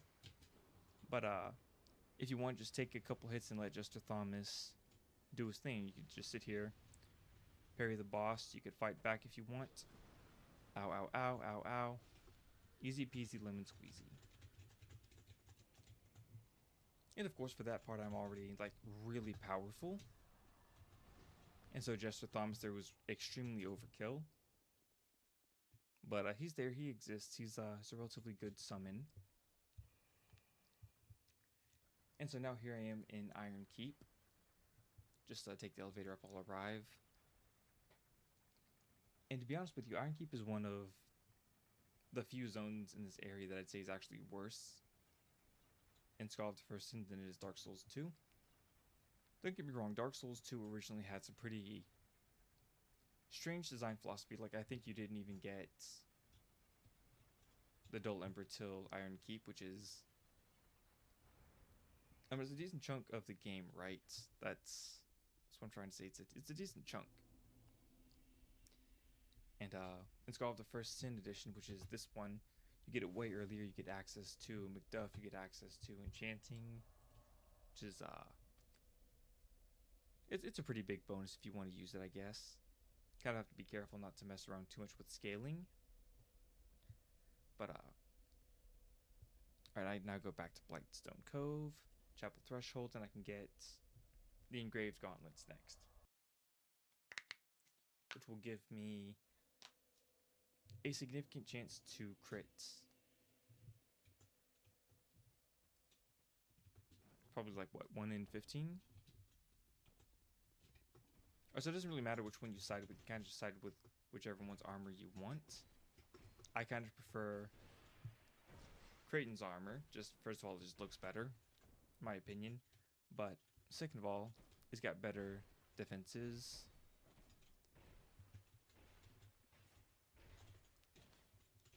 There we go. Nice. And as soon as you get the key, charcoal pine resin, nice.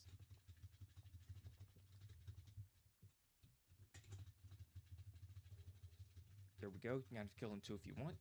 You get the armor set. I did well. Yeah, a little too well. I'd make an excellent Sith Lord. Oh, I'm sorry about that, bud. That was my bad. You hostile now? Okay, guess you're hostile now. No, I want the whole thing.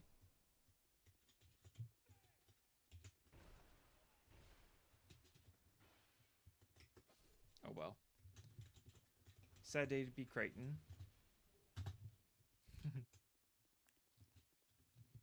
Right. So there are several Titanite lizards here. We're going to get out our Craftsman's Hammer. And there's also several Titanite chunks in the area as well.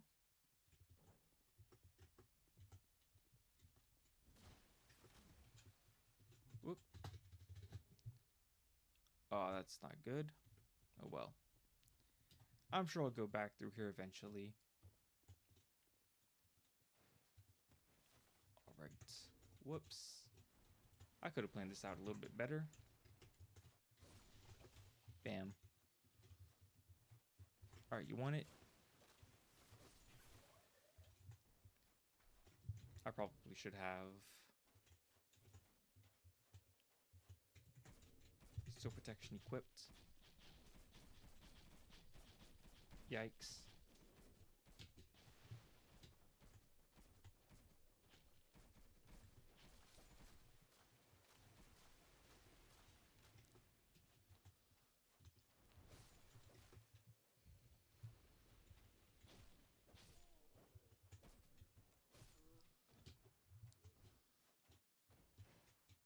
Gonna have to clear all this out, aren't I? Just make it as easy as possible. Why not? Ouchies. Alright, there we go. Right here, right there. Titanite slab, Titanite chunk, torch. I feel like... Never mind. I think that's all I needed for... Yes, that's all I needed to finish off my rapier. I think it's only a 2-shot, and then you can just bomb it. Yes. And so be careful when opening that door that way, because there's a lot of sand behind it, and apparently sand hurts, you know? It's rough, it's irritating, and it gets everywhere, right?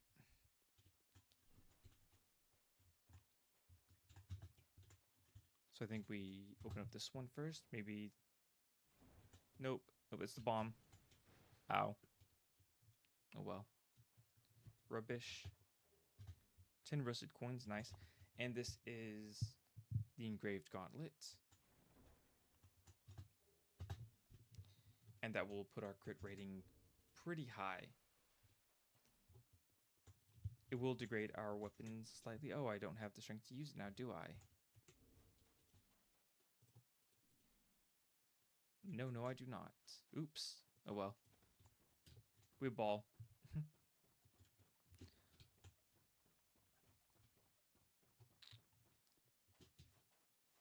Actually, I do still kind of want to continue this way.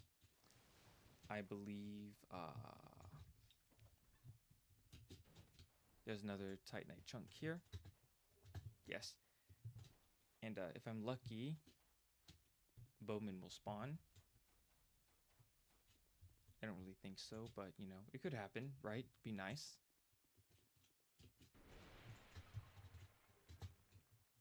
Free torch.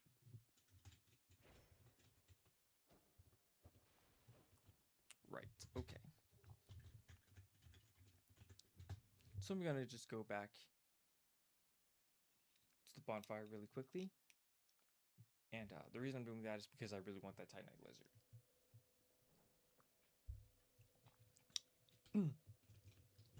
So, I mean, more Titanite is never really a bad thing if you really think about it, right?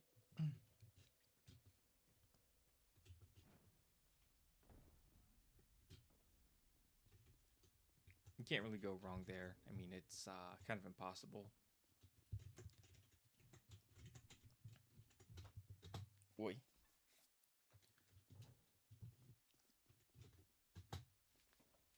Also, I've been at it for so long, my ears are starting to itch like crazy. Right, there we go. Bam. Easy one shot. Alright, so now I'm going to want to take off the homeward bones. I'm going to want to equip the flame butterfly. Where's my flame butterflies at? There they are. And if I want that extra little bit of damage, I could always put on some charcoal pine resin.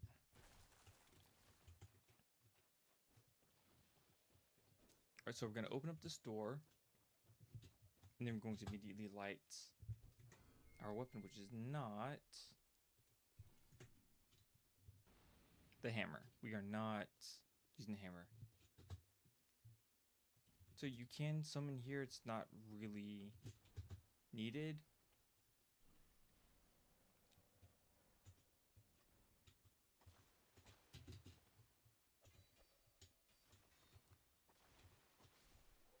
There we go.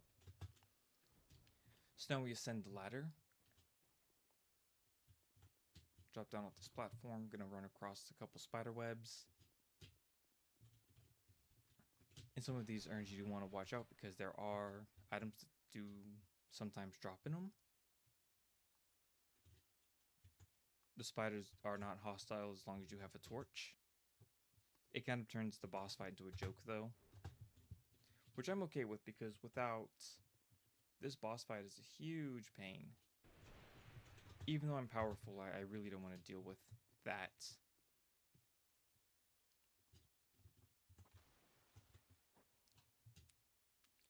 So there are pretty much items all over the place. While the spiders aren't hostile, the peasants still are. I don't think there's anything necessarily too meaningful, important, or impactful here. This is Ashenite Void. It's another summon if you really need. But if you're running around with a torch in your hand, you probably don't.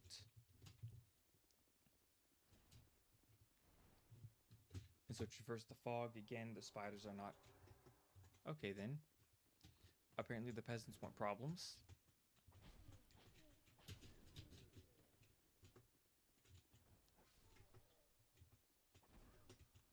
Could have just let me go. Could have been...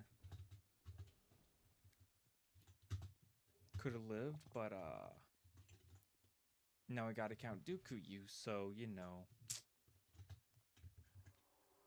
And if I really want, I can add charcoal pine resin for burn damage, higher amounts of damage.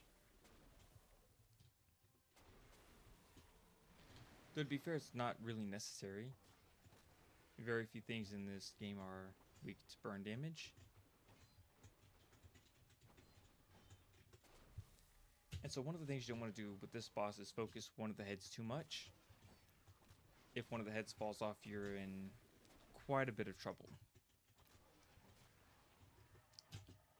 And so I feel like I should touch on infusions versus resins. I probably should have done that a while ago, actually, but you know, better late than never. So infusions are an extra, like 50 base damage, regardless of scaling. And infusions scale with how much intellect or faith you have, depending on what you have infused.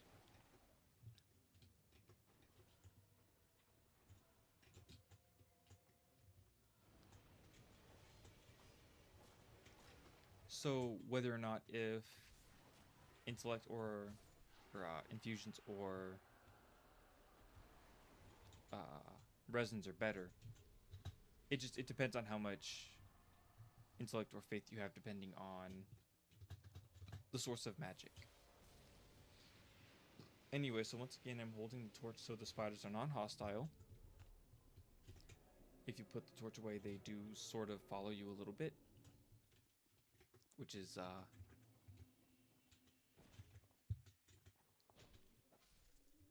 no.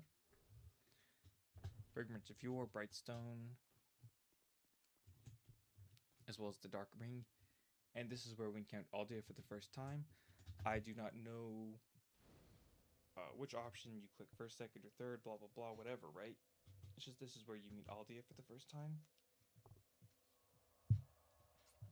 But Aldia actually poses some pretty interesting philosophical questions, right? Oh, okay.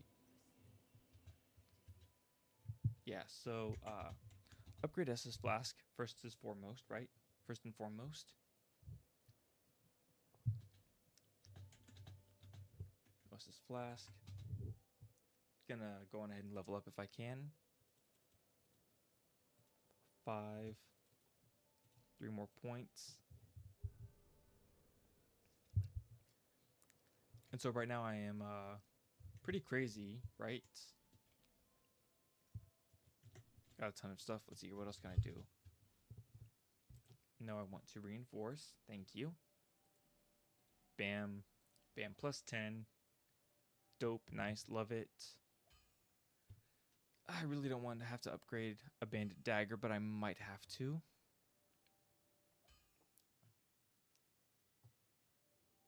Yeah, I think I will. Hopefully I can sneak behind the Alone Knights and give them the yield in one tap. Okay, so it turns out that going rogue on my own strategy here may have actually worked out for the best. And I'll do my very best to explain why that is. So, for some reason, it's better to be faster or slower against some enemies than others. And for the Alone Knights here, it's better to be slower. There we go. Okay, so I do be looking kind of rough here, a little bit, not gonna lie. But so the benefit here is when they strike you, you can actually roll into them. And if you do it right, you can actually end up behind them, and you'll just backstab them.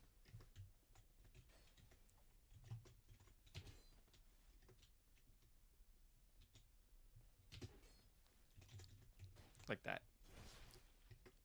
And that was a one tap, basically. Nice.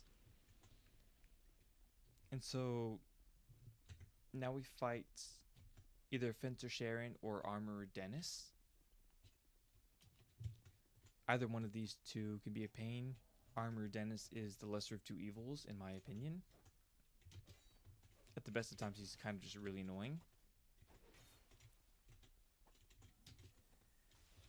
Like that. But also,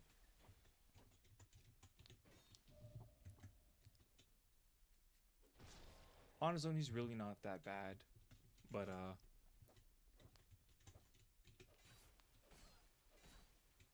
I'm just eating damage there.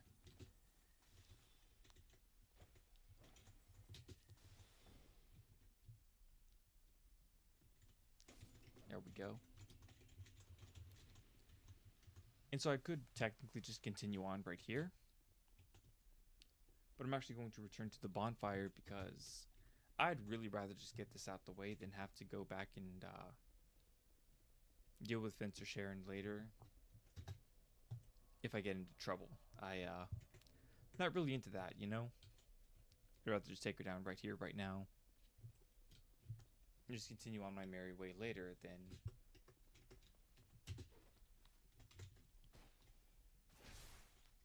Oof. Yeah. I mean, technically the rapier does it too. I just feel like the dagger's a little bit better of a weapon for, like, reposting. I feel like they sometimes survive. Right, here we are.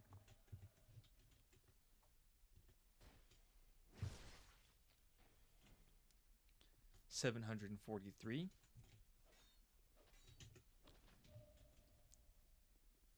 That's the downside of high armor. So one of her weapons is actually called Spider Fang. It actually did the web shot, and the web shot slowed me down.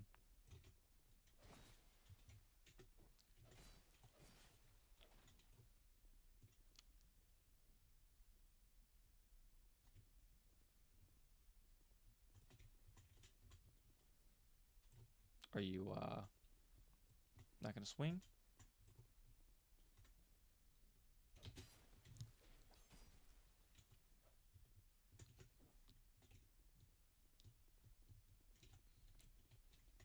I swear she waits for you to heal. I swear she does.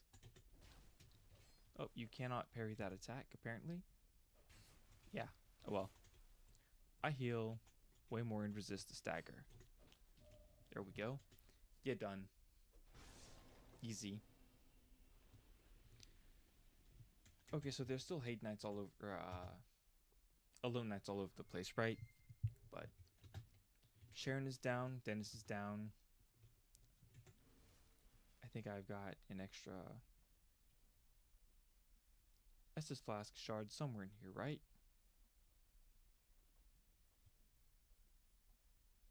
Apparently not.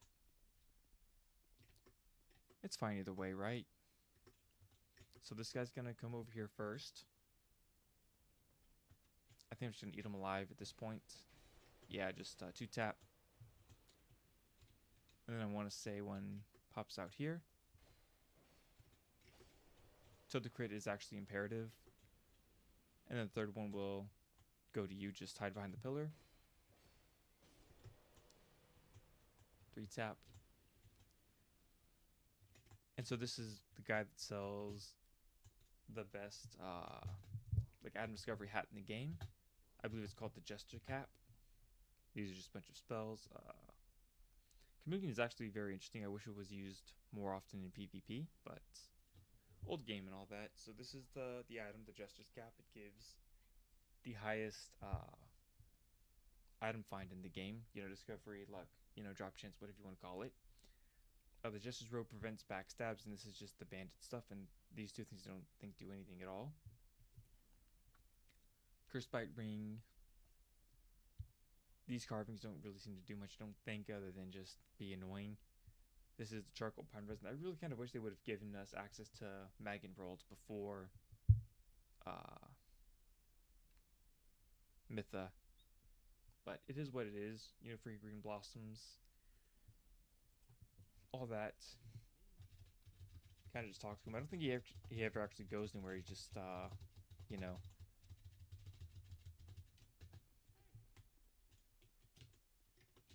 There's one at the top here. Nope. Free Ferris Lockstone. So the interesting thing about these statues here is if you roll through them, your character actually gets wet, and that wetness can actually reduce the fire damage you take briefly.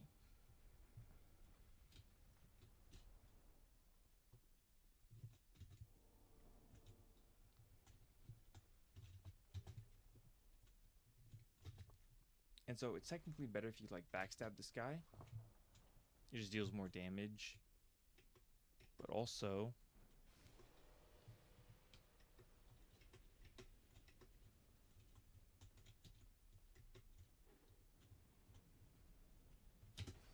ow. Eat it.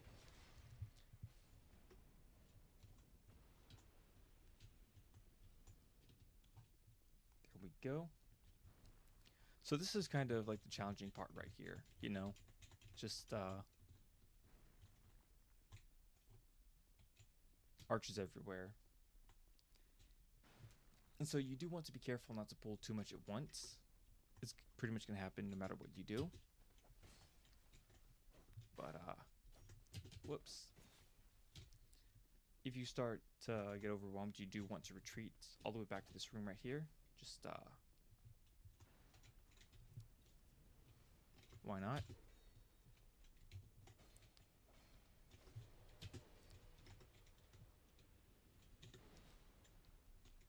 So these guys are like quick, difficult to parry because of that.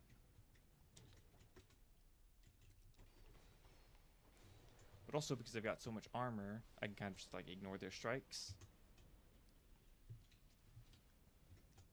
It's not a perfect solution, but it's perfect enough, you know? So I'm gonna have to go back this way anyway, so might as well just press on. Don't really need to roll through these, but I feel like it, you know, that kind of thing. I want to say this is a ring. Nope. Proud Knight and Repair Powder that I've never even touched. I mean, I've touched it, but I've never used it, right?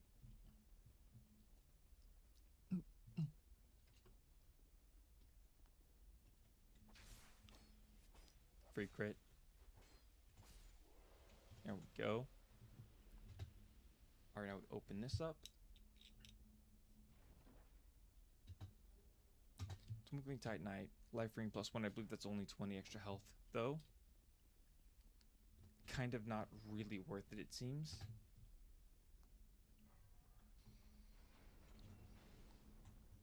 Where'd bro go? I feel like bro fell off, maybe. Either that or he backed up 20 feet.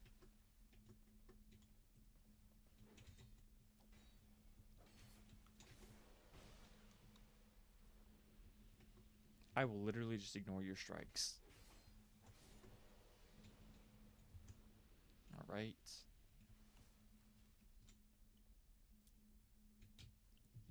There we go. Rotate this.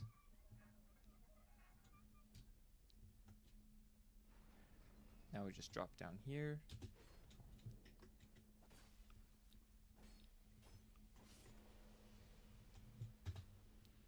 Pull this. And so now we go through this door right here. And I believe to our left is going to be an item. It's going to be another Petrified Dragon Bone. Now we can continue on and just ignore this boss right here. But I do want to beat the boss that's being guarded right here. Because the pursuer in the area drops an item called Ring of Blades +1. It is technically a small upgrade, but it is an upgrade nonetheless.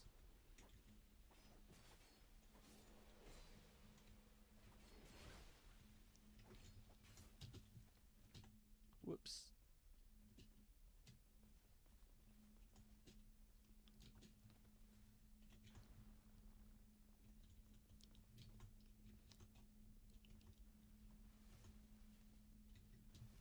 There we go.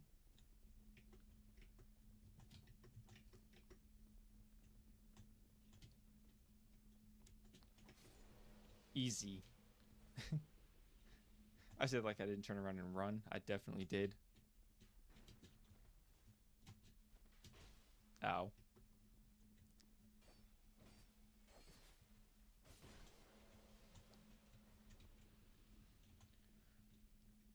So you don't really need SS flask shards or SS flasks here. They're kind of pointless. This boss is easier with life gems, so we do want to be using those now. Another petrified dragon bone. That was in the original Dark Souls 2, where you found the dull ember.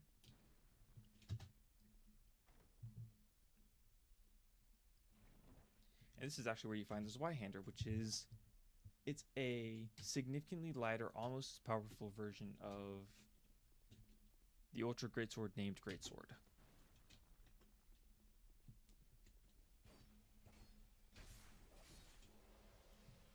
Anyway, like I said, we do what we must here. And so this is where we summon Lucatiel for the, I think, third time. Maybe this is the fourth. I think this is the fourth. So the Pursuer doesn't really have any like major weaknesses. I'm going to be switching to my Craftsman's Hammer. I think it just does overall better against the Pursuer. And I really do not want to have to switch between like a half health rapier and the Craftsman's Hammer. And I really should have taken this armor off. I'm just now realizing that. Maybe I've got time. Maybe I've got time. Maybe I can just bam, bam, bam, bam. Actually, the gauntlet.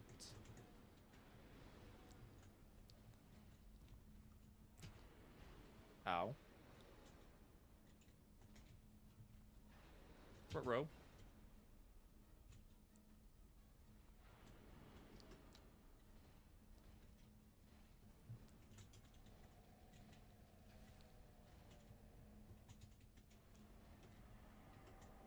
Okay. Gonna go ahead and use my last SS flask here. Life gems here on out. Don't jump in the feet. Don't jump in the air, bro.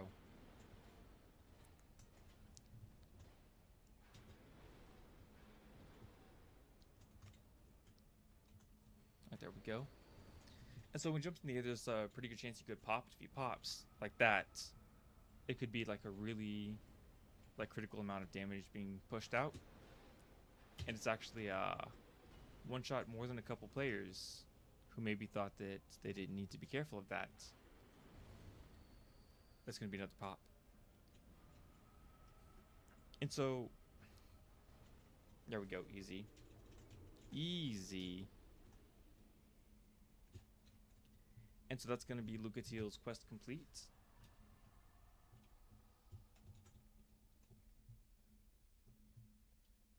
I believe in this chest right here is a shield. It's a golden shield. It's called the Porcine Shield, or Porcine, P-O-R-C-I-N-E.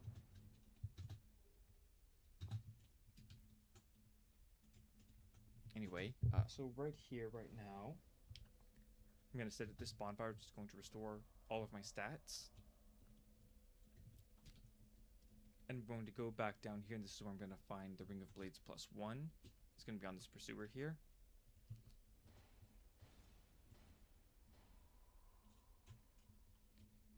Blue sword, circle strafe. Wait a second. Roll that one. Charge shield strafe. Charge shield strafe.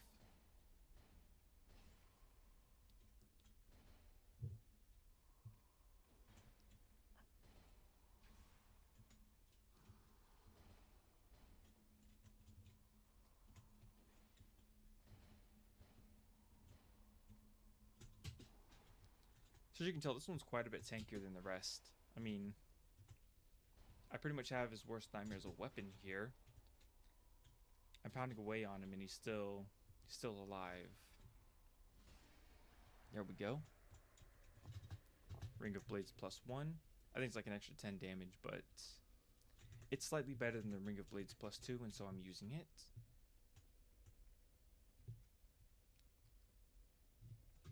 And so I'd like to go back to the former strategy that I had. Unfortunately, this is where the game gets a lot more like narrow, and it stays narrow for quite a while.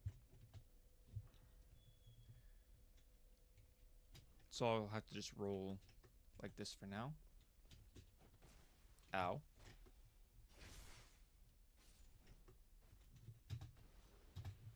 A lone knight armor.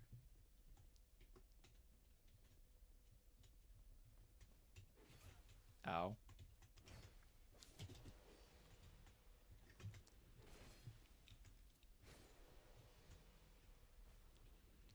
So it's a good thing I've got like an insane amount of health, right?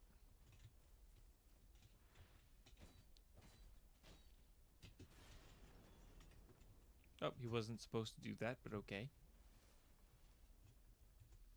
Right, so I don't need the charcoal pine resin anymore. Don't need the flame butterfly. But I think I will take the liberty of putting down at least one more life gem, just in case. You know, just in case, ready for anything. So we do want to pull this lever here. Pull the lever, Kronk. And so that does a couple of things. First of all, it lowers that guy into the lava. It does also technically aggro that archer. We don't need to worry about him too much, because there are a couple of items I do want to loot up here.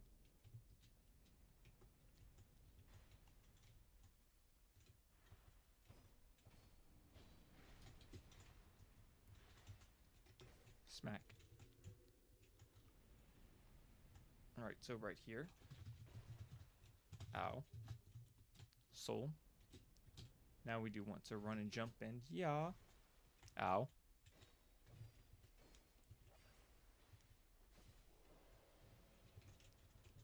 There we go. Alright, so I think the only way to do this is to just run and jump over it. Nope. Either I failed the jump or that's not how you do it. Anyway. So ow. Okay, I don't even remember you existing. Yikes.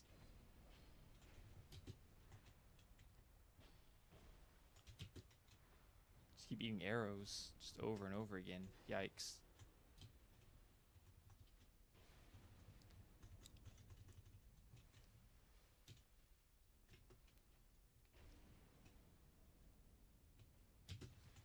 Whoop.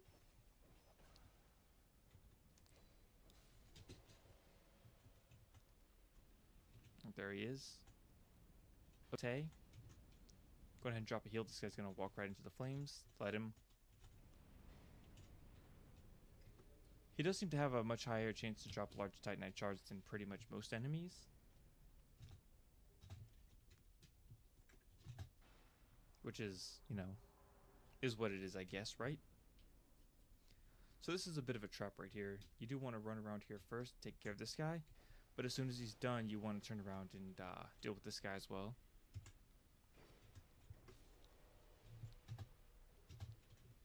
Well, I got 2 sets of Alonite armor at this point. At the very least, the main... I've got the main piece of armor, right? That's... So this guy... You do want to be careful backstepping these guys, because if you're a little too slow or a little too quick, they will pancake. Like that. But,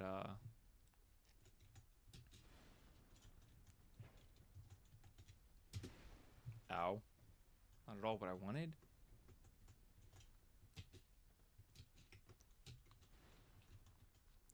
Bam, bam, bam. There we go. Nice. Now we pulled this right here. That lifts the guillotine gate thing, which actually can be used to kill the turtles if you're struggling. You kind of just want to stun lock them here. Like that.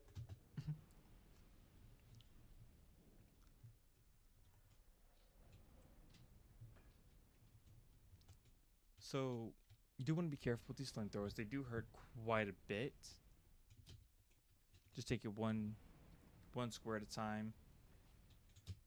If it stops, run past. There is a ladder right here. The ladder actually leads straight up to a bonfire. It looks intimidating. It's really not. But, run past. You can just go up this ladder now, too. And there's going to be two things up here. First of all, there's going to be a bonfire that's really needed. Just in case you don't have to go through all that again. But also right here, if you pull this lever, it stops all the fire traps. Which in some ways is a good thing and in others are not. So sometimes you can't necessarily sit there anymore, right? Like you can't wait for the fire traps to clear all of the turtle guys out. But it's a good thing because at this point we only have to do 1 or 2 anyway, so it's not that big of a deal. I actually do want to perform a little bit of an experiment here. First of all, this is a lightning short bow. It's a bit of an upgrade. And I do want to see if the hammer does better than the rapier.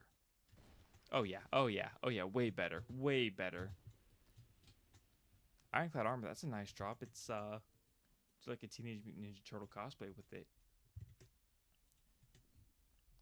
Oh yeah, that's exactly what a Teenage Mutant Ninja Turtle should look like.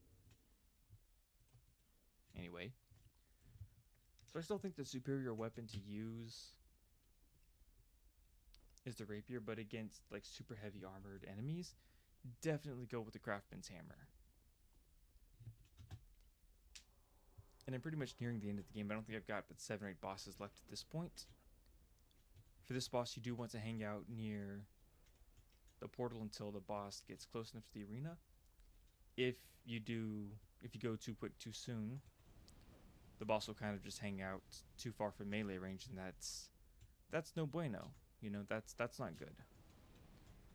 We need to be able to fight the boss. The last hit was a crit.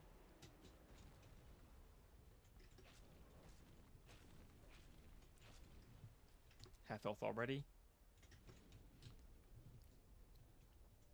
So when he does that, you just want to retreat. And just go back to poking his knuckles. You can't technically hit his hand there. It's risky. Maybe just sit back. Whoa.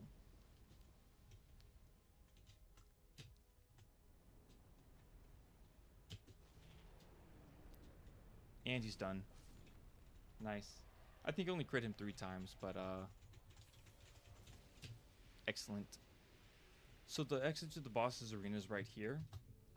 I don't remember what's in this chest. I want to say it's more sublime bone dust or simpleton spice, petrified something.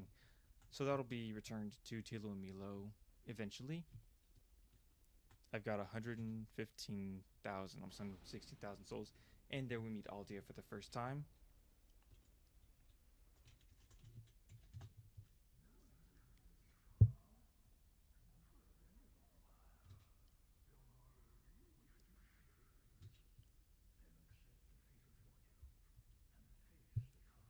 It'll wait you. The crestfallen.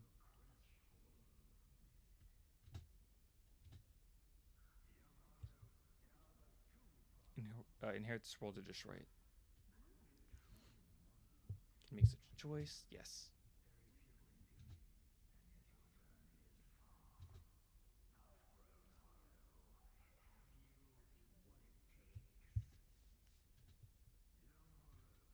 Seek Vendrick. There we go. So this is the second DLC area.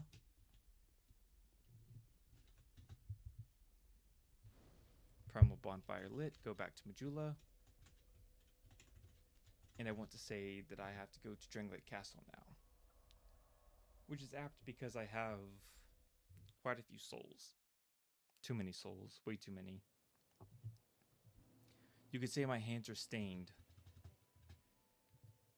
Boy.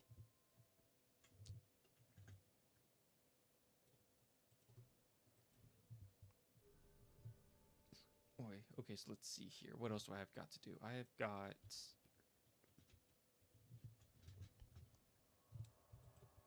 Do I need sublime bone dust? No. Do I have any SS flask shards? I don't think so. No. Alright, so onward to Dranglake Castle. I want to say it's the second one. Instead of going right this time, we're going to go left towards the Falcon soldiers.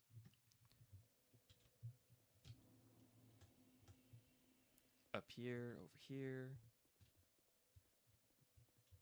There's actually a Twinkling Titanite over here, but you do have to fight for it, unfortunately. I will probably be going after that, as well as the one.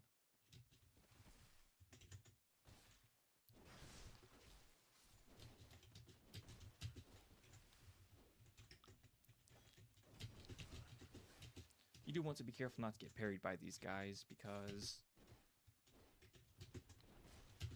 we already see that they hurt quite a bit, and their parry is no exception.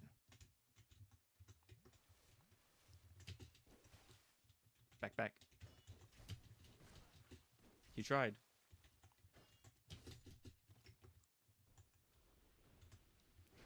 There we go. Nice crit power attack there. Twinkling Titanites.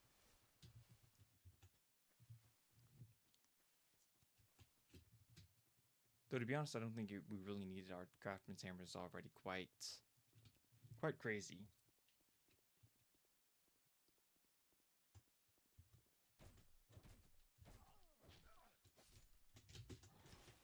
Ouch. Oop, there he goes. Dragon Slayer's Crescent Axe, Falcon Shield.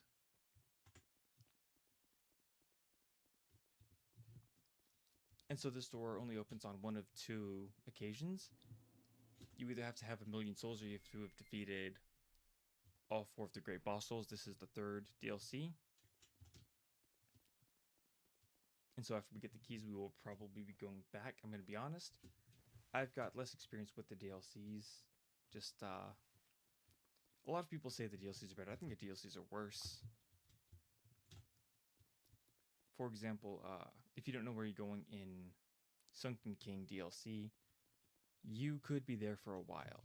There's a lot of trapdoors and pressure plates you gotta press in the right order to unlock everything, and it's a lot. It's a lot. And the main thing with the... I want to say it's the Burned Ivory King DLC? No, it's the... That's the second one, right? It's just all of those knights with Ashlana. Just buffing all of those guards, and Dark Souls 2 durability was not built for that. Sir. Such violence. I said as I've clearly just murdered like 70% of the game.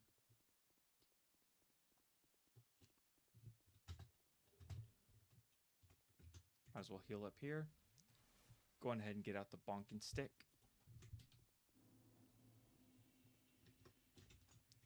Plunge. Easy. More Titanite chunk. Here we are with the Emerald Herald once more. She basically just gives words of encouragement.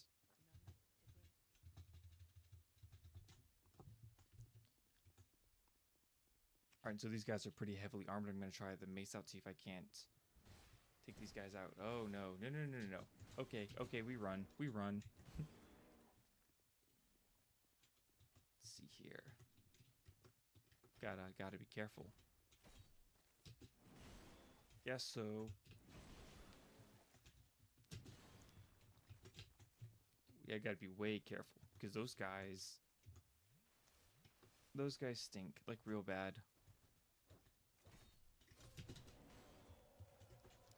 And then there was one.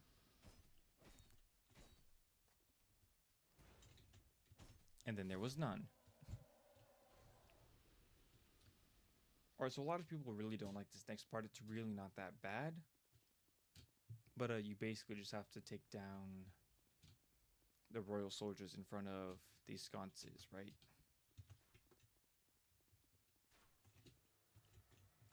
Pow. Pow.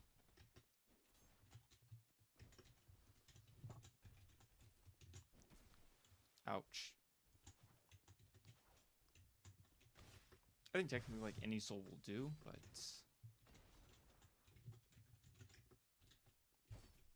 just easier this way. I'm just face tanking. Just just walk them down. And so while that's doing the thing, I'm gonna go over here and I'm gonna loot this chest. I believe it's just a fire seed, but maybe someone some point in time wants to do like a fire build. Pyromancy flame, I don't know.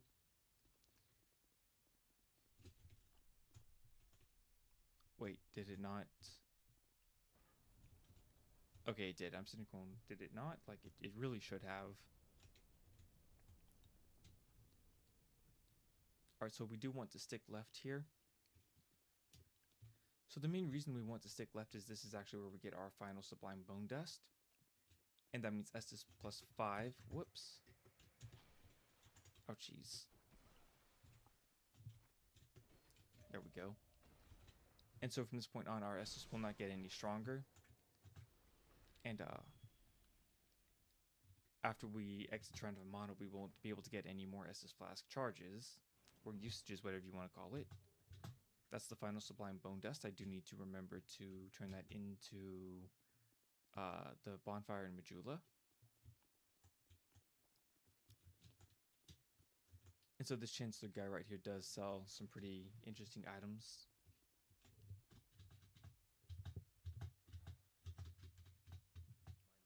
Go ahead and run through his dialogue real quick.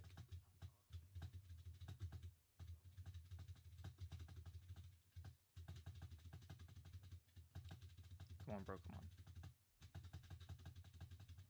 There we go. Okay, so the Flamberg, it's a decent weapon, probably like a C or a B tier. Just way too much stat investment. It does some pretty good damage, and it's fairly light for the damage it does.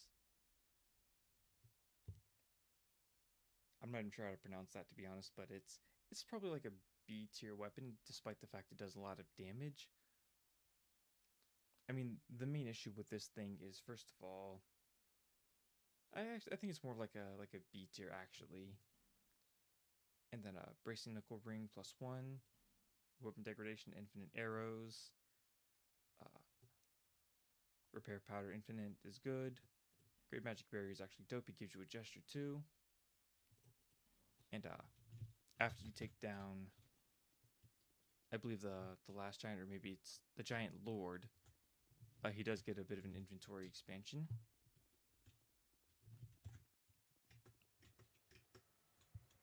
Meow. Parry. Gotcha. Oof. Eat that. You know, I kind of miss the PvP in this game. I really do. That was so much fun. And I remember people would get so salty over it as well. Like, honestly, what would happen is they'd get invaded, they'd go down, and they'd get mad at the invader. It's like, oh, well, it's the invader's fault. But it's also like, you have infinite summons. If you want, you have Seed of a Tree of Giants. If you want, you also have self-healing, not to mention your summons can also heal themselves and you as well, potentially.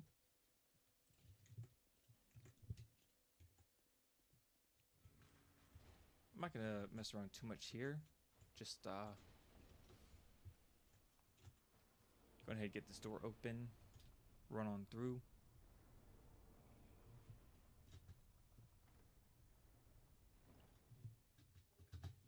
Dark Arrow, I believe this is where we get the DLC, the last DLC key.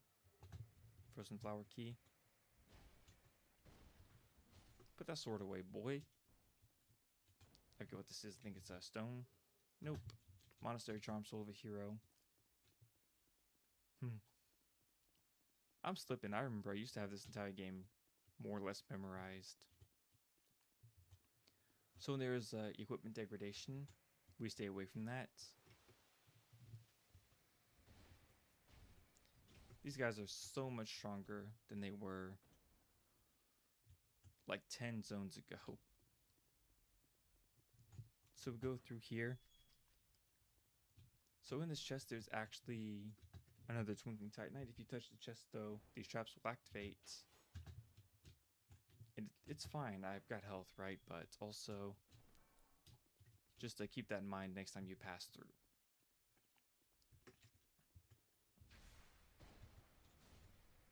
That was a juicy crit. Just a meaty one. Come on, bro. Bam. Eat this.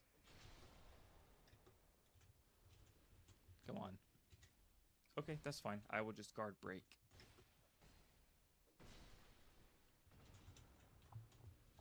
There we go. Monastery Charm. Torch. So this is actually where the thief that we pushed off of the ledge invades. This guy's actually fairly hostile. And so this is where the soul vessel comes in handy, because at this point we definitely want to relocate some points for the next area, definitely, but we do also want to slide down this ladder here real quick. We want to pummel this guy. Bam, bam. Oh, he fell. So right here there's actually an illusory wall. It's a hidden bonfire, but before we do that, whoops, that's the washing pole. Anyway, bam, bam. Easy to tap. And this is one of the better parts of the game. It's actually the Hunter's Black Bow. And this is why we need to relocate our points, because getting through Shrine of Amana without it is kind of a pain, you know?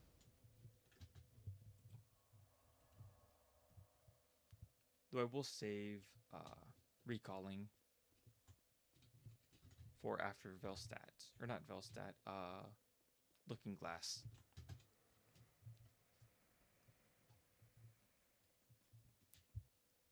And so there's actually a fun fact about Looking Glass really quickly. Is actually you can invade other players on Looking Glass night. It's pretty funny, though I'm sure they don't see it that way. You can also talk to Nishandra on the throne there. She doesn't necessarily tell you anything interesting or of use. She's kind of just, oh yeah, seek the king.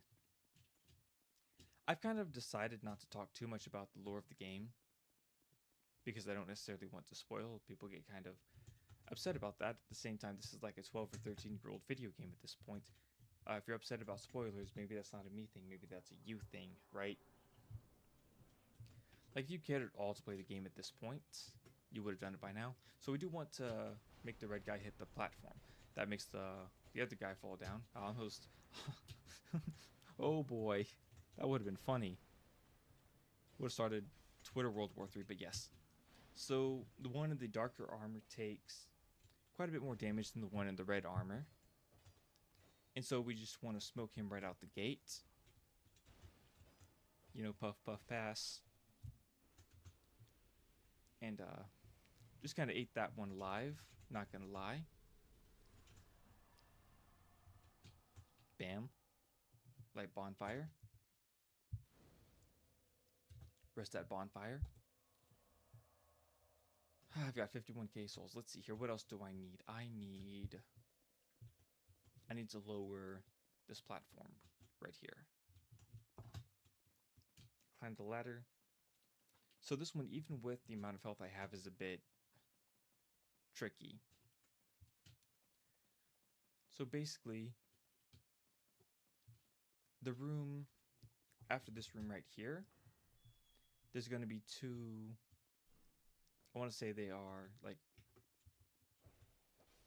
mannequin enemies, and they've got a pretty significant chance to make the player character bleed out. If that happens, you lose access to a ton of your stamina.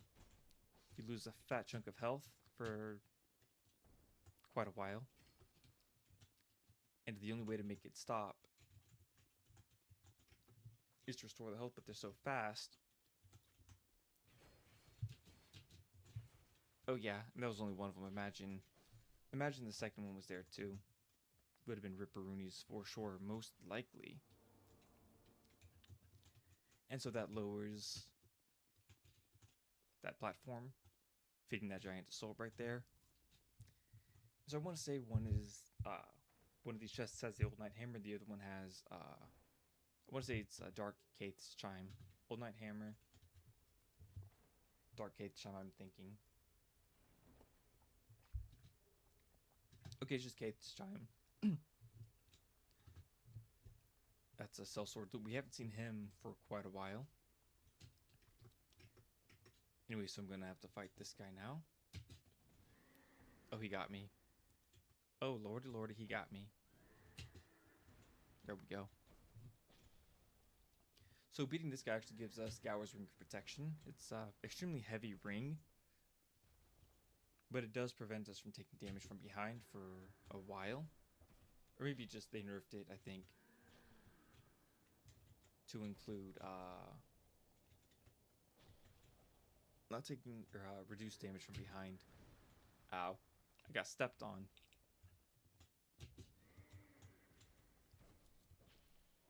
There we go. Alright. So I believe up there is the Firestorm. Pyromancy Flame. I think up there is the washing pole. Get a second washing pole. Like a dual wielding super katana build.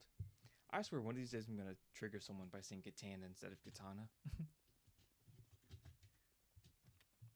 I'm a wascoey wabbit. Oh, this may be. Maybe I want to use the craftsman's hammer here. Because that do be a gargoyle. Whack, whack, whack.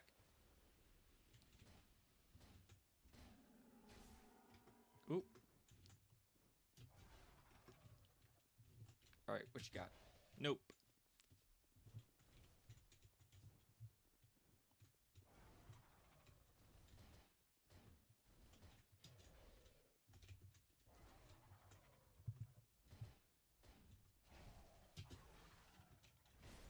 There we go. Alright. That's done so. Now I just need to drop down and get the very last Estus Flask shard. And so there's at least 13 of them, but the max you can have is 12.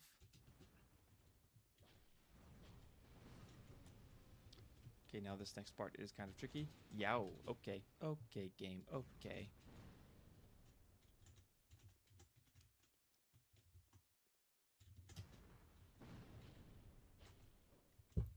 There we go. So sometimes she actually does get me. And that's the final Estus Flask shard. And I already have the last Sublime Bone Dust. Pull the lever, crunk. There we go. And so we don't really need to do that technically. We could just, like, Homeward Bone back to the bonfire.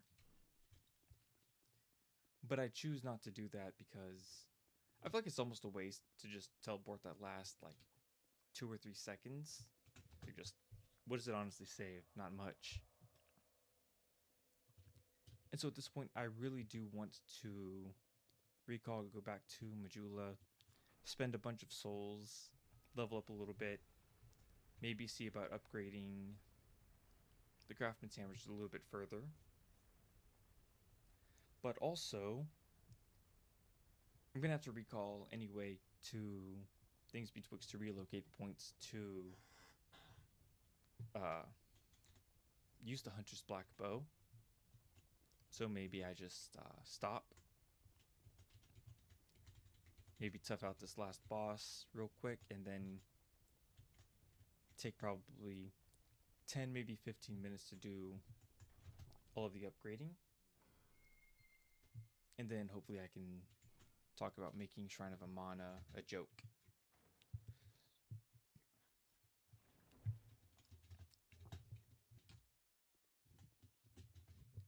Though I do think I would also need to level up or buy Iron Arrows. There's another Fire Seed for those of you who want to use the Pyromancy Flame.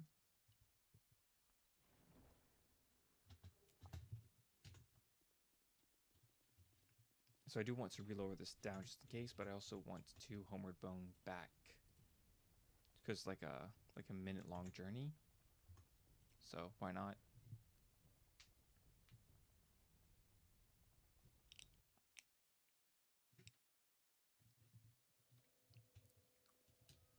Right, there we go.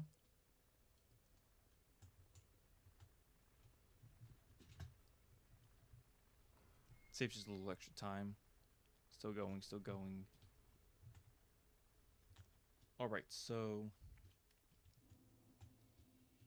this next summon is, I believe, Benhard of Jugo. I'm not going to use him, but I believe he is to the left.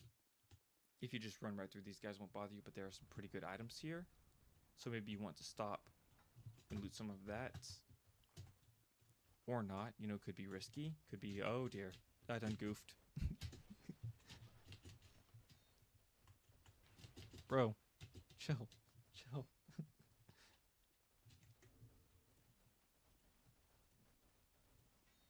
Maybe my hammer out.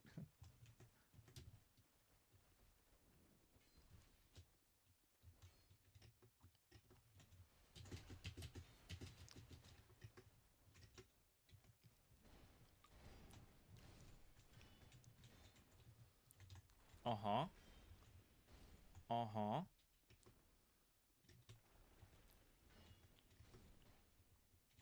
Alright, put the stick down, Darth Maul.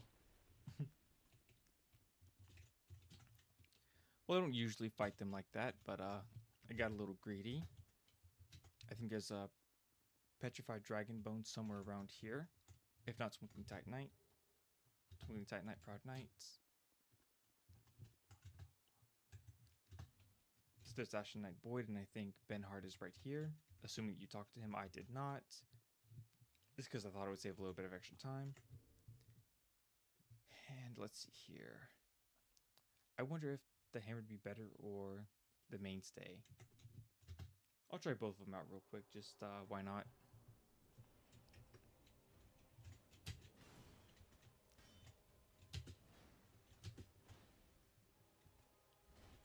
So 379.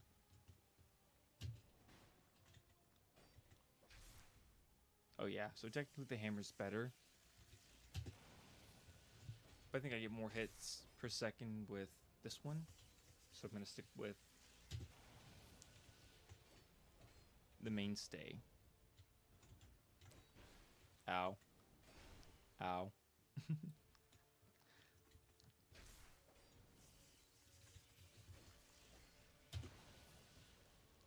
It's kind of funny to me. I'm just like ignoring everything this guy does. Ow. Okay, okay, okay, okay, never mind.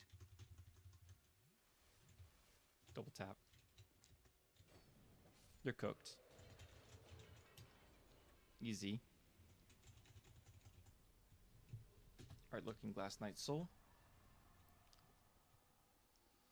Don't want to touch that just yet. I think there's a chest right here. And I think this is actually a Spell Quartz Ring +2. It'll come in handy in Shrine of Amana for sure. And I don't think anything is over here. Yeah, nah. Okay. So, we ride the elevator down here. Let's see here. Is there anything else I could do? Okay, I do need to turn in the shard. And, light the Sublime Bone Dust on fire. I've got, like, so many souls in my inventory. But they kind of just... I don't need them, though. That's kind of the point. Like, I'm already insanely strong. I think, yeah. Just 15, maybe 20-minute long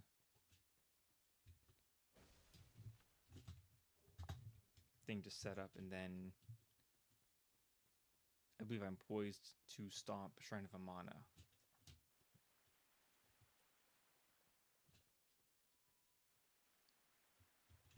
Actually, how much moving Titanite do I have? That's a valid question.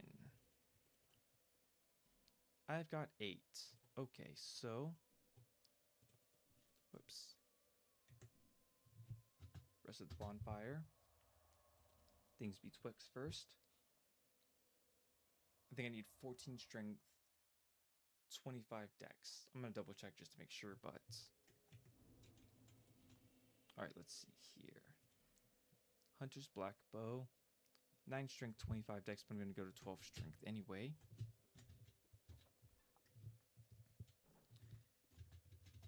And the reason for that is just to make some of the other stuff a little bit better. So 12 strength, 25 dex. I do need adaptability at 94. And the rest of it, vigor, and then up until 50. And then the remaining 20 points can go into endurance. Right.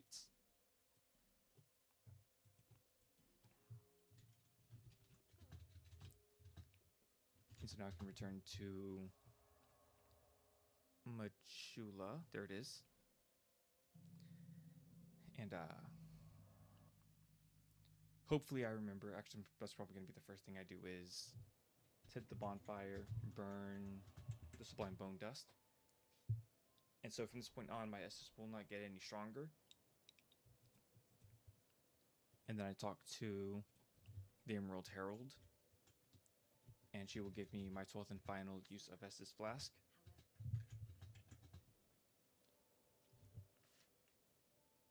And I've got 100k souls to spend. So I'm going to spend those mostly on stamina, probably. Endurance. Yeah. And then final stop, I'm going to go and spend probably, I don't know, 2,000 souls on iron arrows from Macduff's workshop. And hopefully, theoretically, that should get me to a point where the Shrine of Amana is significantly easier than it should be. Right? Not that. Actually, yes, that. Iron arrows.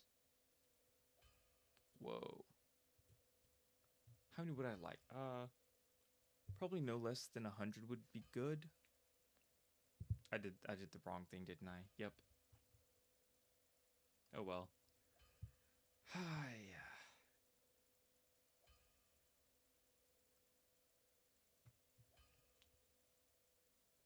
Yikes. Okay, so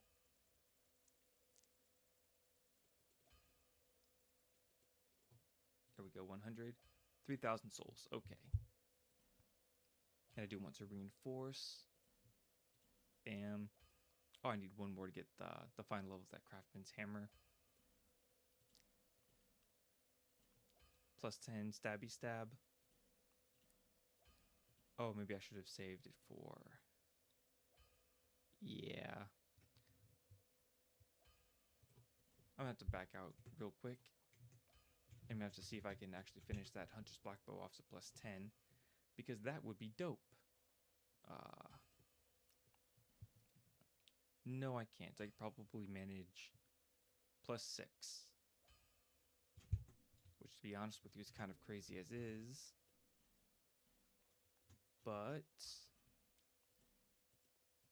theoretically, after I get past Last Giant, right? Chloe should open up her shop. Yes, that's Hunter's Black Bow plus 6. And so now I'm more or less equipped to handle Shrine of Amana. Though I kind of wish I was stronger. Not really. I'm thinking at this point, I'm pretty much as powerful as I can be without farming, right?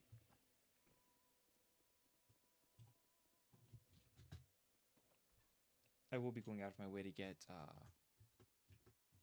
these Titanite shards. I did manage to get the prisoner status. I probably should have picked up the Jester's helm, but I didn't. And Watch Dragon Parma. Just because I'm gonna finish off what's it called? The Craftsman's Hammer. Might as well, right? Even though there's nothing I really needed for at this point, I feel like it'd be good to have just possibly for the DLCs later on. And this one is a pain to go get, but okay.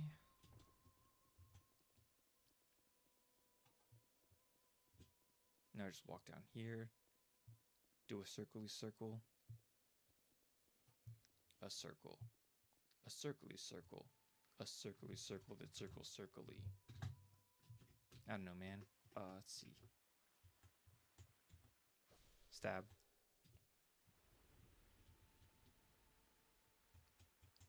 And then we definitely go over here. Make sure to keep your camera pointed down. And so that's why you can actually spot the edge of your camera's pointed down. If it's like that, you kind of just walk off randomly.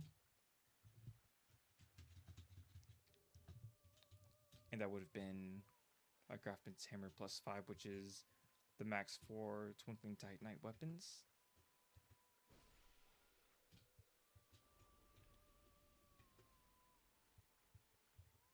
And these guys have a chance to drop human effigies, as well as I think lacerating serum, which isn't necessarily what I need,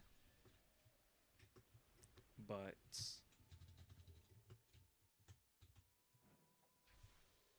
that was a crit.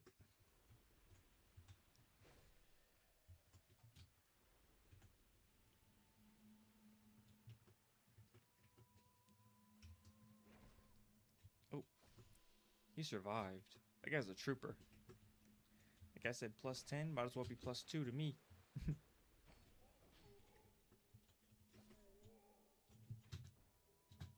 Archdrake Mace, Archdrake Boots. So this is actually a pretty good Titanite farm this area, specifically for Twinkling Titanite. Pretty much everything else you'd want like other enemies to do. If you want Titanite chunks, I highly recommend you farm Gyrms in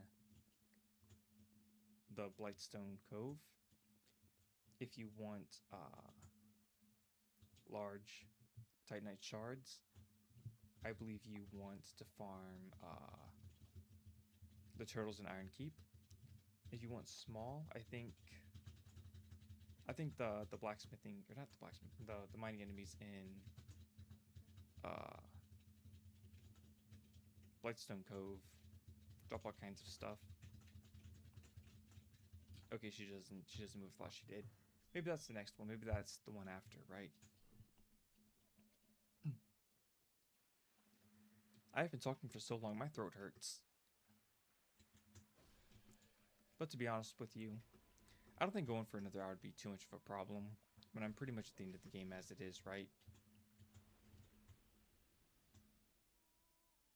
Make sure I don't aggro any of these guys before I intend to. Stab. Oh, I whiffed.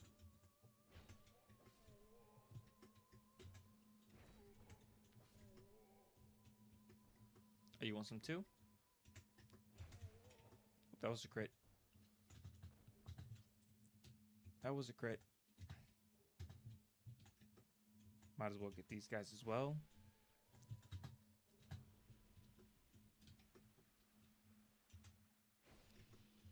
Again, keep the camera pointed down. You see that edge?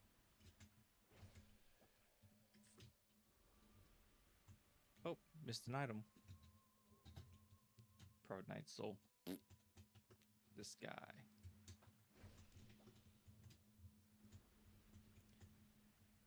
So a little bit to the left over here, there's actually a chest. I feel like a lot of people miss this one.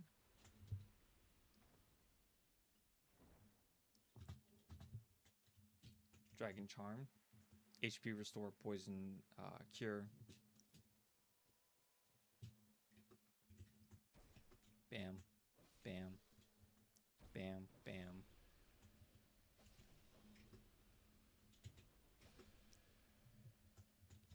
Kind of just walk through those guys real quick. I want to say this is a shield. Nope, Twinkling Titanite and Smooth Silky Stone. It's been way too long since I played this, to be honest, but I still remember most of the finer details. Just at this point, I don't need much of anything, really.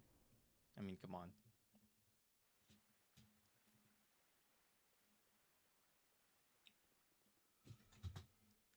Oi. Right there. Sit down. My phone battery getting kind of low.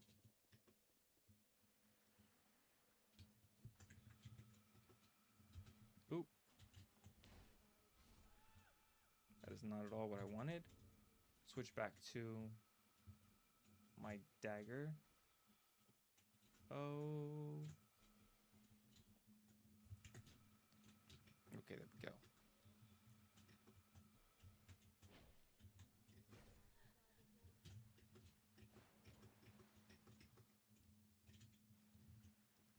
Pull this guy back here on solid land.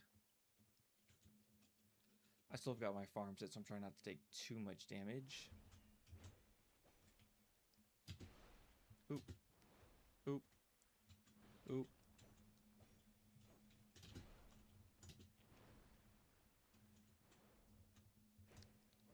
There we go. Last hit was a crit. Okay. Check my equipment here. So far, my equipment's holding up pretty well. I do want to keep an eye on that, though. Just really unfortunate if it broke.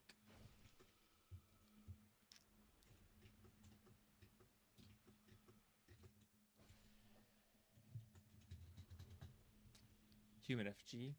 Just drop off that guy.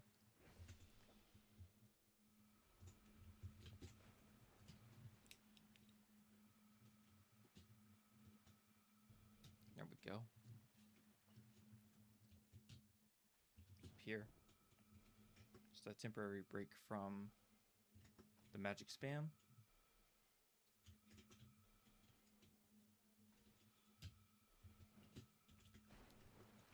Get him.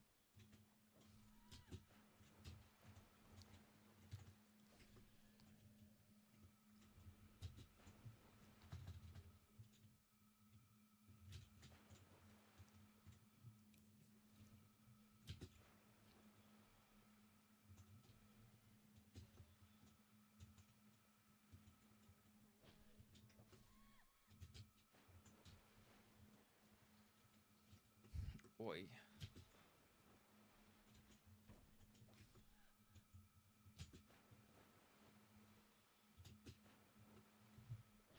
Easy. Getting spammed down from all sides, I guess. Another fire seed. Got him too. I see him, but I really don't mess with them too much. It's I think that's like after you do Vendrick and all. I don't really mess with that too much. I'm very out of the way.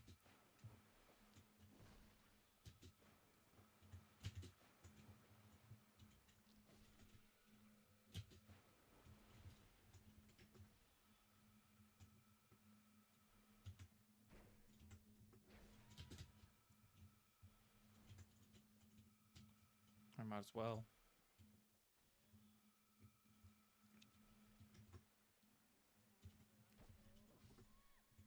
Nice, okay. Go ahead and check up on all of my gear really quickly. Whoops, wrong thing. My gear's holding up really well. My rapier is starting to suffer a little bit. I do still need to go that way. That way can be a little bit risky. But it also gives me access to Sunlight Blade if I want.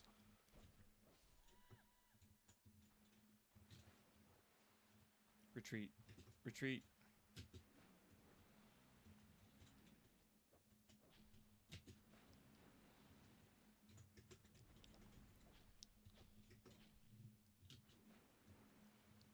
Go back. Bam, bam, bam. Nice. Nice, nice. Brave soul. Like I said, camera pointed down. There's the edge. If you don't watch that edge, you're going to walk right off. There's that edge. There's that edge.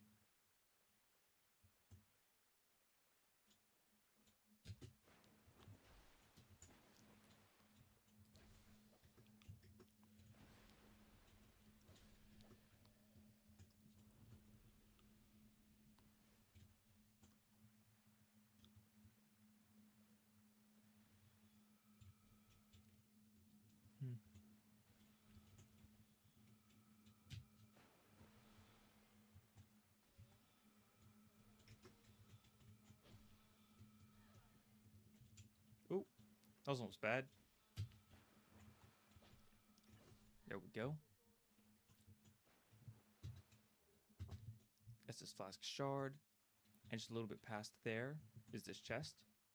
Of course, I can't use that as this flask shard because I'm capped, but Sunlight Blade. Which means now, theoretically, if I wanted to, I could go Super Saiyan. Again, camera pointed down, you can see the edge on your left and right, so you don't walk off.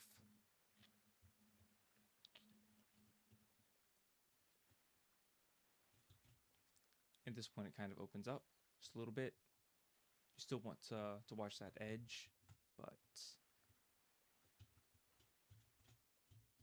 there we go. And you don't see the edge, there it is.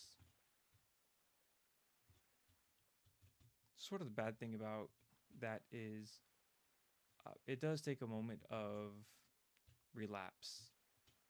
Just walk right off. A lapse in concentration, rather. But we did it. It's a very good thing.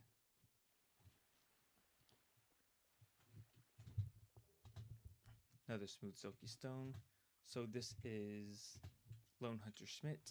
I didn't really need Schmidt right here. Wait. I thought this was Felicia. Felicia the Brave. Apparently it is. Okay, maybe I do need Schmidt here. Let's see here. Let's see, do I repair powder or not? I don't think so.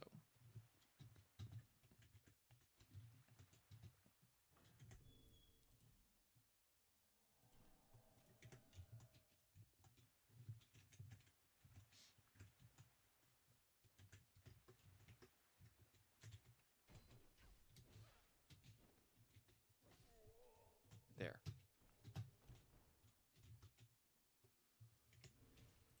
I will be taking off everything I do not need right here.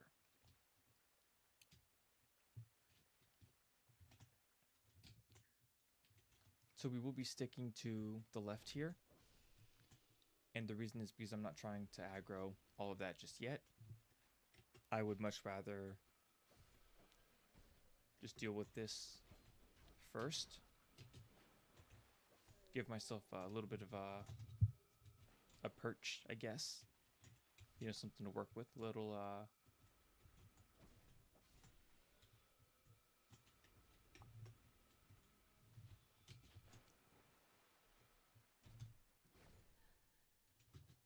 there we go. You can go back here. Fighting this thing in the deep water is risky, but that item right there is actually, I think it's called the flower skirt. It's +1 to dexterity. Why would you? Okay, we ball. Whoa.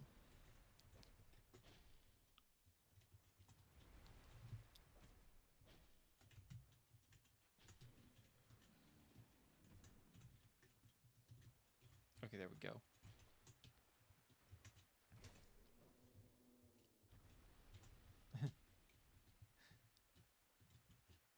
Why would you do that? That's insane. Okay. Okay, it's the singer's dress, not the flower's dress, but where is it? Where is it? I swear I picked it up, yeah? Okay, apparently I can't be a pretty princess. Sad.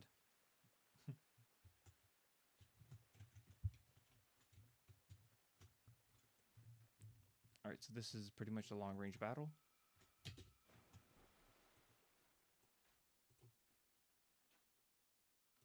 Easy enough, I suppose.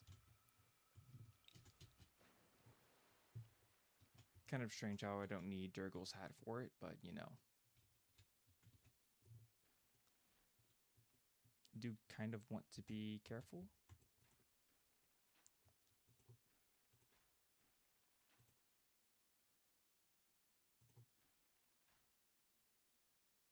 There we go.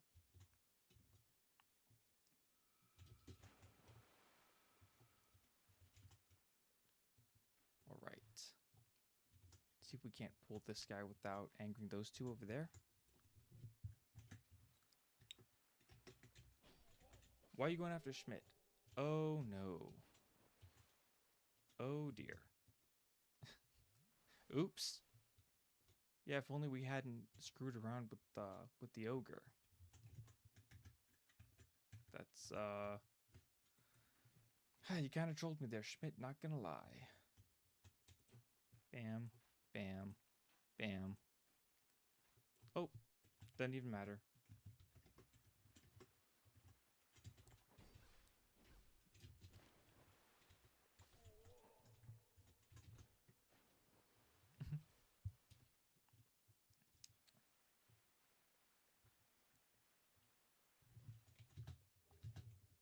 Go ahead and pick up that one's harmless. She's just a healer.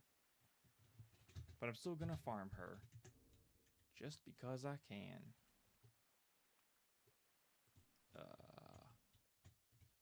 Bang. I put that back on because I can. Why didn't I have that on to be? Okay. Okay. Probably because the water, yeah? Why can't I walk up this? Okay, there we go. Wait. Where you going? Oof. Oof. Yep. Yup. Just rip. Ripperoonie. And so that's pretty much the hard part of Shrine of Amana. The rest of it's relatively easy.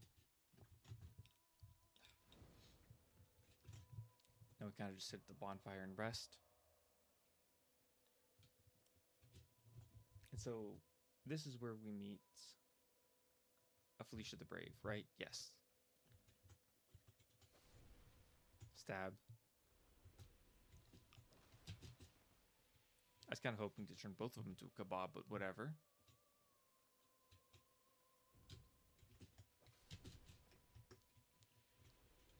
I might be a little bit tired. Make sure my equipment is... Oh, yeah. Yeah, I'm going to remove that. That, and that. And with that, I might as well just, you know... Yeehaw, right?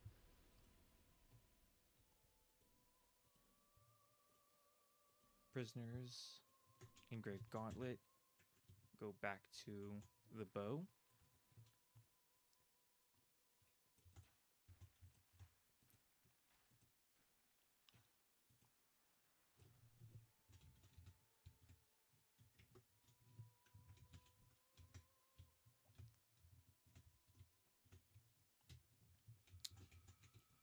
Okay, so apparently I've got to aim lower than that.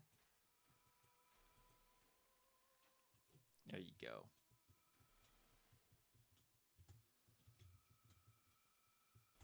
Wow. Curve the spell, apparently.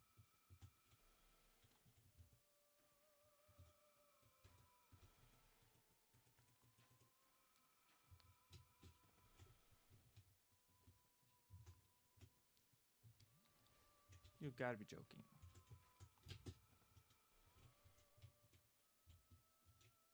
Or anyone else? Literally, okay, yeah, you. I was about to say. There's no way that's it, right? I have died to these guys way too many times for that to be the only enemies in the area. Easy.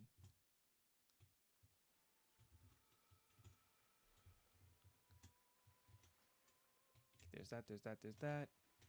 Might as well pull these two while I'm at it.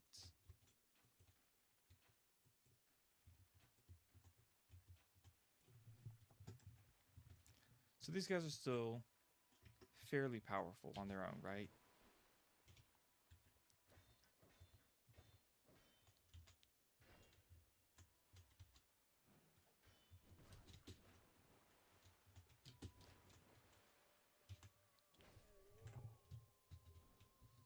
Easy enough.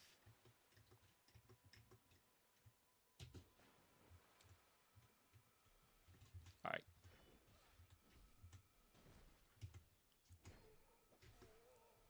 I don't play with the mages, right? The mage is kind of lame.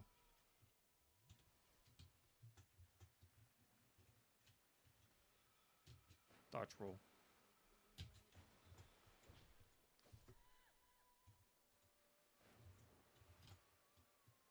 And there's Peculiar Kindular. Took me a minute to remember what his name would have been anyway, but you know, that do be him.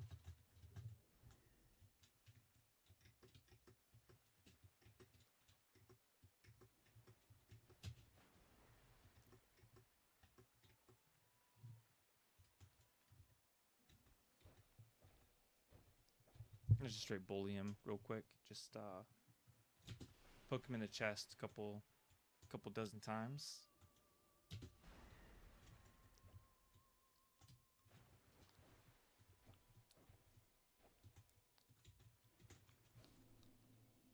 Easy.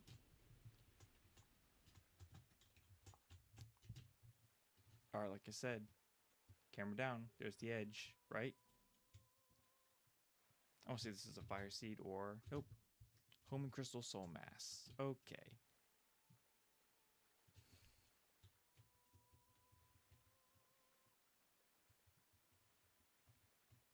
I swear I'm still inside of the bounds of the map here, right? But I'm still trying to be careful of the edge.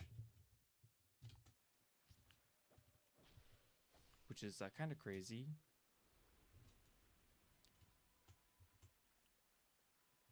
Right. And there's the red iron twin blade. It's a fairly good weapon, but it's a twin blade. It's high stamina consumption, high stat cost, not particularly worth using. But if you're set on a good twin blade, there's your twin blade. And so I'm gonna start putting my stuff back on here. Silver cats, old Leo ring, nice. And I'm kind of done farming for now. Go back to my equipment here. Oh, and there's a chest either to the left here, to the right, I think. You're joking, right? No, there's got to be. Okay, I'm mistaken. Understandable. Okay, now this is the one that disappears, right? Yes. And so now I break out the pine resin. The gold pine resin. No, I want the gold pine resin on my action bars, please. There we go.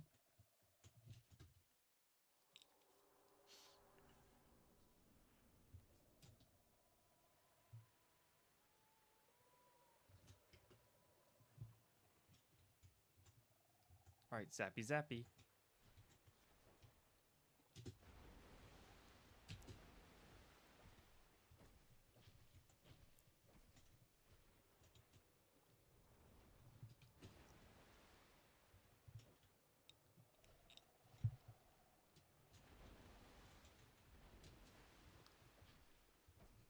Three, four, five.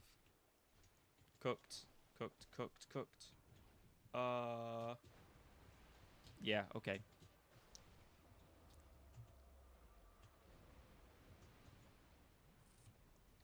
I think this is the way out. I could be wrong, but I feel like this is it. Yeah, there's no way it's not. Okay, cool. All right, so over here to the left, there's actually a temple. You can only really enter the temple if you have.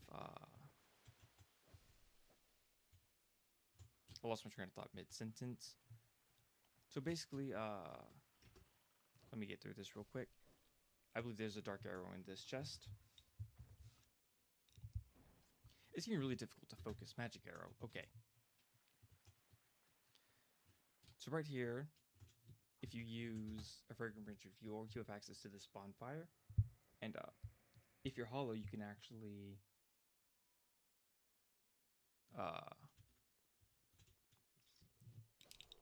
have access to the shrine itself. And if you have access to the shrine, if you pray to the shrine, you can actually reverse hollowing whenever without a human effigy. Assuming you don't have a human effigy on you. I feel like that's a thing a lot of players really miss. Just the game becomes frustrating. But still, they did put it a little deep into the game, right? This is crazy.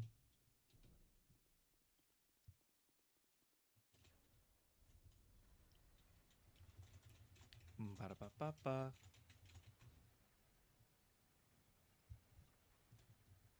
Anyway, another slightly long elevator ride all the way to the bottom. I wish I knew how to answer like Aldia's questions specifically. It's not particularly difficult to fight or anything. It's just waiting for him to become vulnerable.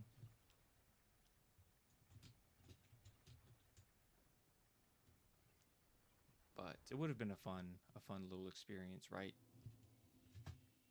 Go on ahead, sit here. Altia emerges, naturally doesn't deal damage. And I think this is where we start answering questions.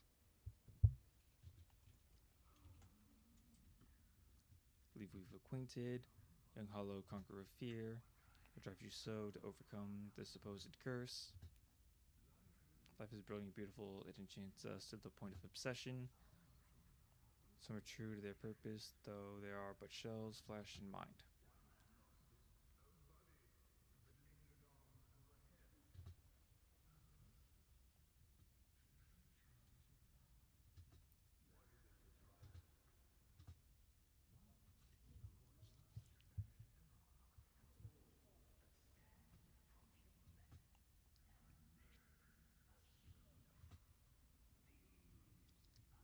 Roots of our world.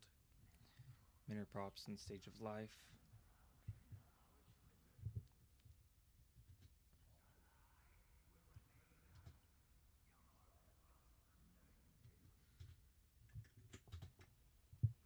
Drake the Neutron arc is here, and not far off. But what is a king? You neither born with greatness nor granted it by the fates. What is it you seek?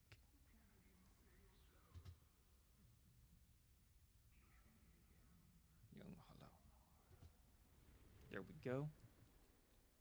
And I do need to charge my phone. I'll be right back. Just give me 1 second. Wait.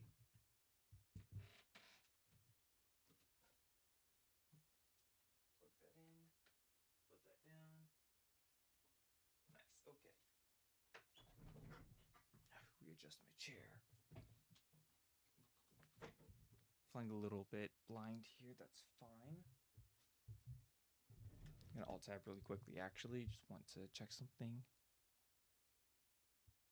Whoops. Okay. Right, so I mean, so far I'm doing a pretty good job, I think. Just a couple stutters here and there. Kind of lost my train of thought once or twice. It happens, you know. Getting older, things are gonna start going downhill just a little bit. So I'm thinking maybe I should start trying to train my memory. It's a little concerning because, you know, in some people, dementia starts to set in. Oop, not there. I feel like there's an illusory wall. somewhere around here that I missed. I really do. But yeah, I need to consider like brain training or something because there's like actually no way, right?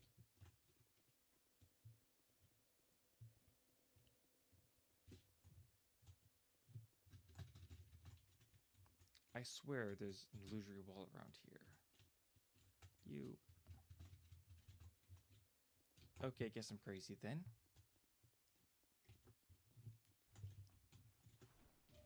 Sit. Good boy. Bam. You did the exact same thing your friend did. You deserve it. Bam.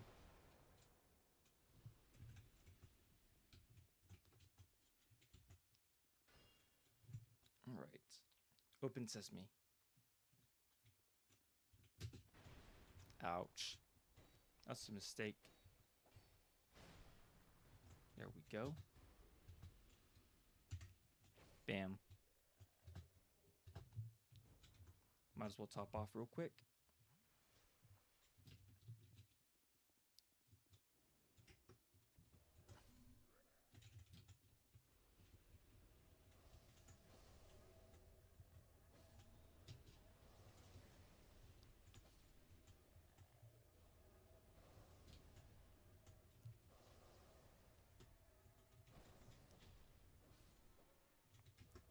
Yeah, I don't recall caring about poison damage anymore.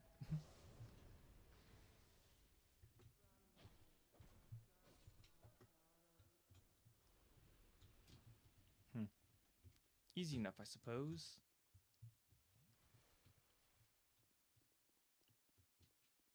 Gravelord Agdane. Over here to the right.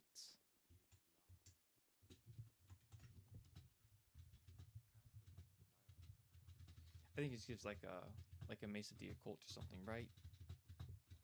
Some herbs, maybe some human effigies. Ring of Thorns +1, not very good. Dark Arrows, those are fine. 13 human effigies, those work, I guess. Elizabeth Mushrooms, not really worth. Worms is a decent pyromancy, but not great. I don't remember what Soul Beast does. And everyone loves Soul Spear, right? Learn Gesture, Have Mercy.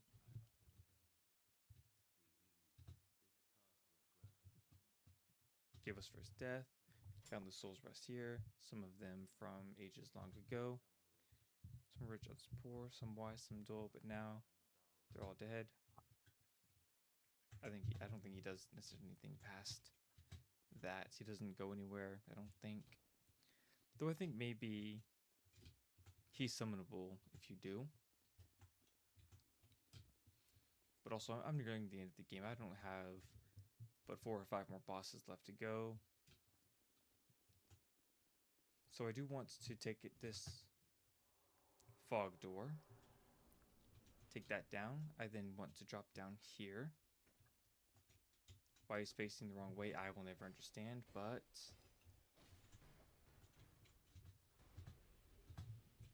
Oh, I've got both Orma's and Reeve's Great Shields. That's fun. I could be the Gate Crusher now.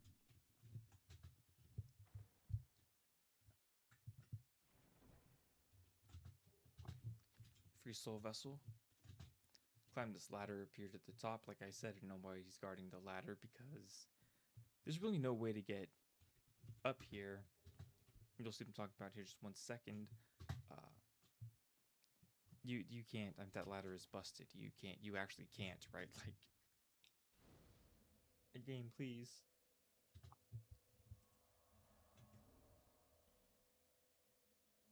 Right? Yeah.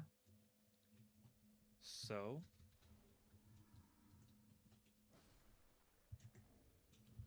I do want to have the Craftsman's Hammer out for this.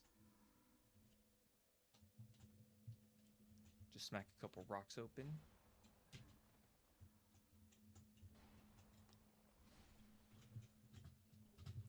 So we don't necessarily want to mess around here for too long. And because the ghosts and the zombies here will absolutely like hit these bells. And we do not want that. That is a preferable, the wrong outcome. Oh, there it is. Yep. Yep. Yep. Yep. Run.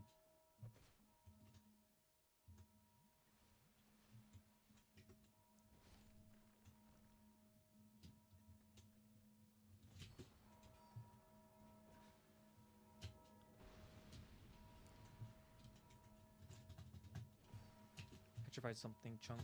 There we go. Whoa. Close that hand. Ouchies.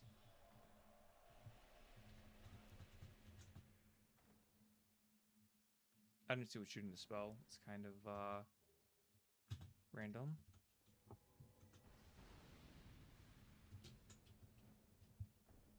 There we go. So right here is actually where we get Avalons. Just this illusory wall right here.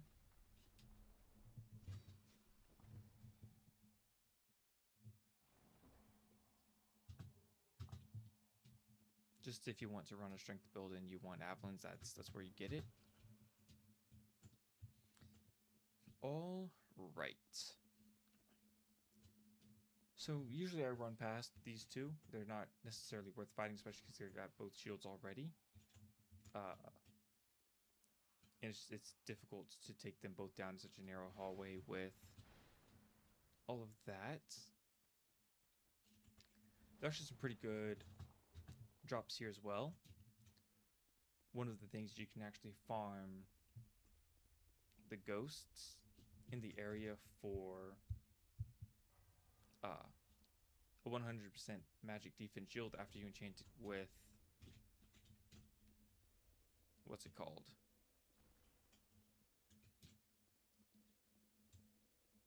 Is it a magic stone or is it like an enchanting stone? I don't know. I believe this is a dark stone. Magic stone, dark stone. So maybe it's a magic stone. So we do want to switch to this one here. We want to walk in here. Stab him. Go over here to the left. Stab him. Go back over here. I feel like one's going to crawl out of the ground here. There. And so that is that problem taken care of. Now, if we stay too close to here and we stop, then this is actually an NPC in our way. Right there. Bam. So those guys are kind of just like hidden all over the place. You've already seen me find a few of them. But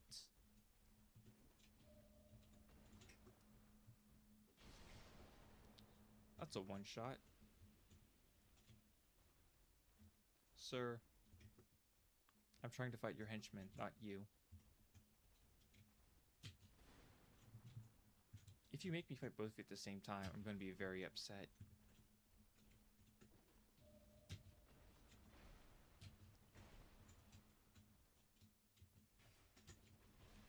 Okay, I'm upset. Very upset with both of you.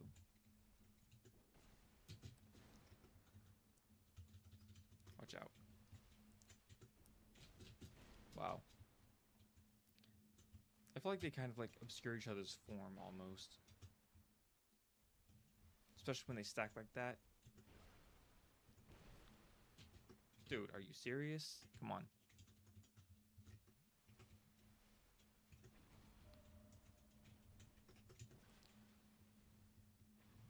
Alright, that's it. I'm done.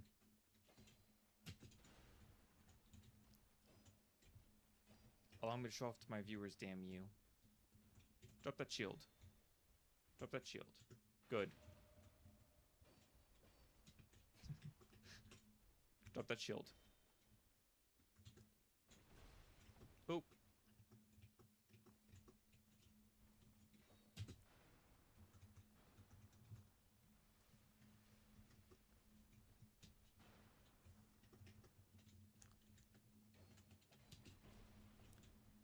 Ugh.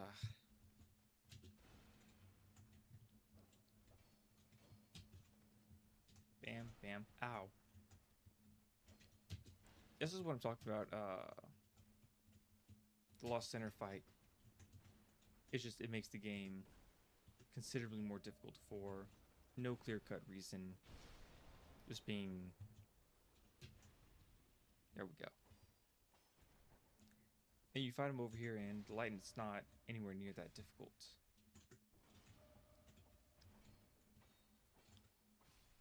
Easy. So yeah, fight enemies in the light. It's you know, very good metaphor, I guess. Pretty much, if you want, I think there's a couple Dark Knight stones in here. Torch. That makes a little bit of sense. There's torches everywhere.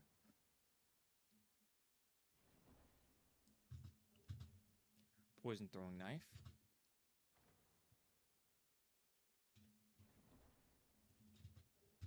Dark Knight stone. Nice. Alright, now we fight Velstadt. I think he's weak to lightning, but I really don't have any more of that gold pine resin. I could have bought it, but there's no point. I'm already insanely powerful at this point.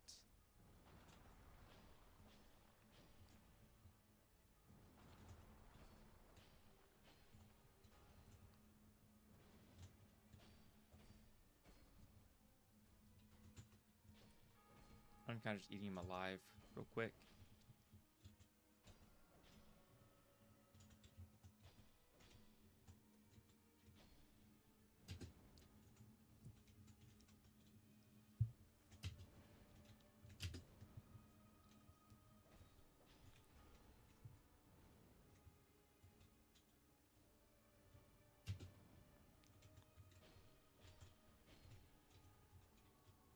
Side strafe. Nice. Velstadt down, GG. Easy enough, I suppose. Solo Velstadt. Now we collect the King's Ring, I believe.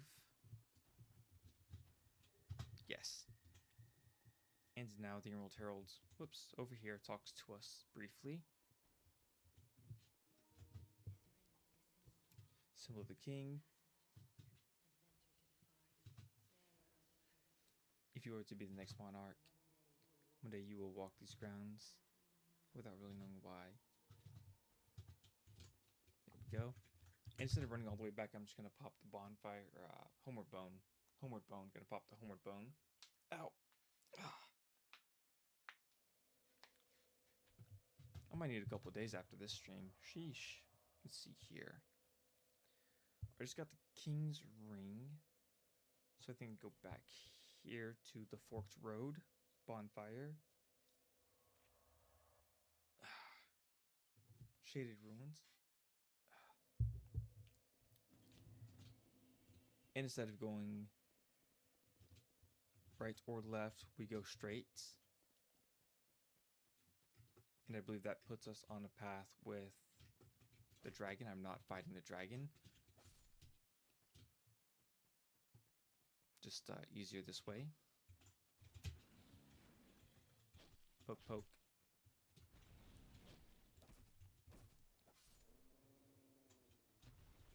This is the red tier stone.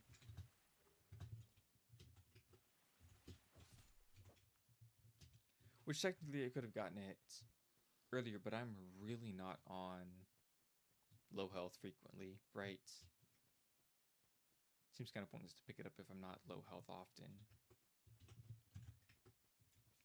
Alright, please don't be difficult.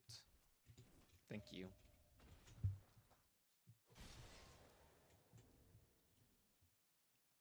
So the King's Ring is actually... Whoa, he actually survived. The King's Ring is actually like plus 12.5% damage to pretty much everything. So there's really no reason to not use it. There we go.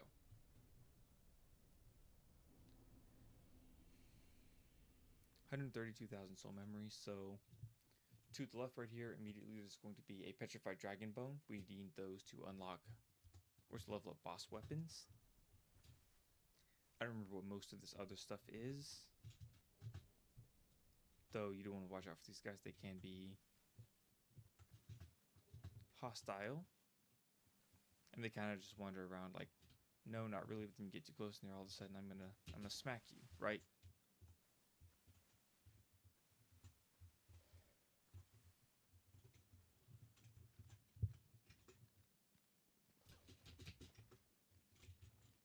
And if too many hit you too quickly, you'll get petrified.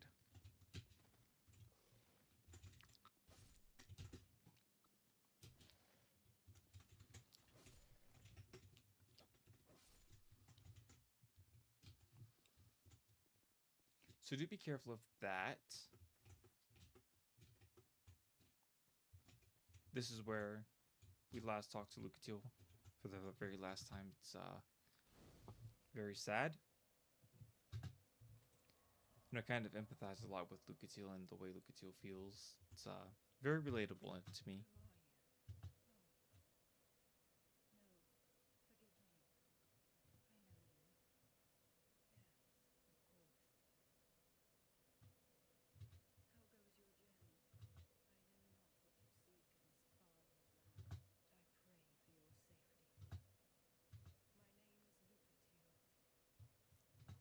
I beg of you, remember my name.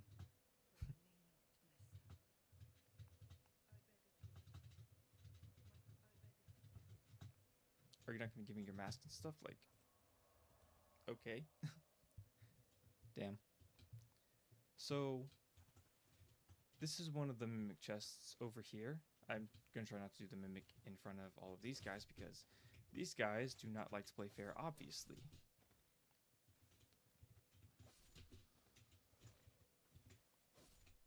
There we go. So this is actually a mimic. 2 hits, run. There we go. I believe this is the Dark Mask and the Sunset Staff. Malformed Skull and the Dark Mask. Okay.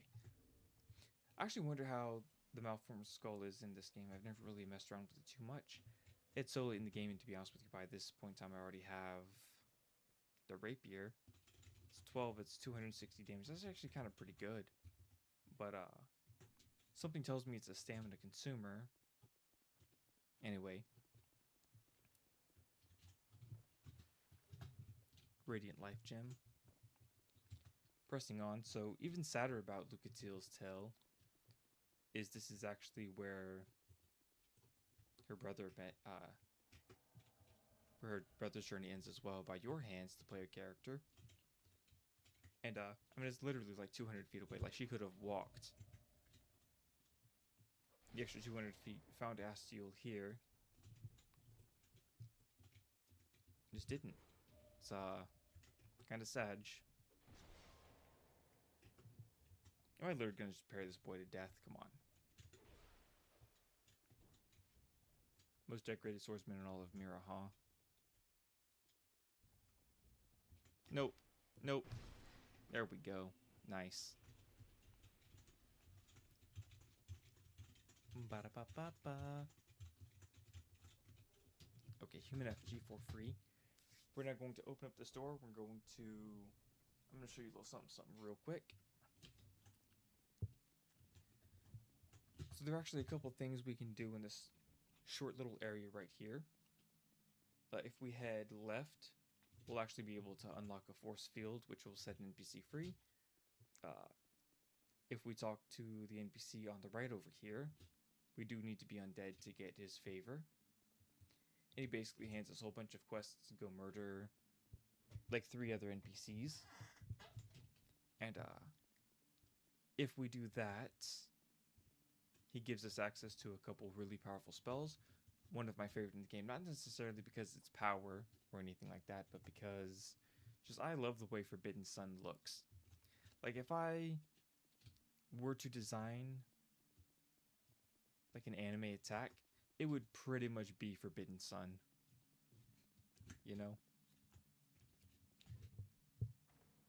Like a Giga Fireball Jutsu or something. I don't know, bro. It's just kind of crazy, right? So Magic Barrier is a sorcery. You apply it to your shield and it increases your shield's defenses. We do want to be careful around these mirrors. Just don't linger. Go on ahead and loot this too. I think it's a Petrified Dragon Bone. We don't have nearly enough of those yet. Free Bright Bug. Petrified Dragon Bone. I could fight them, but I really don't feel like it. I mean, I've been going for probably about 5 hours at this point, and I made several less than optimal decisions that definitely increased my overall playtime. I could have been done by now, but you know, it's fine. It made certain parts of the game significantly better than they should have been. I'm not upset about that at all. But you know, it would have been nice to have been able to put this down by now, but we truck on. I don't remember what's in this chest. I think it's more bonfire aesthetics, but bro, do you ever? Okay, you know what?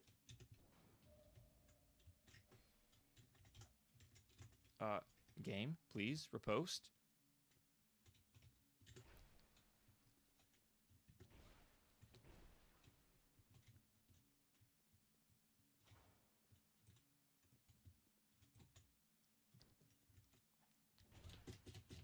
Okay, well, double tap, double tap.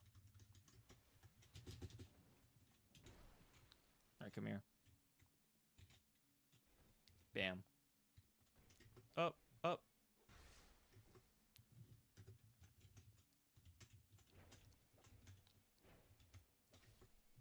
There we go. Alright, now I can loot the chest. Bonfire aesthetic, ×2. Nice.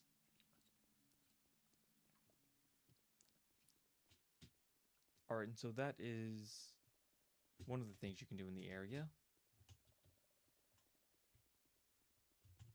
I'm going to also show you where the secret bonfire is. Boy. But for this next part, I'm going to take away pretty much everything other than my main weapon, because I really don't want any of that stuff getting broken. And it's expensive to repair, you know?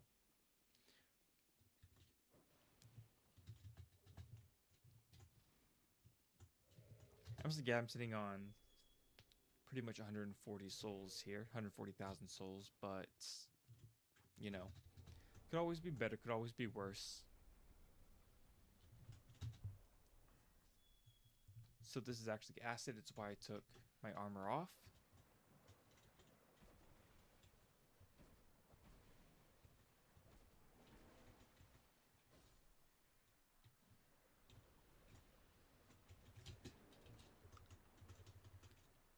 Drink, drink.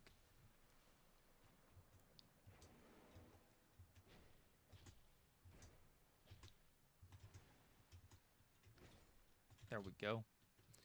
Alright, so I believe this is where Soul Geyser lays. Petrified Dragon Bone, nice.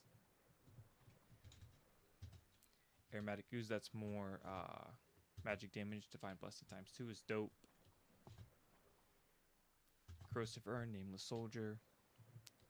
Corrosive Urn is more of like a players trolling other players' item. But we go on ahead, light the bonfire. Maybe we sit down here. And see here, do I have any lightning damage on me? No, I do not. Kind of sad, really, but you know, it is what it is. And it's not what it's not. And it's not lightning damage at the moment, that's for sure. So how we get into this wall over here is we can just like agitate this guy and have him like snap it for us. You know, just take him over there. We don't really need to do that right now. I don't think it's anything significant. It's just if you're curious what's over there, go for it.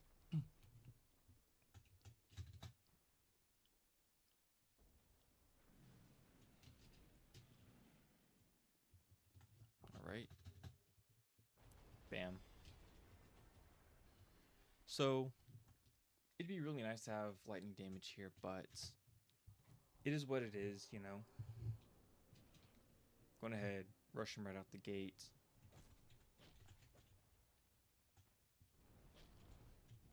go.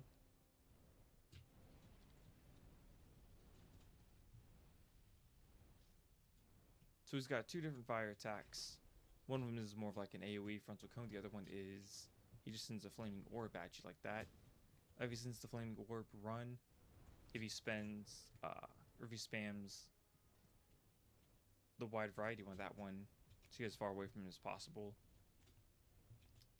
As soon as he stops, start running at him again. Oh. Run. There we go. So maybe we give it a second this time. There we go.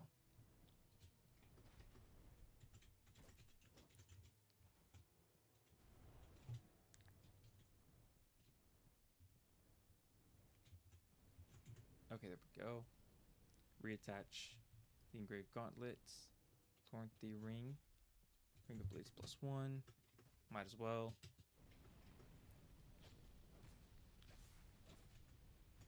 There's a crit. Nice critty. Tig old critties. There we go. Let's see here. Cat's ring and probably king ring.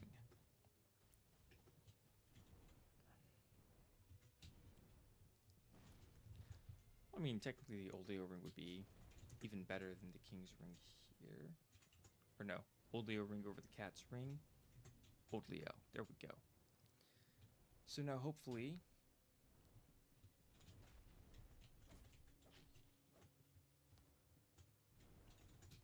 so sometimes this boss is just a pain in the butt and doesn't really want to cooperate.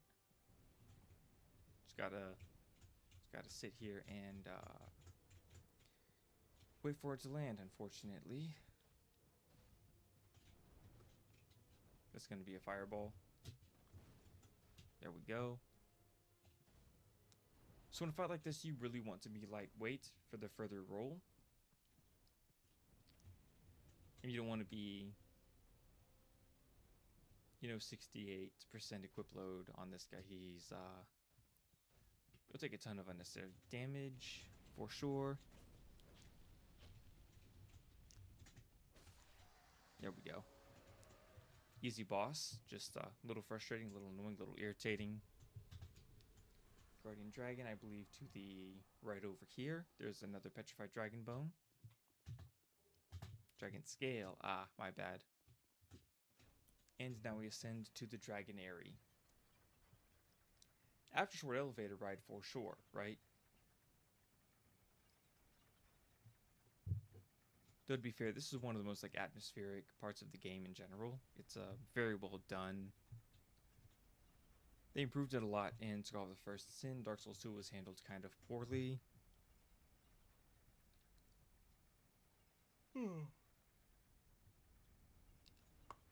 Oh.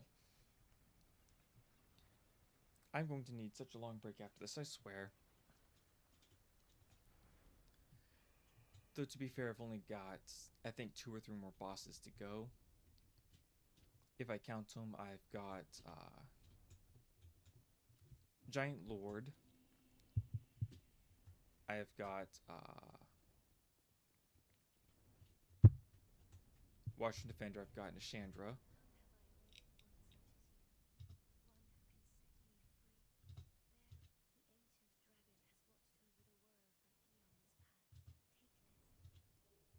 Aged Feather. The dragon welcomes you.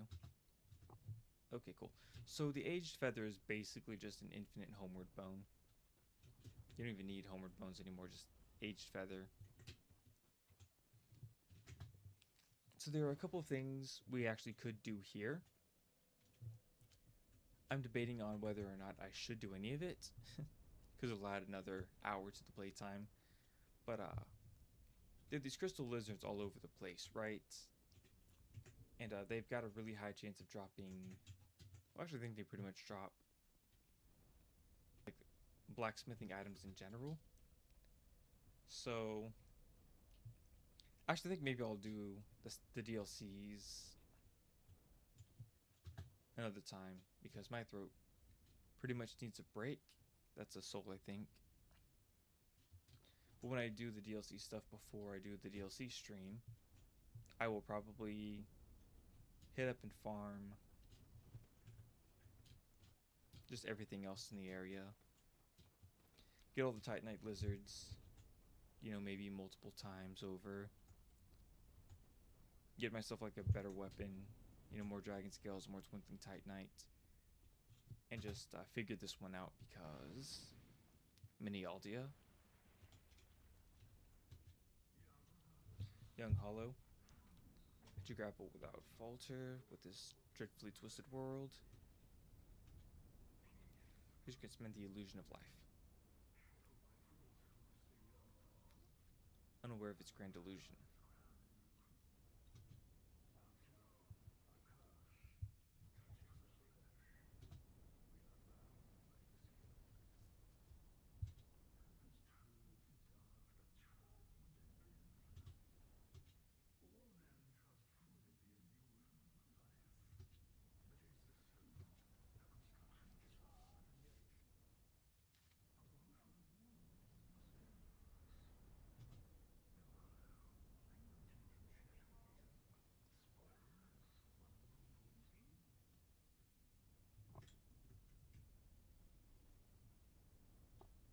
Let's see here.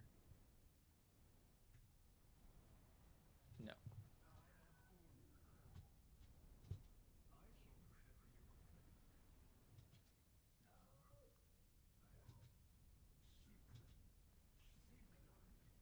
Dark and what lies beyond. There we go. Okay, so at this part of the game, this is basically the victory lap. I think I've got 3 bosses total. I should pretty much just run through this area in like a minute, right? Maybe not like actual literally a minute, but I do want these bonfire aesthetics though. Just in case.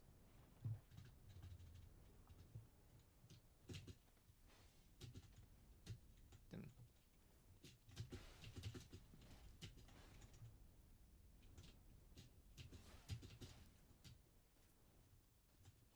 excuse me, bro. Alright, here we go.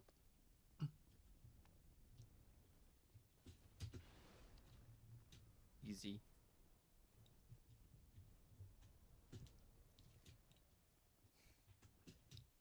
So from this point on, there's really nothing for me to do other than a couple things. I'm thinking about talking about the 3rd dragon ring real quickly. I mean, it's fine. I think I've got pretty much the best setup at this point in time anyway. As you can see, I've pretty much shredded everything in my path for a while now. I do want my shield back. I do want my bow. Ow. I do want my dagger.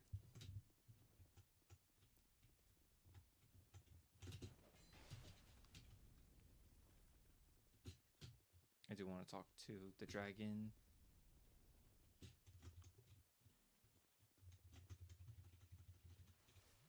Back up. So basically it just gives you an item called the Ashen Mist Heart. And it allows you to traverse memories. After that, it doesn't really talk to you anymore.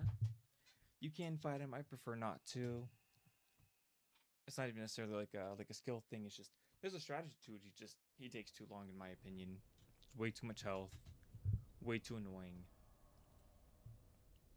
Alright, so now that I have the Ashen Mist Heart, I could go to Cardinal Tower.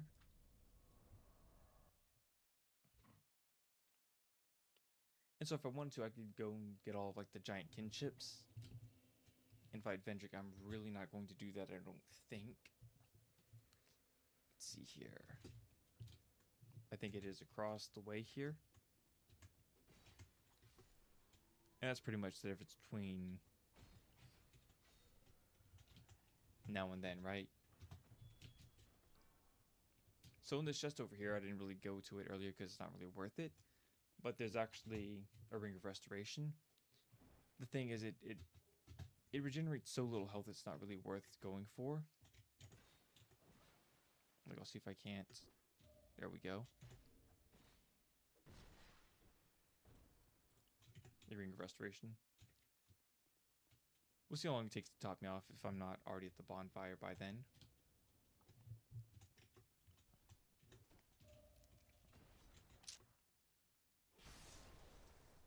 Destroyed, and this over here is the Grand Lance, I think.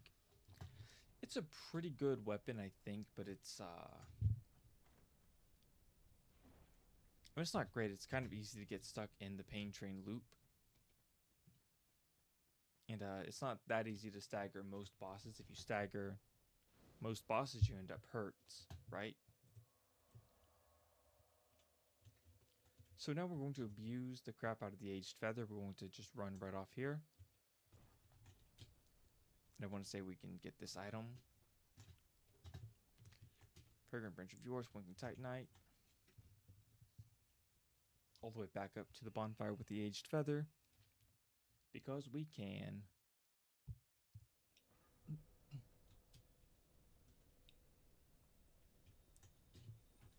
Right now we sit here, examine.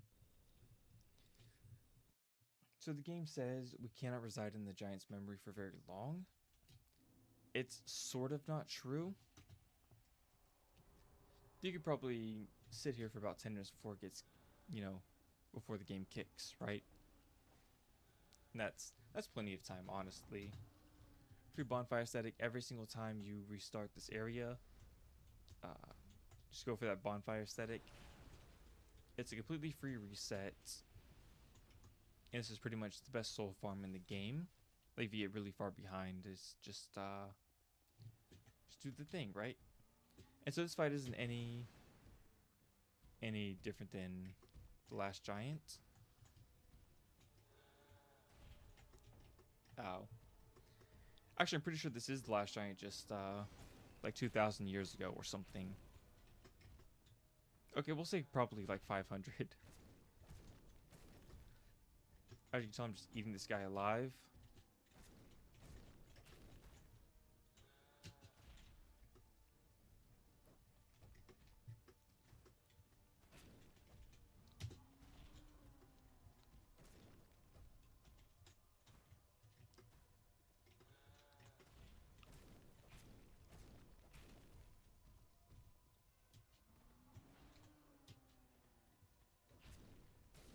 There we go, easy.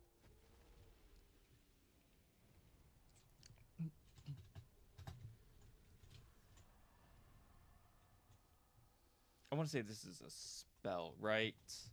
No, it's a fire seed. Fire seed, there we go. Another fire seed. And so that's all we have to do here. Soul of Giants. Now we continue on to Dragon Lake Castle.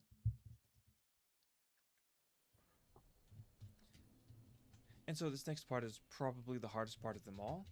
And so I will be going to Majula. We'll be spending a couple of souls here and there. But I'm pretty much at the home stretch. Let's see here. This one. Nice, okay. No. There we go. Dope. Okay, and so now Cloette's here. Has an expanded inventory. Right here we can just buy pretty much all of the stuff.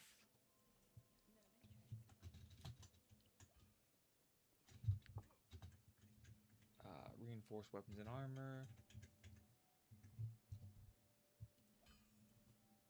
There we go.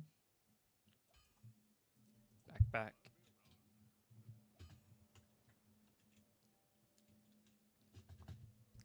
And now we go to Dragon Lake Castle. I want to say it is the King's Gate bonfire. Go ahead and tab out real quick. Oi.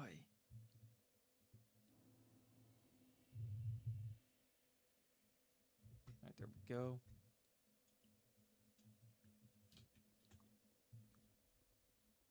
So there's actually, this guy turns hostile.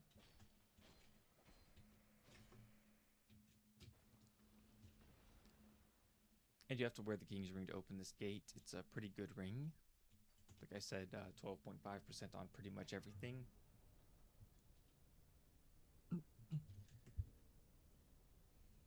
Oh, and I do need to change that out. So like I said, this is pretty much the best setup I can have at this point. Give us that lore.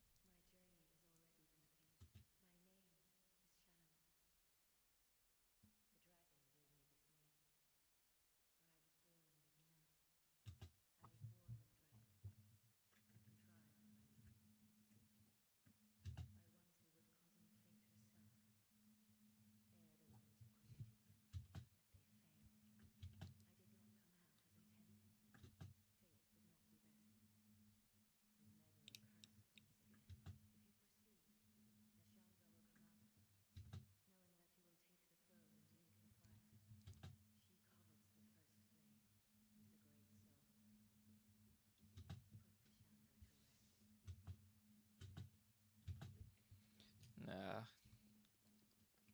Honestly, best Dark Souls waifu. Change my mind. You can't. Sorry. I mean, she's pretty much the only Dark Souls waifu at this point. Like, okay, listen. Okay. She's literally half dragon. Immortal lifespan. Yeah, apparently she's a bit of a klutz. But that kind of... that's not a deal breaker for me, you know? Like... oh dear.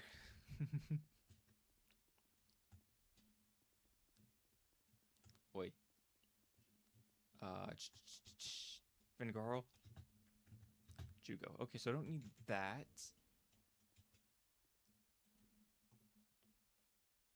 Would I need to buff my weapon here? I don't think so. Yeah, I think I'll just solo it. Why not? Alright. So there's a couple ways you can handle this fight. You could convince one to just dive off the platform. That works, I guess. I recommend you focus both of them down more or less equally.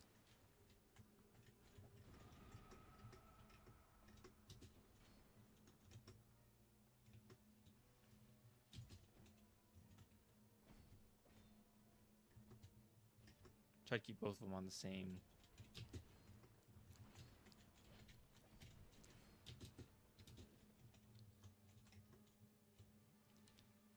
So she takes more damage than he does. And so it's objectively better to take him down first. Oh, he dropped the shield. That's nice.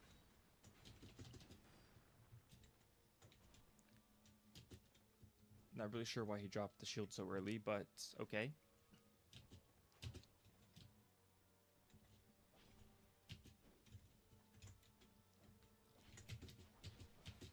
Yikes.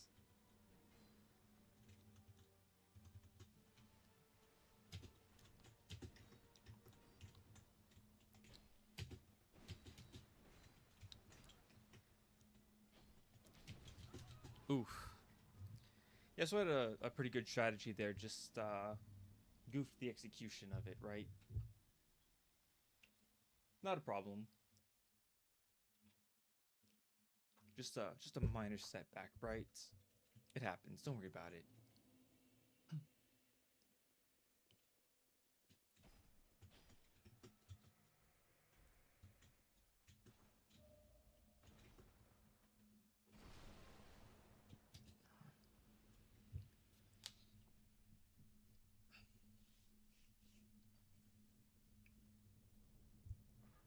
Right now, something cold sounds real good, though. Give my voice a break. Go for a nap. Anyway. So this is a pretty lengthy run back, I'm not going to lie. I don't mind it so much. It's not the worst run back ever, but it's a pretty lengthy one. I feel like a lot of people blow this out of proportion and feel like it's 45 minute run back. It's like a minute and a half. It's not that bad.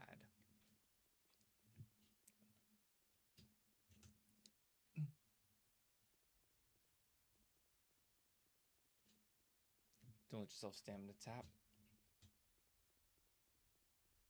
Remember the rules that we've attempted to establish throughout the run. Right.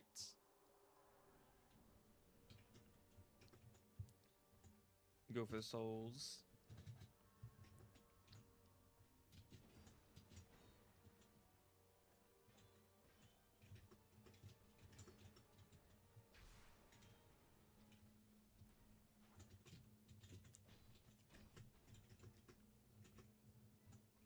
Alright, who wants it?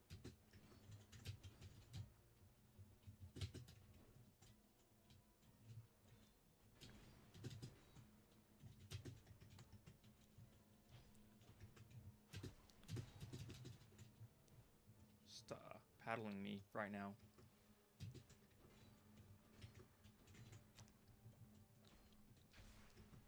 Oof.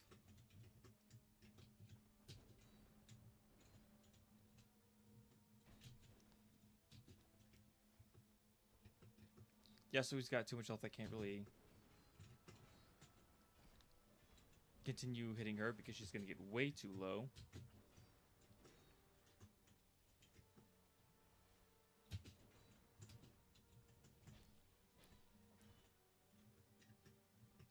A little bit better, but I still need to prioritize him. Because if I prioritize her,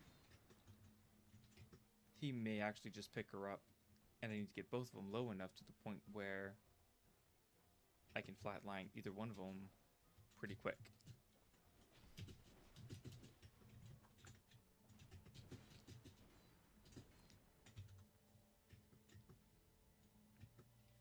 Okay, he dropped his shield. That's good.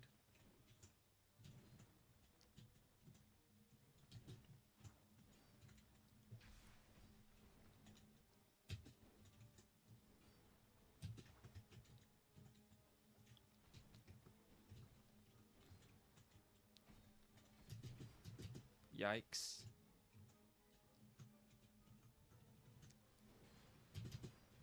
Take that damage. Wow. That last hit Counter-Strike was insane. I'm not going to necessarily say that I would have survived. Like, a Counter-Strike is still a Counter-Strike. But I feel like the camera went a little wonky at the end there because I definitely attempted to pivot to Throne Watcher there.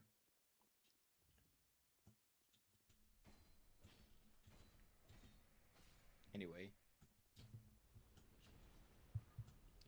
I feel like I don't necessarily need to narrate the strategy anymore. I mean, you kind of get it, you know.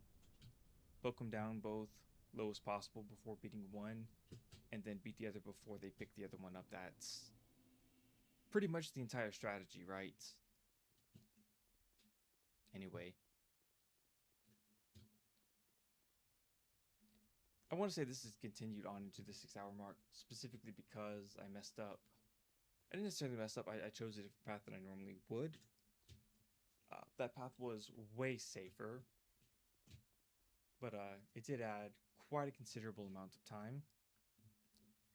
And I think it's a little bit tilting that I'm still doing this to the 6 or quite possibly even the 7-hour mark when it should have been done by now. So just, you know, take a break, take a break, take a breath, take it slow, you know, one by one. Maybe sing a song or two, I guess. I don't know. People really don't seem to like that very much.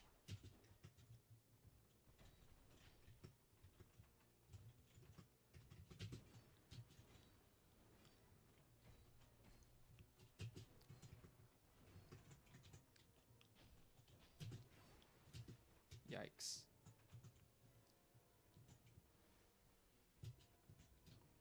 Why would you drop your shield there? I don't...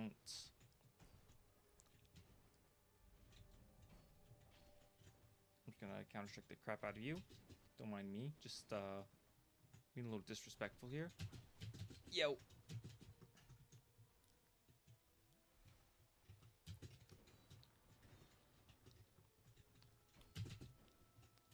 Alright. It's almost you and me. How do you want to do this?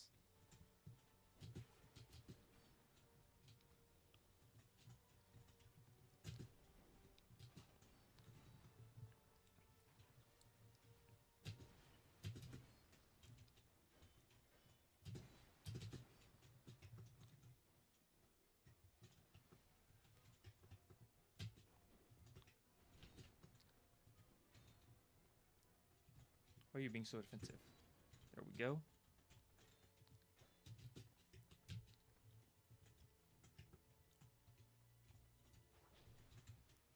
Ouch.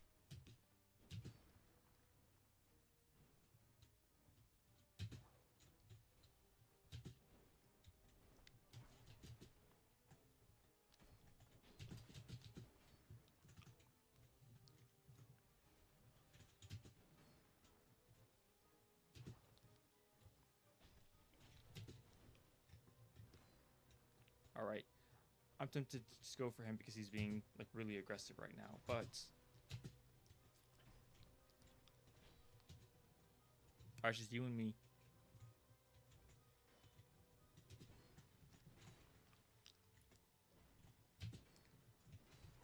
Wow. Ugh.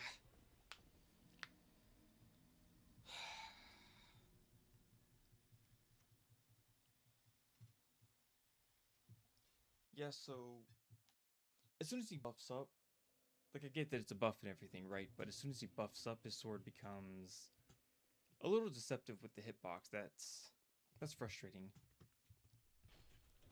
But also, maybe I should have thrown my shield up there towards the very end. Ow. Whatever, small life gem.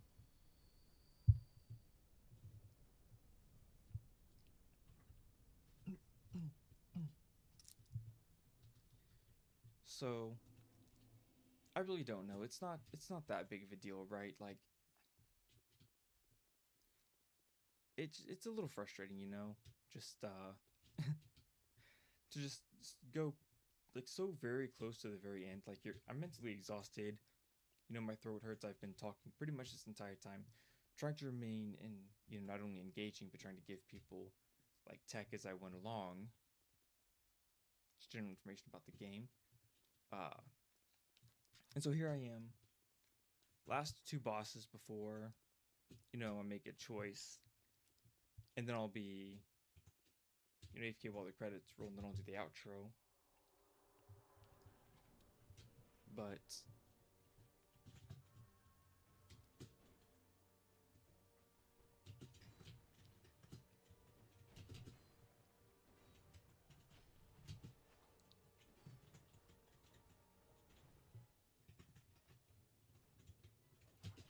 wow.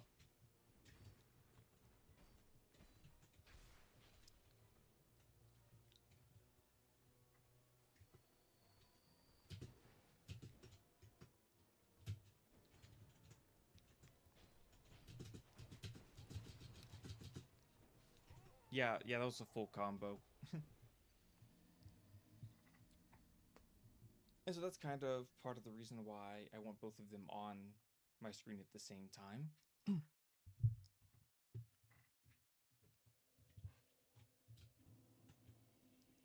Just so I know what both of them are doing.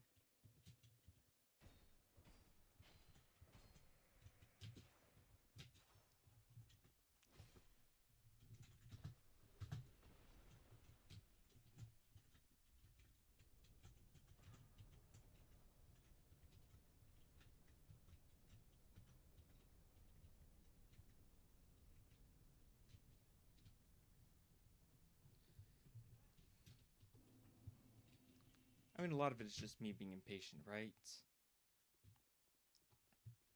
As soon as the Throne Watcher drops his shield, the Throne Defender just turtles up, and it's... As soon as Throne Defender drops his shield, Throne Defender turtles up, and it's very frustrating. And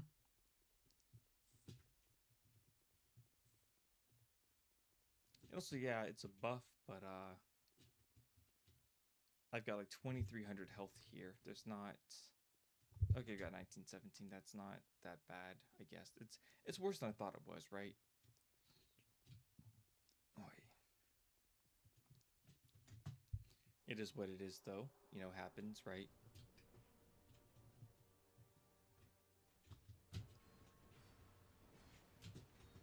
Oh yeah, just get,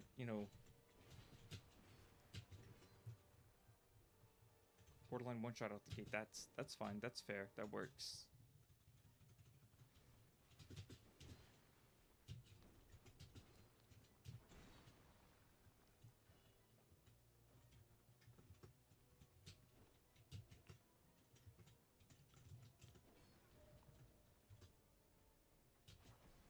I don't even get to heal before she hits me again. That's OD.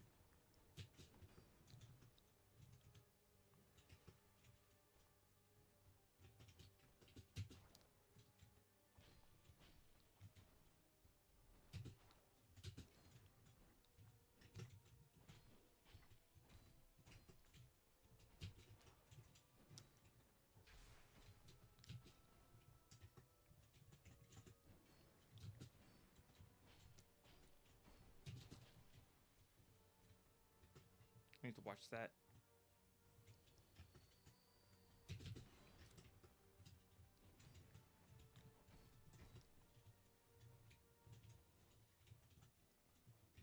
Both are getting pretty low. Yikes.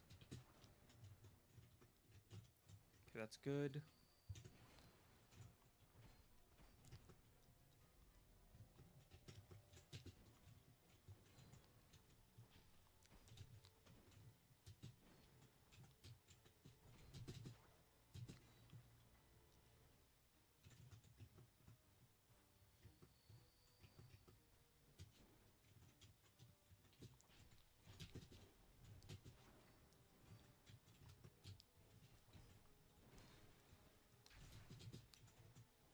Good, good, good, good. Easy. I gotta heal it pretty quick here. Alright, there we go. Alright. I'm so glad that was a crit because taking that hit there was very risky. And if it wasn't a crit, she probably would have survived and turned around and popped me, so that's good. I like that. Brave undead. Proving yourself to me. Now, be one with the dark. Not crazy.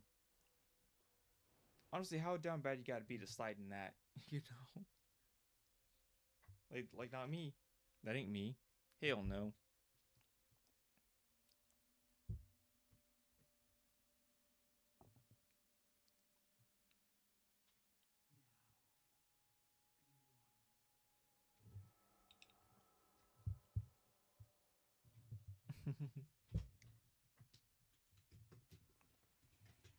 Alright.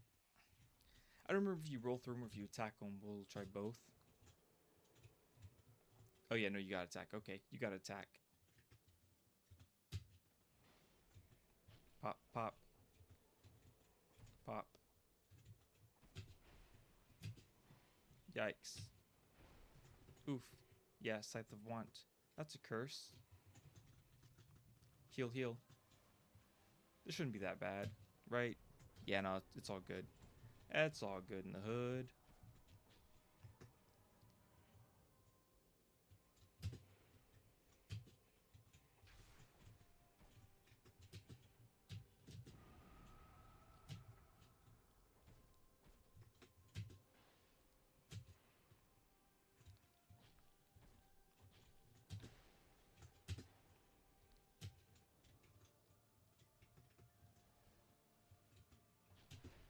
Ouch.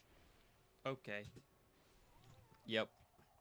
Well, you know what? At least it's just Nashandra now. It's just her. That's all I gotta do. I'm okay with that. Yeah, okay, so, I forgot. You do have to attack the orbs as they spawn. If you do, they disappear. And as far as, the rest of it goes, just don't get greedy. Dodge the scythe. And, probably even better if you fight her at range. I'm fighting her, melee. But if you fight at range, she doesn't really do a whole lot. So, there we go.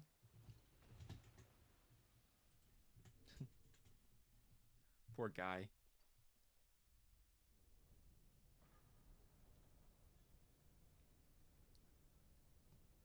I wonder how effective aromatic ooze would be against Nishandra. Because technically she's undead, right? I mean, she does, mostly dark damage. But theoretically, Faith would be best, right? Hmm. You know what the crazy part about this is? I probably would have won that if I was doing like a full-on Faith build. Like, cast Sunlight Blade on myself, cast, these like great magic defense. Or, I don't know, great whatever barrier. And then hit myself with the Sacred Oath. Oh yeah, that would have been cooked. So our first move is always to get these orbs up. Whoops. Bam. And, bam.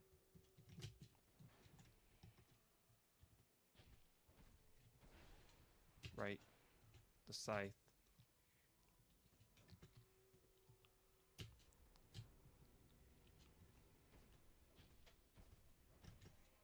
Three, four.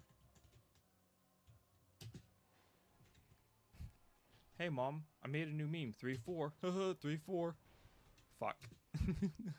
I don't think she likes that one.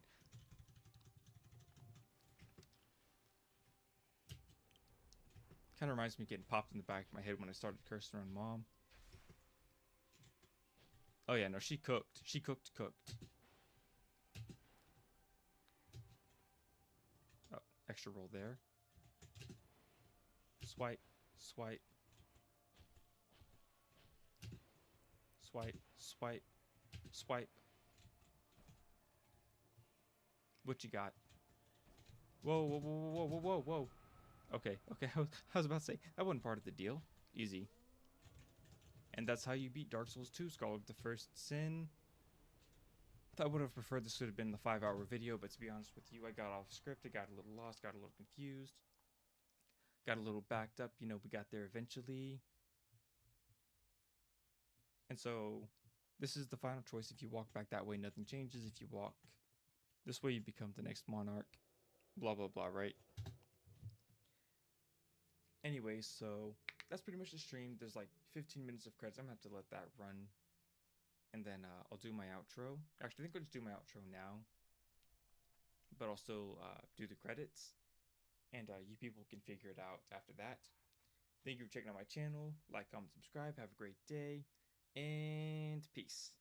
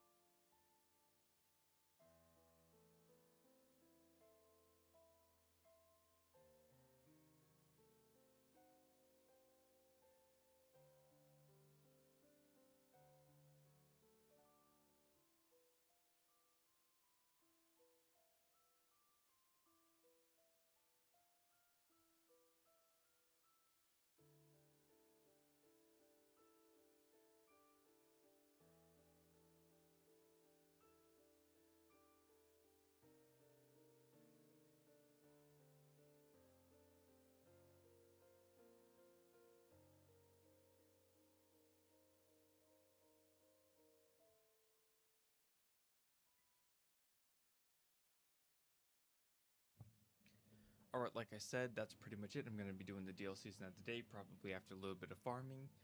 Thank you for checking my channel. Like, comment, subscribe. Have a great day, and peace.